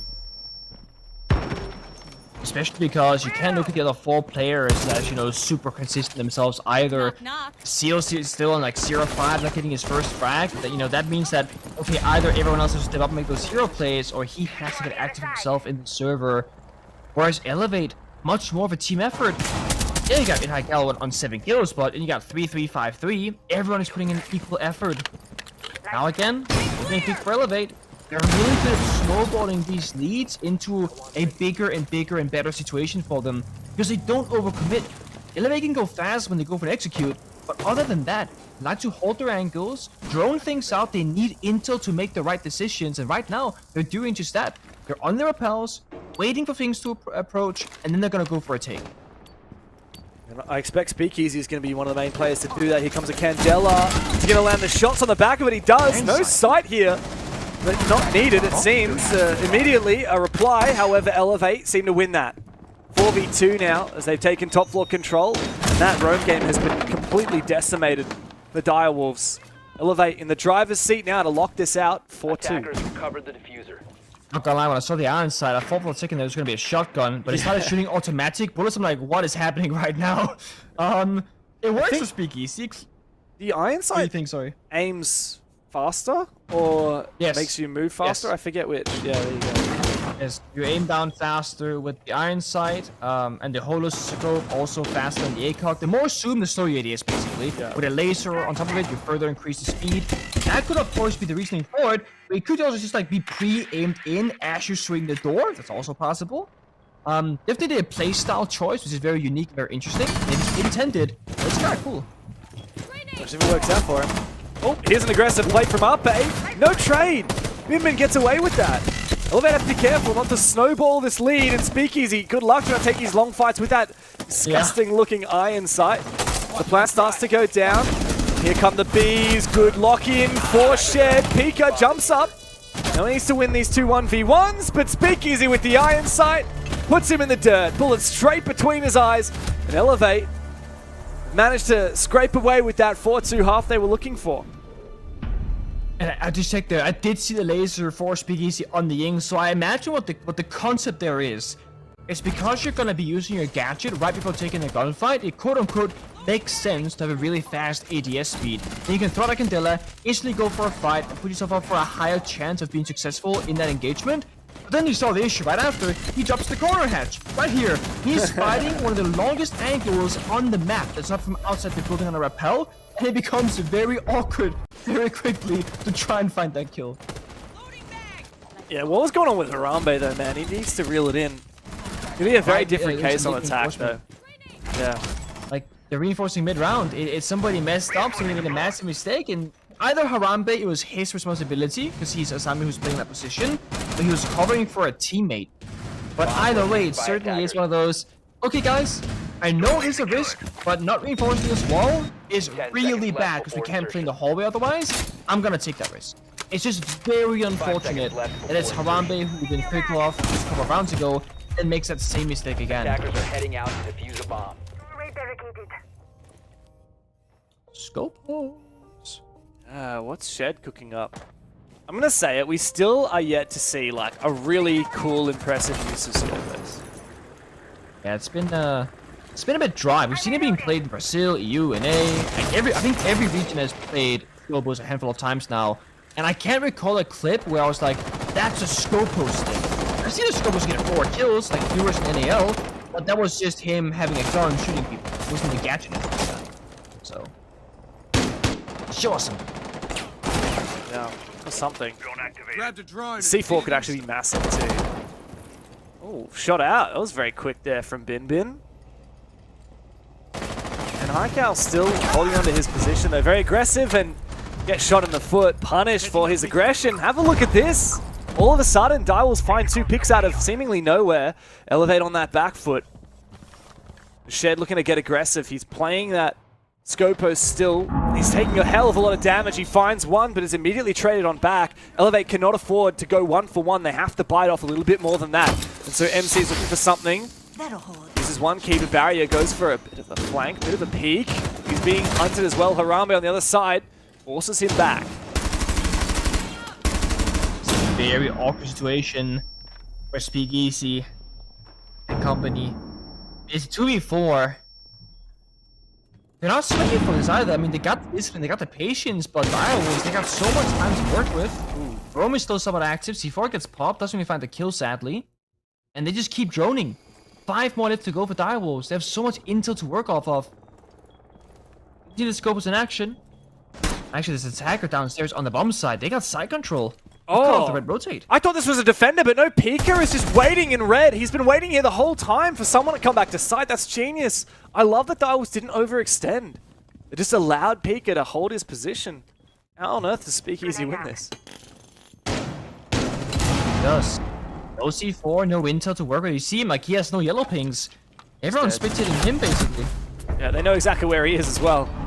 Very well played there from Direwolves, and I just love the patience that they managed to utilize in that late round. Like, don't get ahead of themselves. That's looking like a much better Direwolves, a much more composed one And look, they're close to tying this up. We know Bank is pretty attacker-sided. There's a very real shot here that Direwolves could give Elevate their second loss of the stage. I think you go back to basement. And I know we're seeing it right now, but I'm saying this because I think it was a very simple reason why that round fell apart so quickly. NIKL put himself in the corner of CEO and just died. In the corner of CEO, you can't leave. That's the strength the window repels, right? You're stuck in the corner, goes out to C4, C4 gets shot, he has to just wait until he dies eventually.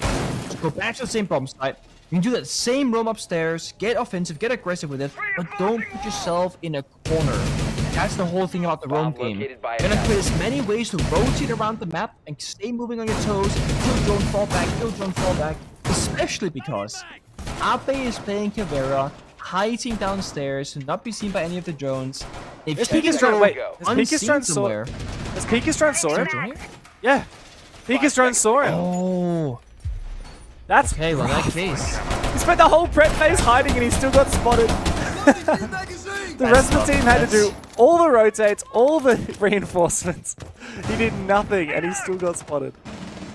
And the bigger thing about Caveira is, when you don't know there's a Caveira, you can afford to laser drone a little bit. And when you know there is a Caveira, you will double, triple, quadruple check every single drone entry. Because if you get interrogated at this level of play, it's basically the round over. Unless it's like a 1v5 or something for the Caveira, of course. So now Direwolves, they gotta be very slow in this round. They cannot go too fast and risk getting interrogated. They have to just take a top floor, work their way down, layer by layer, check all the corners, and also have that rule, go into those people following, okay? No longer allowed. It's funny though because Ape is actually playing in the most obvious hiding spot on this map. I swear, you always check that little desk corner and open area. Cubicle. Yeah, that little cubicle. And NiKal's also playing a little bit of a hiding position here. We do have a pretty solid Caveira counter as well with the Dokkaebi. Probably one of the best operators to counter that Cav. Best with Deimos, yeah. Yeah, true. Deimos is the other one. I mean, Deimos relies on you already having seen the Caveira with a drone. So in this case, it would be cool. Oh my! Nice. That shot peeker. And immediately NiKal is stabbed in the back. That was just beautiful. The Shed is able to find a C4 kill onto Seal. Big player to take down, being that Buck. That does remove the secondary hide. Oh, that's unfortunate. Keeper Berry doesn't expand there from MC. Oh, I mean, Direwolves honestly can be pretty happy with the progress they've made. Yeah, they can, but you know, the biggest obstacle is that open area portion, and they've not really seen much of the roam game that's happening there. Still got 6 drones in pocket, but right now nobody's really using them. They're all holding their angles, waiting for an aggressive swing. I mean, look at this. They're wall banging the wall into Teller's archives, expecting someone to be there. But Elevate, they're playing this smart. They know that time is low, and they still got that active Euro roam game. All they need is one mess up here, one misstep for Direwolves. They can just steal the round away. That Cav is still holding on to that position on that hash. It's finally MC falls back. He's spotted. Souffle has snuck into this dangerous position here. He's got this open mirror window so he can kill anyone that passes through red. There's also a crack in this barricade. He's surely good for 1 or 2 here. He needs his teammates to force these Elevate players into his lines of sight, but Elevate are finding all the kills. Now it's just Souffle and Pika left. Pika has to be the one pushing these Elevate players around. Souffle can't make the first move. He exposes his position. And how have Direwolves fumbled this advantage? They surely should have won this round, and now it's going to be an easy finish off for Elevate. As they find their first defense win, Souffle looks for a consolation frag. He finds nothing. Elevate back on the board, and they're starting to extend their lead, inching closer to match point. That's such a frustrating position there for Souffle. You probably saying to your teammates, guys, I got the gap, just like make the move, like make a pressure point somewhere because I got angles to cover. I see red, I see the B door, the A door, please help. And then he's the last alive, doesn't find the kill, barely does any damage, and that's while Elevate had no idea where he was. I hate when that happens, because it feels so free. You got this gift granted to you out of nowhere. You should never get garage control without the defenders knowing. That should reward you with a massive play. But look at this. Solo push. And then eventually, with is left alone, forced to get solo pushed as well. Can't do a whole lot about it. Elevate very proactive on the roam game, and it's no surprise to see them go open area with this kind of lineup. They can do everything right now. This brings them intel, plant deny, rotations, the roam game, the early, mid, and late stage of the round covered because they got such good set of operators. They're a little bit low on self-destruction. That's why they brought the Asami with the slug shotgun instead, because otherwise all they had were deagles and impact grenades. Scopos, by the way, already spinning both attacks to make rotates the second the round started. But this is a lineup that was a fight. Elevate is not saying, we got a strong bomb site, come fight us there. They're saying, we want to own as much of the map of Bank as possible. We're gonna fight you on all the entry points early as possible.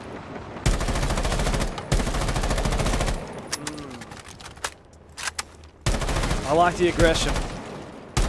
Direwolves seem pretty good at clearing. I mean, they play reasonably aggressively on their own attack as well. And Elevate, I mean, that roam last round was quite passive and it didn't work, right? So maybe aggression is the play. Elevate have a lot of confidence in their own gun skill, their own abilities. Oh, here's a run out. Scopos taken out though. Not sure exactly, did Pika, was he just already on the ground and he covered his teammate? I think that's what happened. I'm not sure the exact timing, but Scopos cannot teleport while outside the building, so for him to be in that position is a bit of a possible one because you're more limited when you catch it. But then again, if you're in garage, for example, you can always teleport back on the bomb site or somewhere else.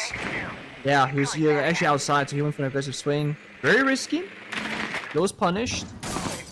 And the issue with playing aggressive with this kind of lineup is that when you lose the first player, you're gonna start feeling that pressure. Okay, now we have to either play more aggressive, get back that numbers to be equal, because the bomb set itself, as I said, it's relatively weak. Outside of the Valkyrie camps for intel and the keeper barriers, you have nothing going for you on the side. And Shen also spent the C4 early in the round, so they're losing one of their plant deny utilities as well, very early on. Direwolves need to keep up this pressure, right? Slowly but surely keep this progress going. Opening up the floor with the Buck is a great element to that. Previously he was C4'd, but all these C4s going out have missed. 2 out of 3 already used. Only one with one left is NHiCal, and he's not in a position to use it on this vert at the moment. Nape does open the equation. Good trade. Meek is hungry for more, and he's got a read on that player down in the basement as well. Direwolves still have that numbers advantage. They don't have a solid way into side as of yet, and Speakeasy's going for a pretty ambitious flank. Gonna strike multiple angles right now. Play that 4v2. Safe guys. 3, 2, 1. Hit the side. Play out the gunfights, because right now there's not a plan angle. This is gonna be a kill angle for Direwolves. Pika's found another one. 3K on the round, all up to Speakeasy. Easy as you like for Pika. Massive round on the Ash. Direwolves looked really solid on that attack. Slowly but surely taking the control they needed, isolating players, taking them down. Elevate need to be careful because Direwolves are coming for them. This is not going to be an easy finish off the game, especially if Elevate are looking, hoping, praying for a regulation win. I actually think Direwolves have a real solid way into this. It does feel a bit like Elevate, they want to try and just take this as simply as possible. Just, play the map, play for kills, save strats, if you will, like not give away anything for the future, for the freeze, not show off their default setups. I don't know that much about Elevate, I'll be honest, but I don't think this is their usual bang strat in the most important match of their career, for example.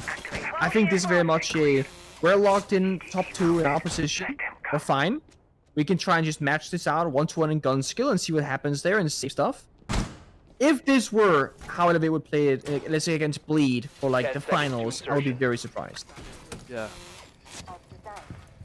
5 seconds remaining. Yeah, And, I mean, I'm... You're supposed to hide strats. Like, the reward for locking in top 2 is that you can chill in some of the later games against teams that, your standings doesn't get affected by it. So this is not Elevate being like lazy or bad. It's Elevate playing so well throughout the entire stage that they can buy themselves the availability to not like try hard, so to speak, on this bank. Yeah, I do wonder what maps we'll end up seeing in these VO3s from teams like Elevate. Because it's going to be like counter-stratting central, right? We've already seen so many VODs. Nice run out. Shed, I can't believe he's allowed to find one there.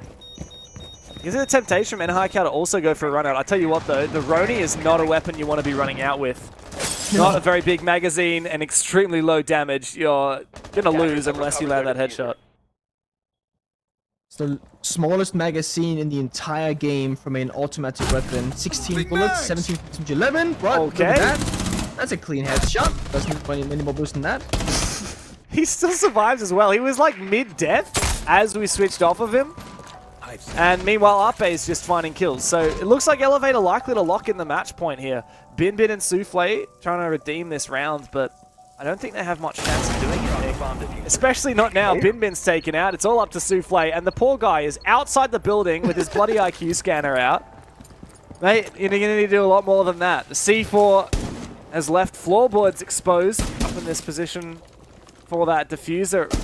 In order to recollect it, he's going to have to make himself a little bit vulnerable. I might be able to hear him as well.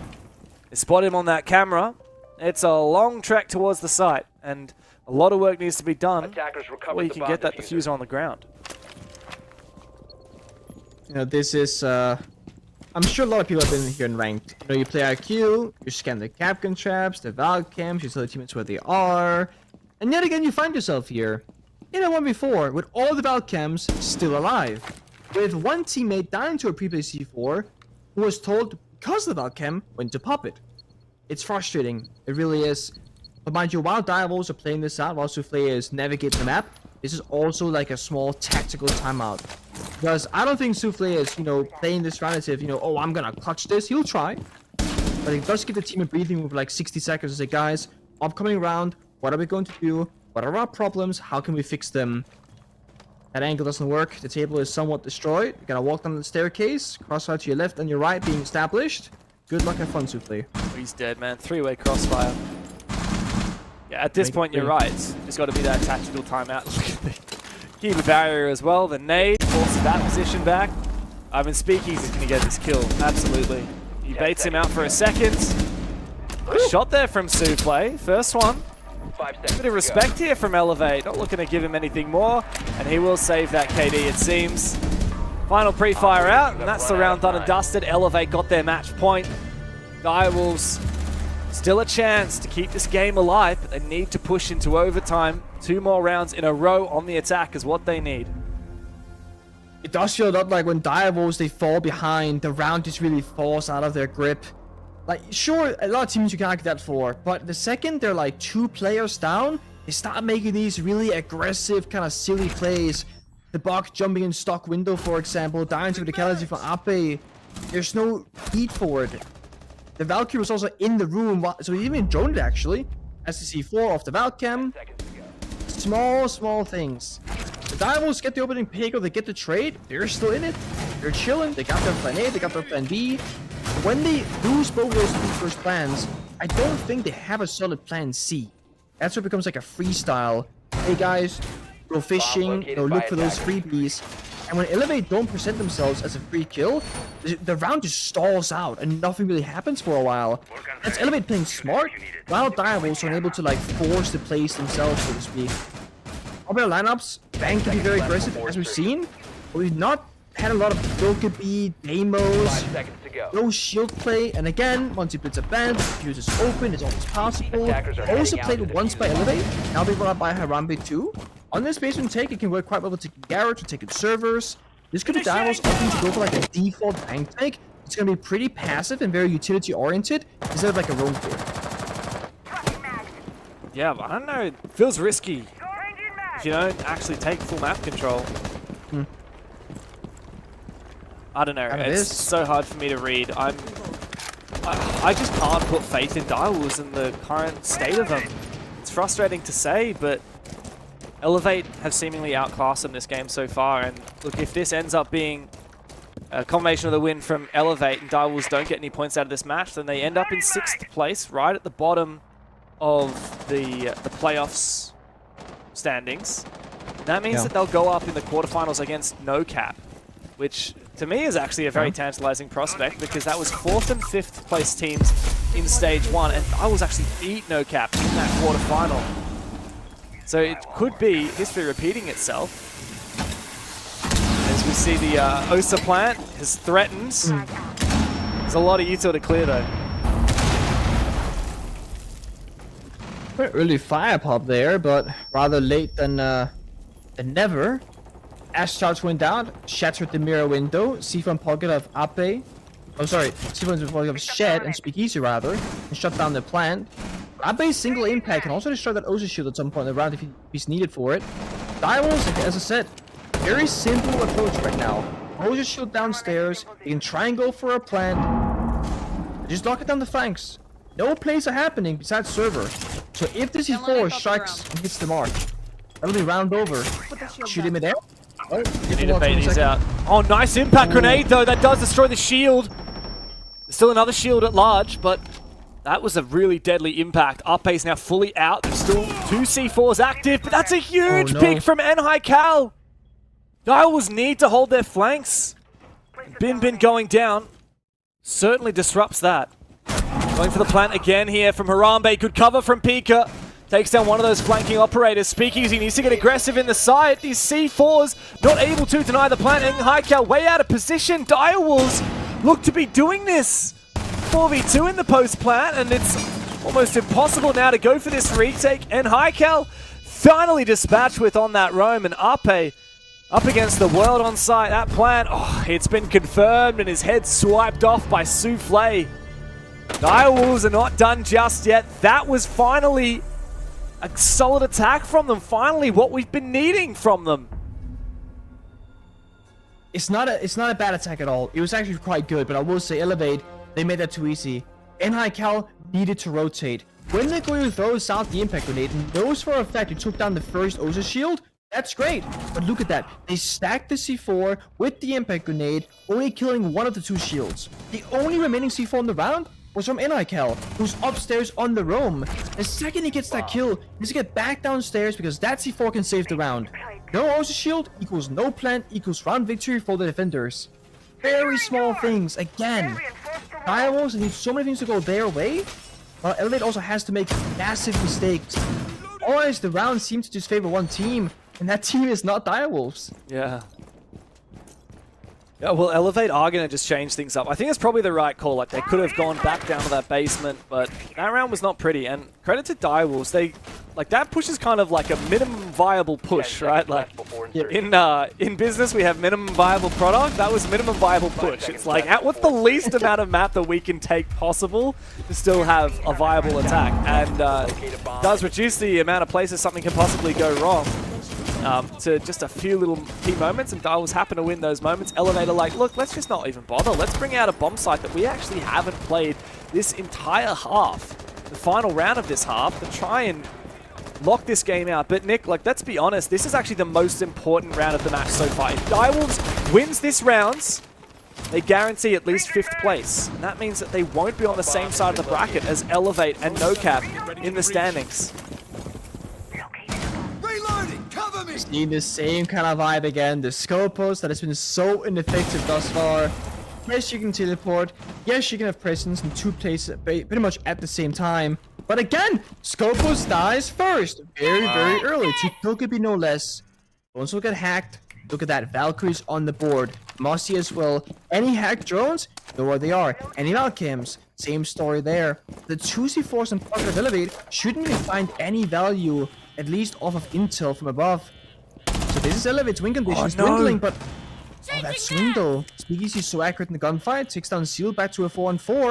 Direwolves are great when they're ahead, but it starts falling apart for them.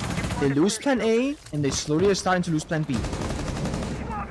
And Peak has gone down as well. That's one of the big players for Direwolves, one of the biggest hitters on that team. 11 kills in this game. You can see the rest of this squad form up. Now, Harambe still has this Osa, and he can start moving towards that site, but, I mean, there's still roamers here in open area. Site's over in Tellers. Elevate's still holding on to so much map control. I was looking a little bit lost. Like you said, they don't know how to break into this. It's time for plan C, which usually means we don't know what to do. And Elevate are playing this so smart. They recognize that, hey, NoCap Stellar's all about map control. They started off, now they're playing open area. They have one player on site, he's like the middle pillar. Everyone else are spread around in a circle around him, basically. Got a Scope shield pre-placed in Elevator's first floor. That's dead, you can teleport to it, but it does give you information because the shield has a built-in bulletproof camera. So a ton of viable information from Elevate. Make good decisions around it. Nice pop here. Oh, nice shot from Bin Bin. He had information on the hacked Scopos camera. And immediately that puts Speakeasy in a rough position. Now he's taken out. Numbers still favor Elevate. But Bin Bin is so close to finding this pick now. He's in a crossfire. But Shed refuses to give up his position. He's going to hold on there. Meanwhile, Souffle has got to go and recollect that diffuser. Bin Bin decides to back on out.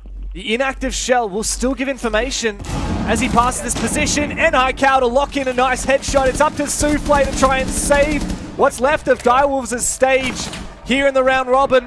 2 kills to find, but Shed and NICal will give him nothing. Elevate call the GG. A regulation victory 7-5 is everything that they could have asked for. They continue their form here as they go into the playoffs, the second best team in this region.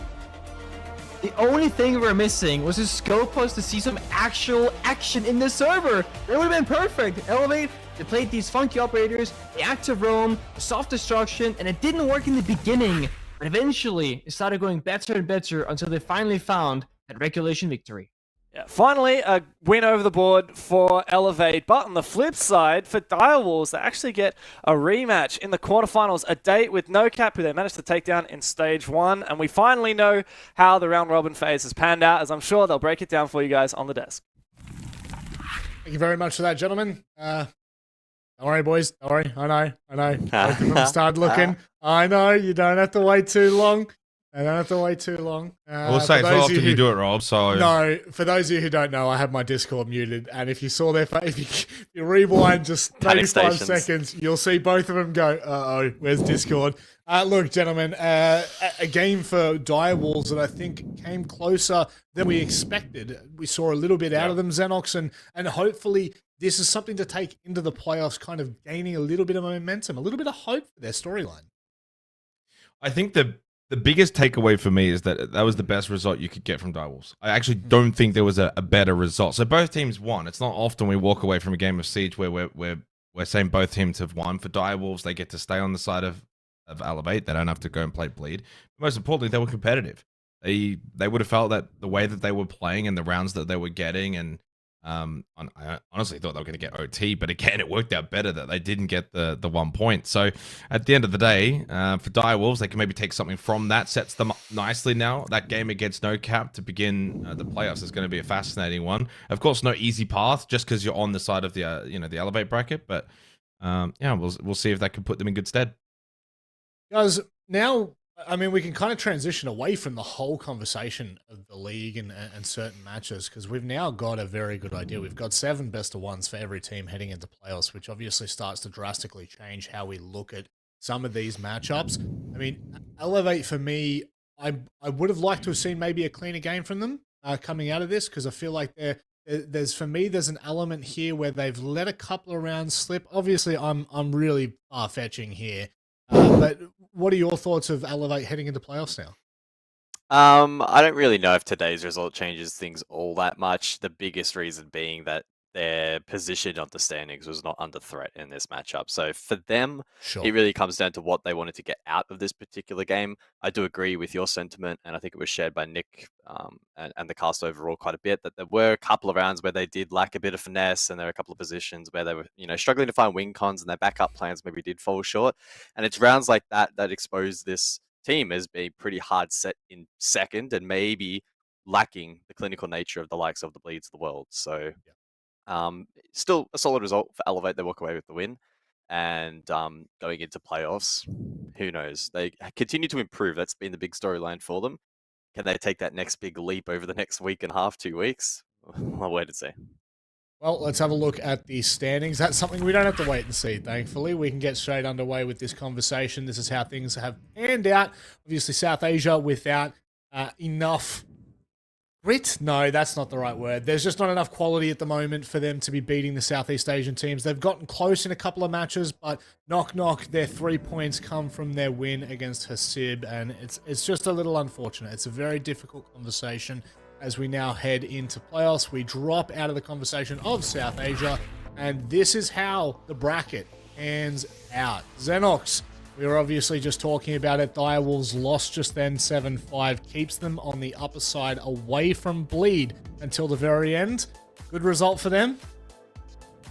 I wasn't really listening actually because my food That's just got okay. here, Rob, but I can. Let me. That's okay. My apologies. No. Mate. My apologies. I don't mean to I'll just interrupt you in your food. Okay, I'll just take it from here though and kind of just go over the bracket very quickly. So I think that what's intriguing when you kind of go and have a look at like where we've seen teams previously, Fury's usually in that kind of like proverbial top 2, right? So this is one of the rare times that they're going to have to kind of like run that gauntlet. They start with Rival, I think a team that have done some good things so far this stage, but have they got the quality in a best of 3? Whole aspect of the stage now changes, Rob, where we go from best of 1s where you can be a little bit gimmicky, you can win a map here or there.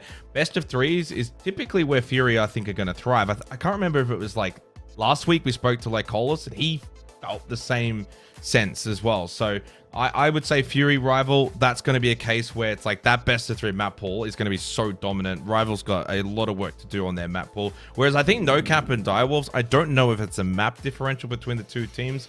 I think that for Direwolves, they showed a little bit in this last play day, of course, in the very quick game that we just had against Elevate. So NoCap, you know, they've struggled on entries. They were better in that as well. So 2 teams that probably performed better on play day 7 going into that first quarterfinal. Guys, any final thoughts on this one? Look, I think at the end of the day, the bracket has played out largely as expected. The biggest caveat to that being, and admittedly I put Fury in first place heading into this particular stage, it's the fact that they have only been able to begin their run in the quarterfinals. They somewhat salvaged it a little bit towards the tail end, but certainly have gone far off the radar of being a genuine competitor against Bleed. If they inevitably, as expected, go on to beat Rival, we'll see that match up in semifinals. So it's going to be a big spice up and shake up from what we saw in the previous stage. But I think the stage as a whole has very much been set for Bleed to continue their run of dominance here in Asia.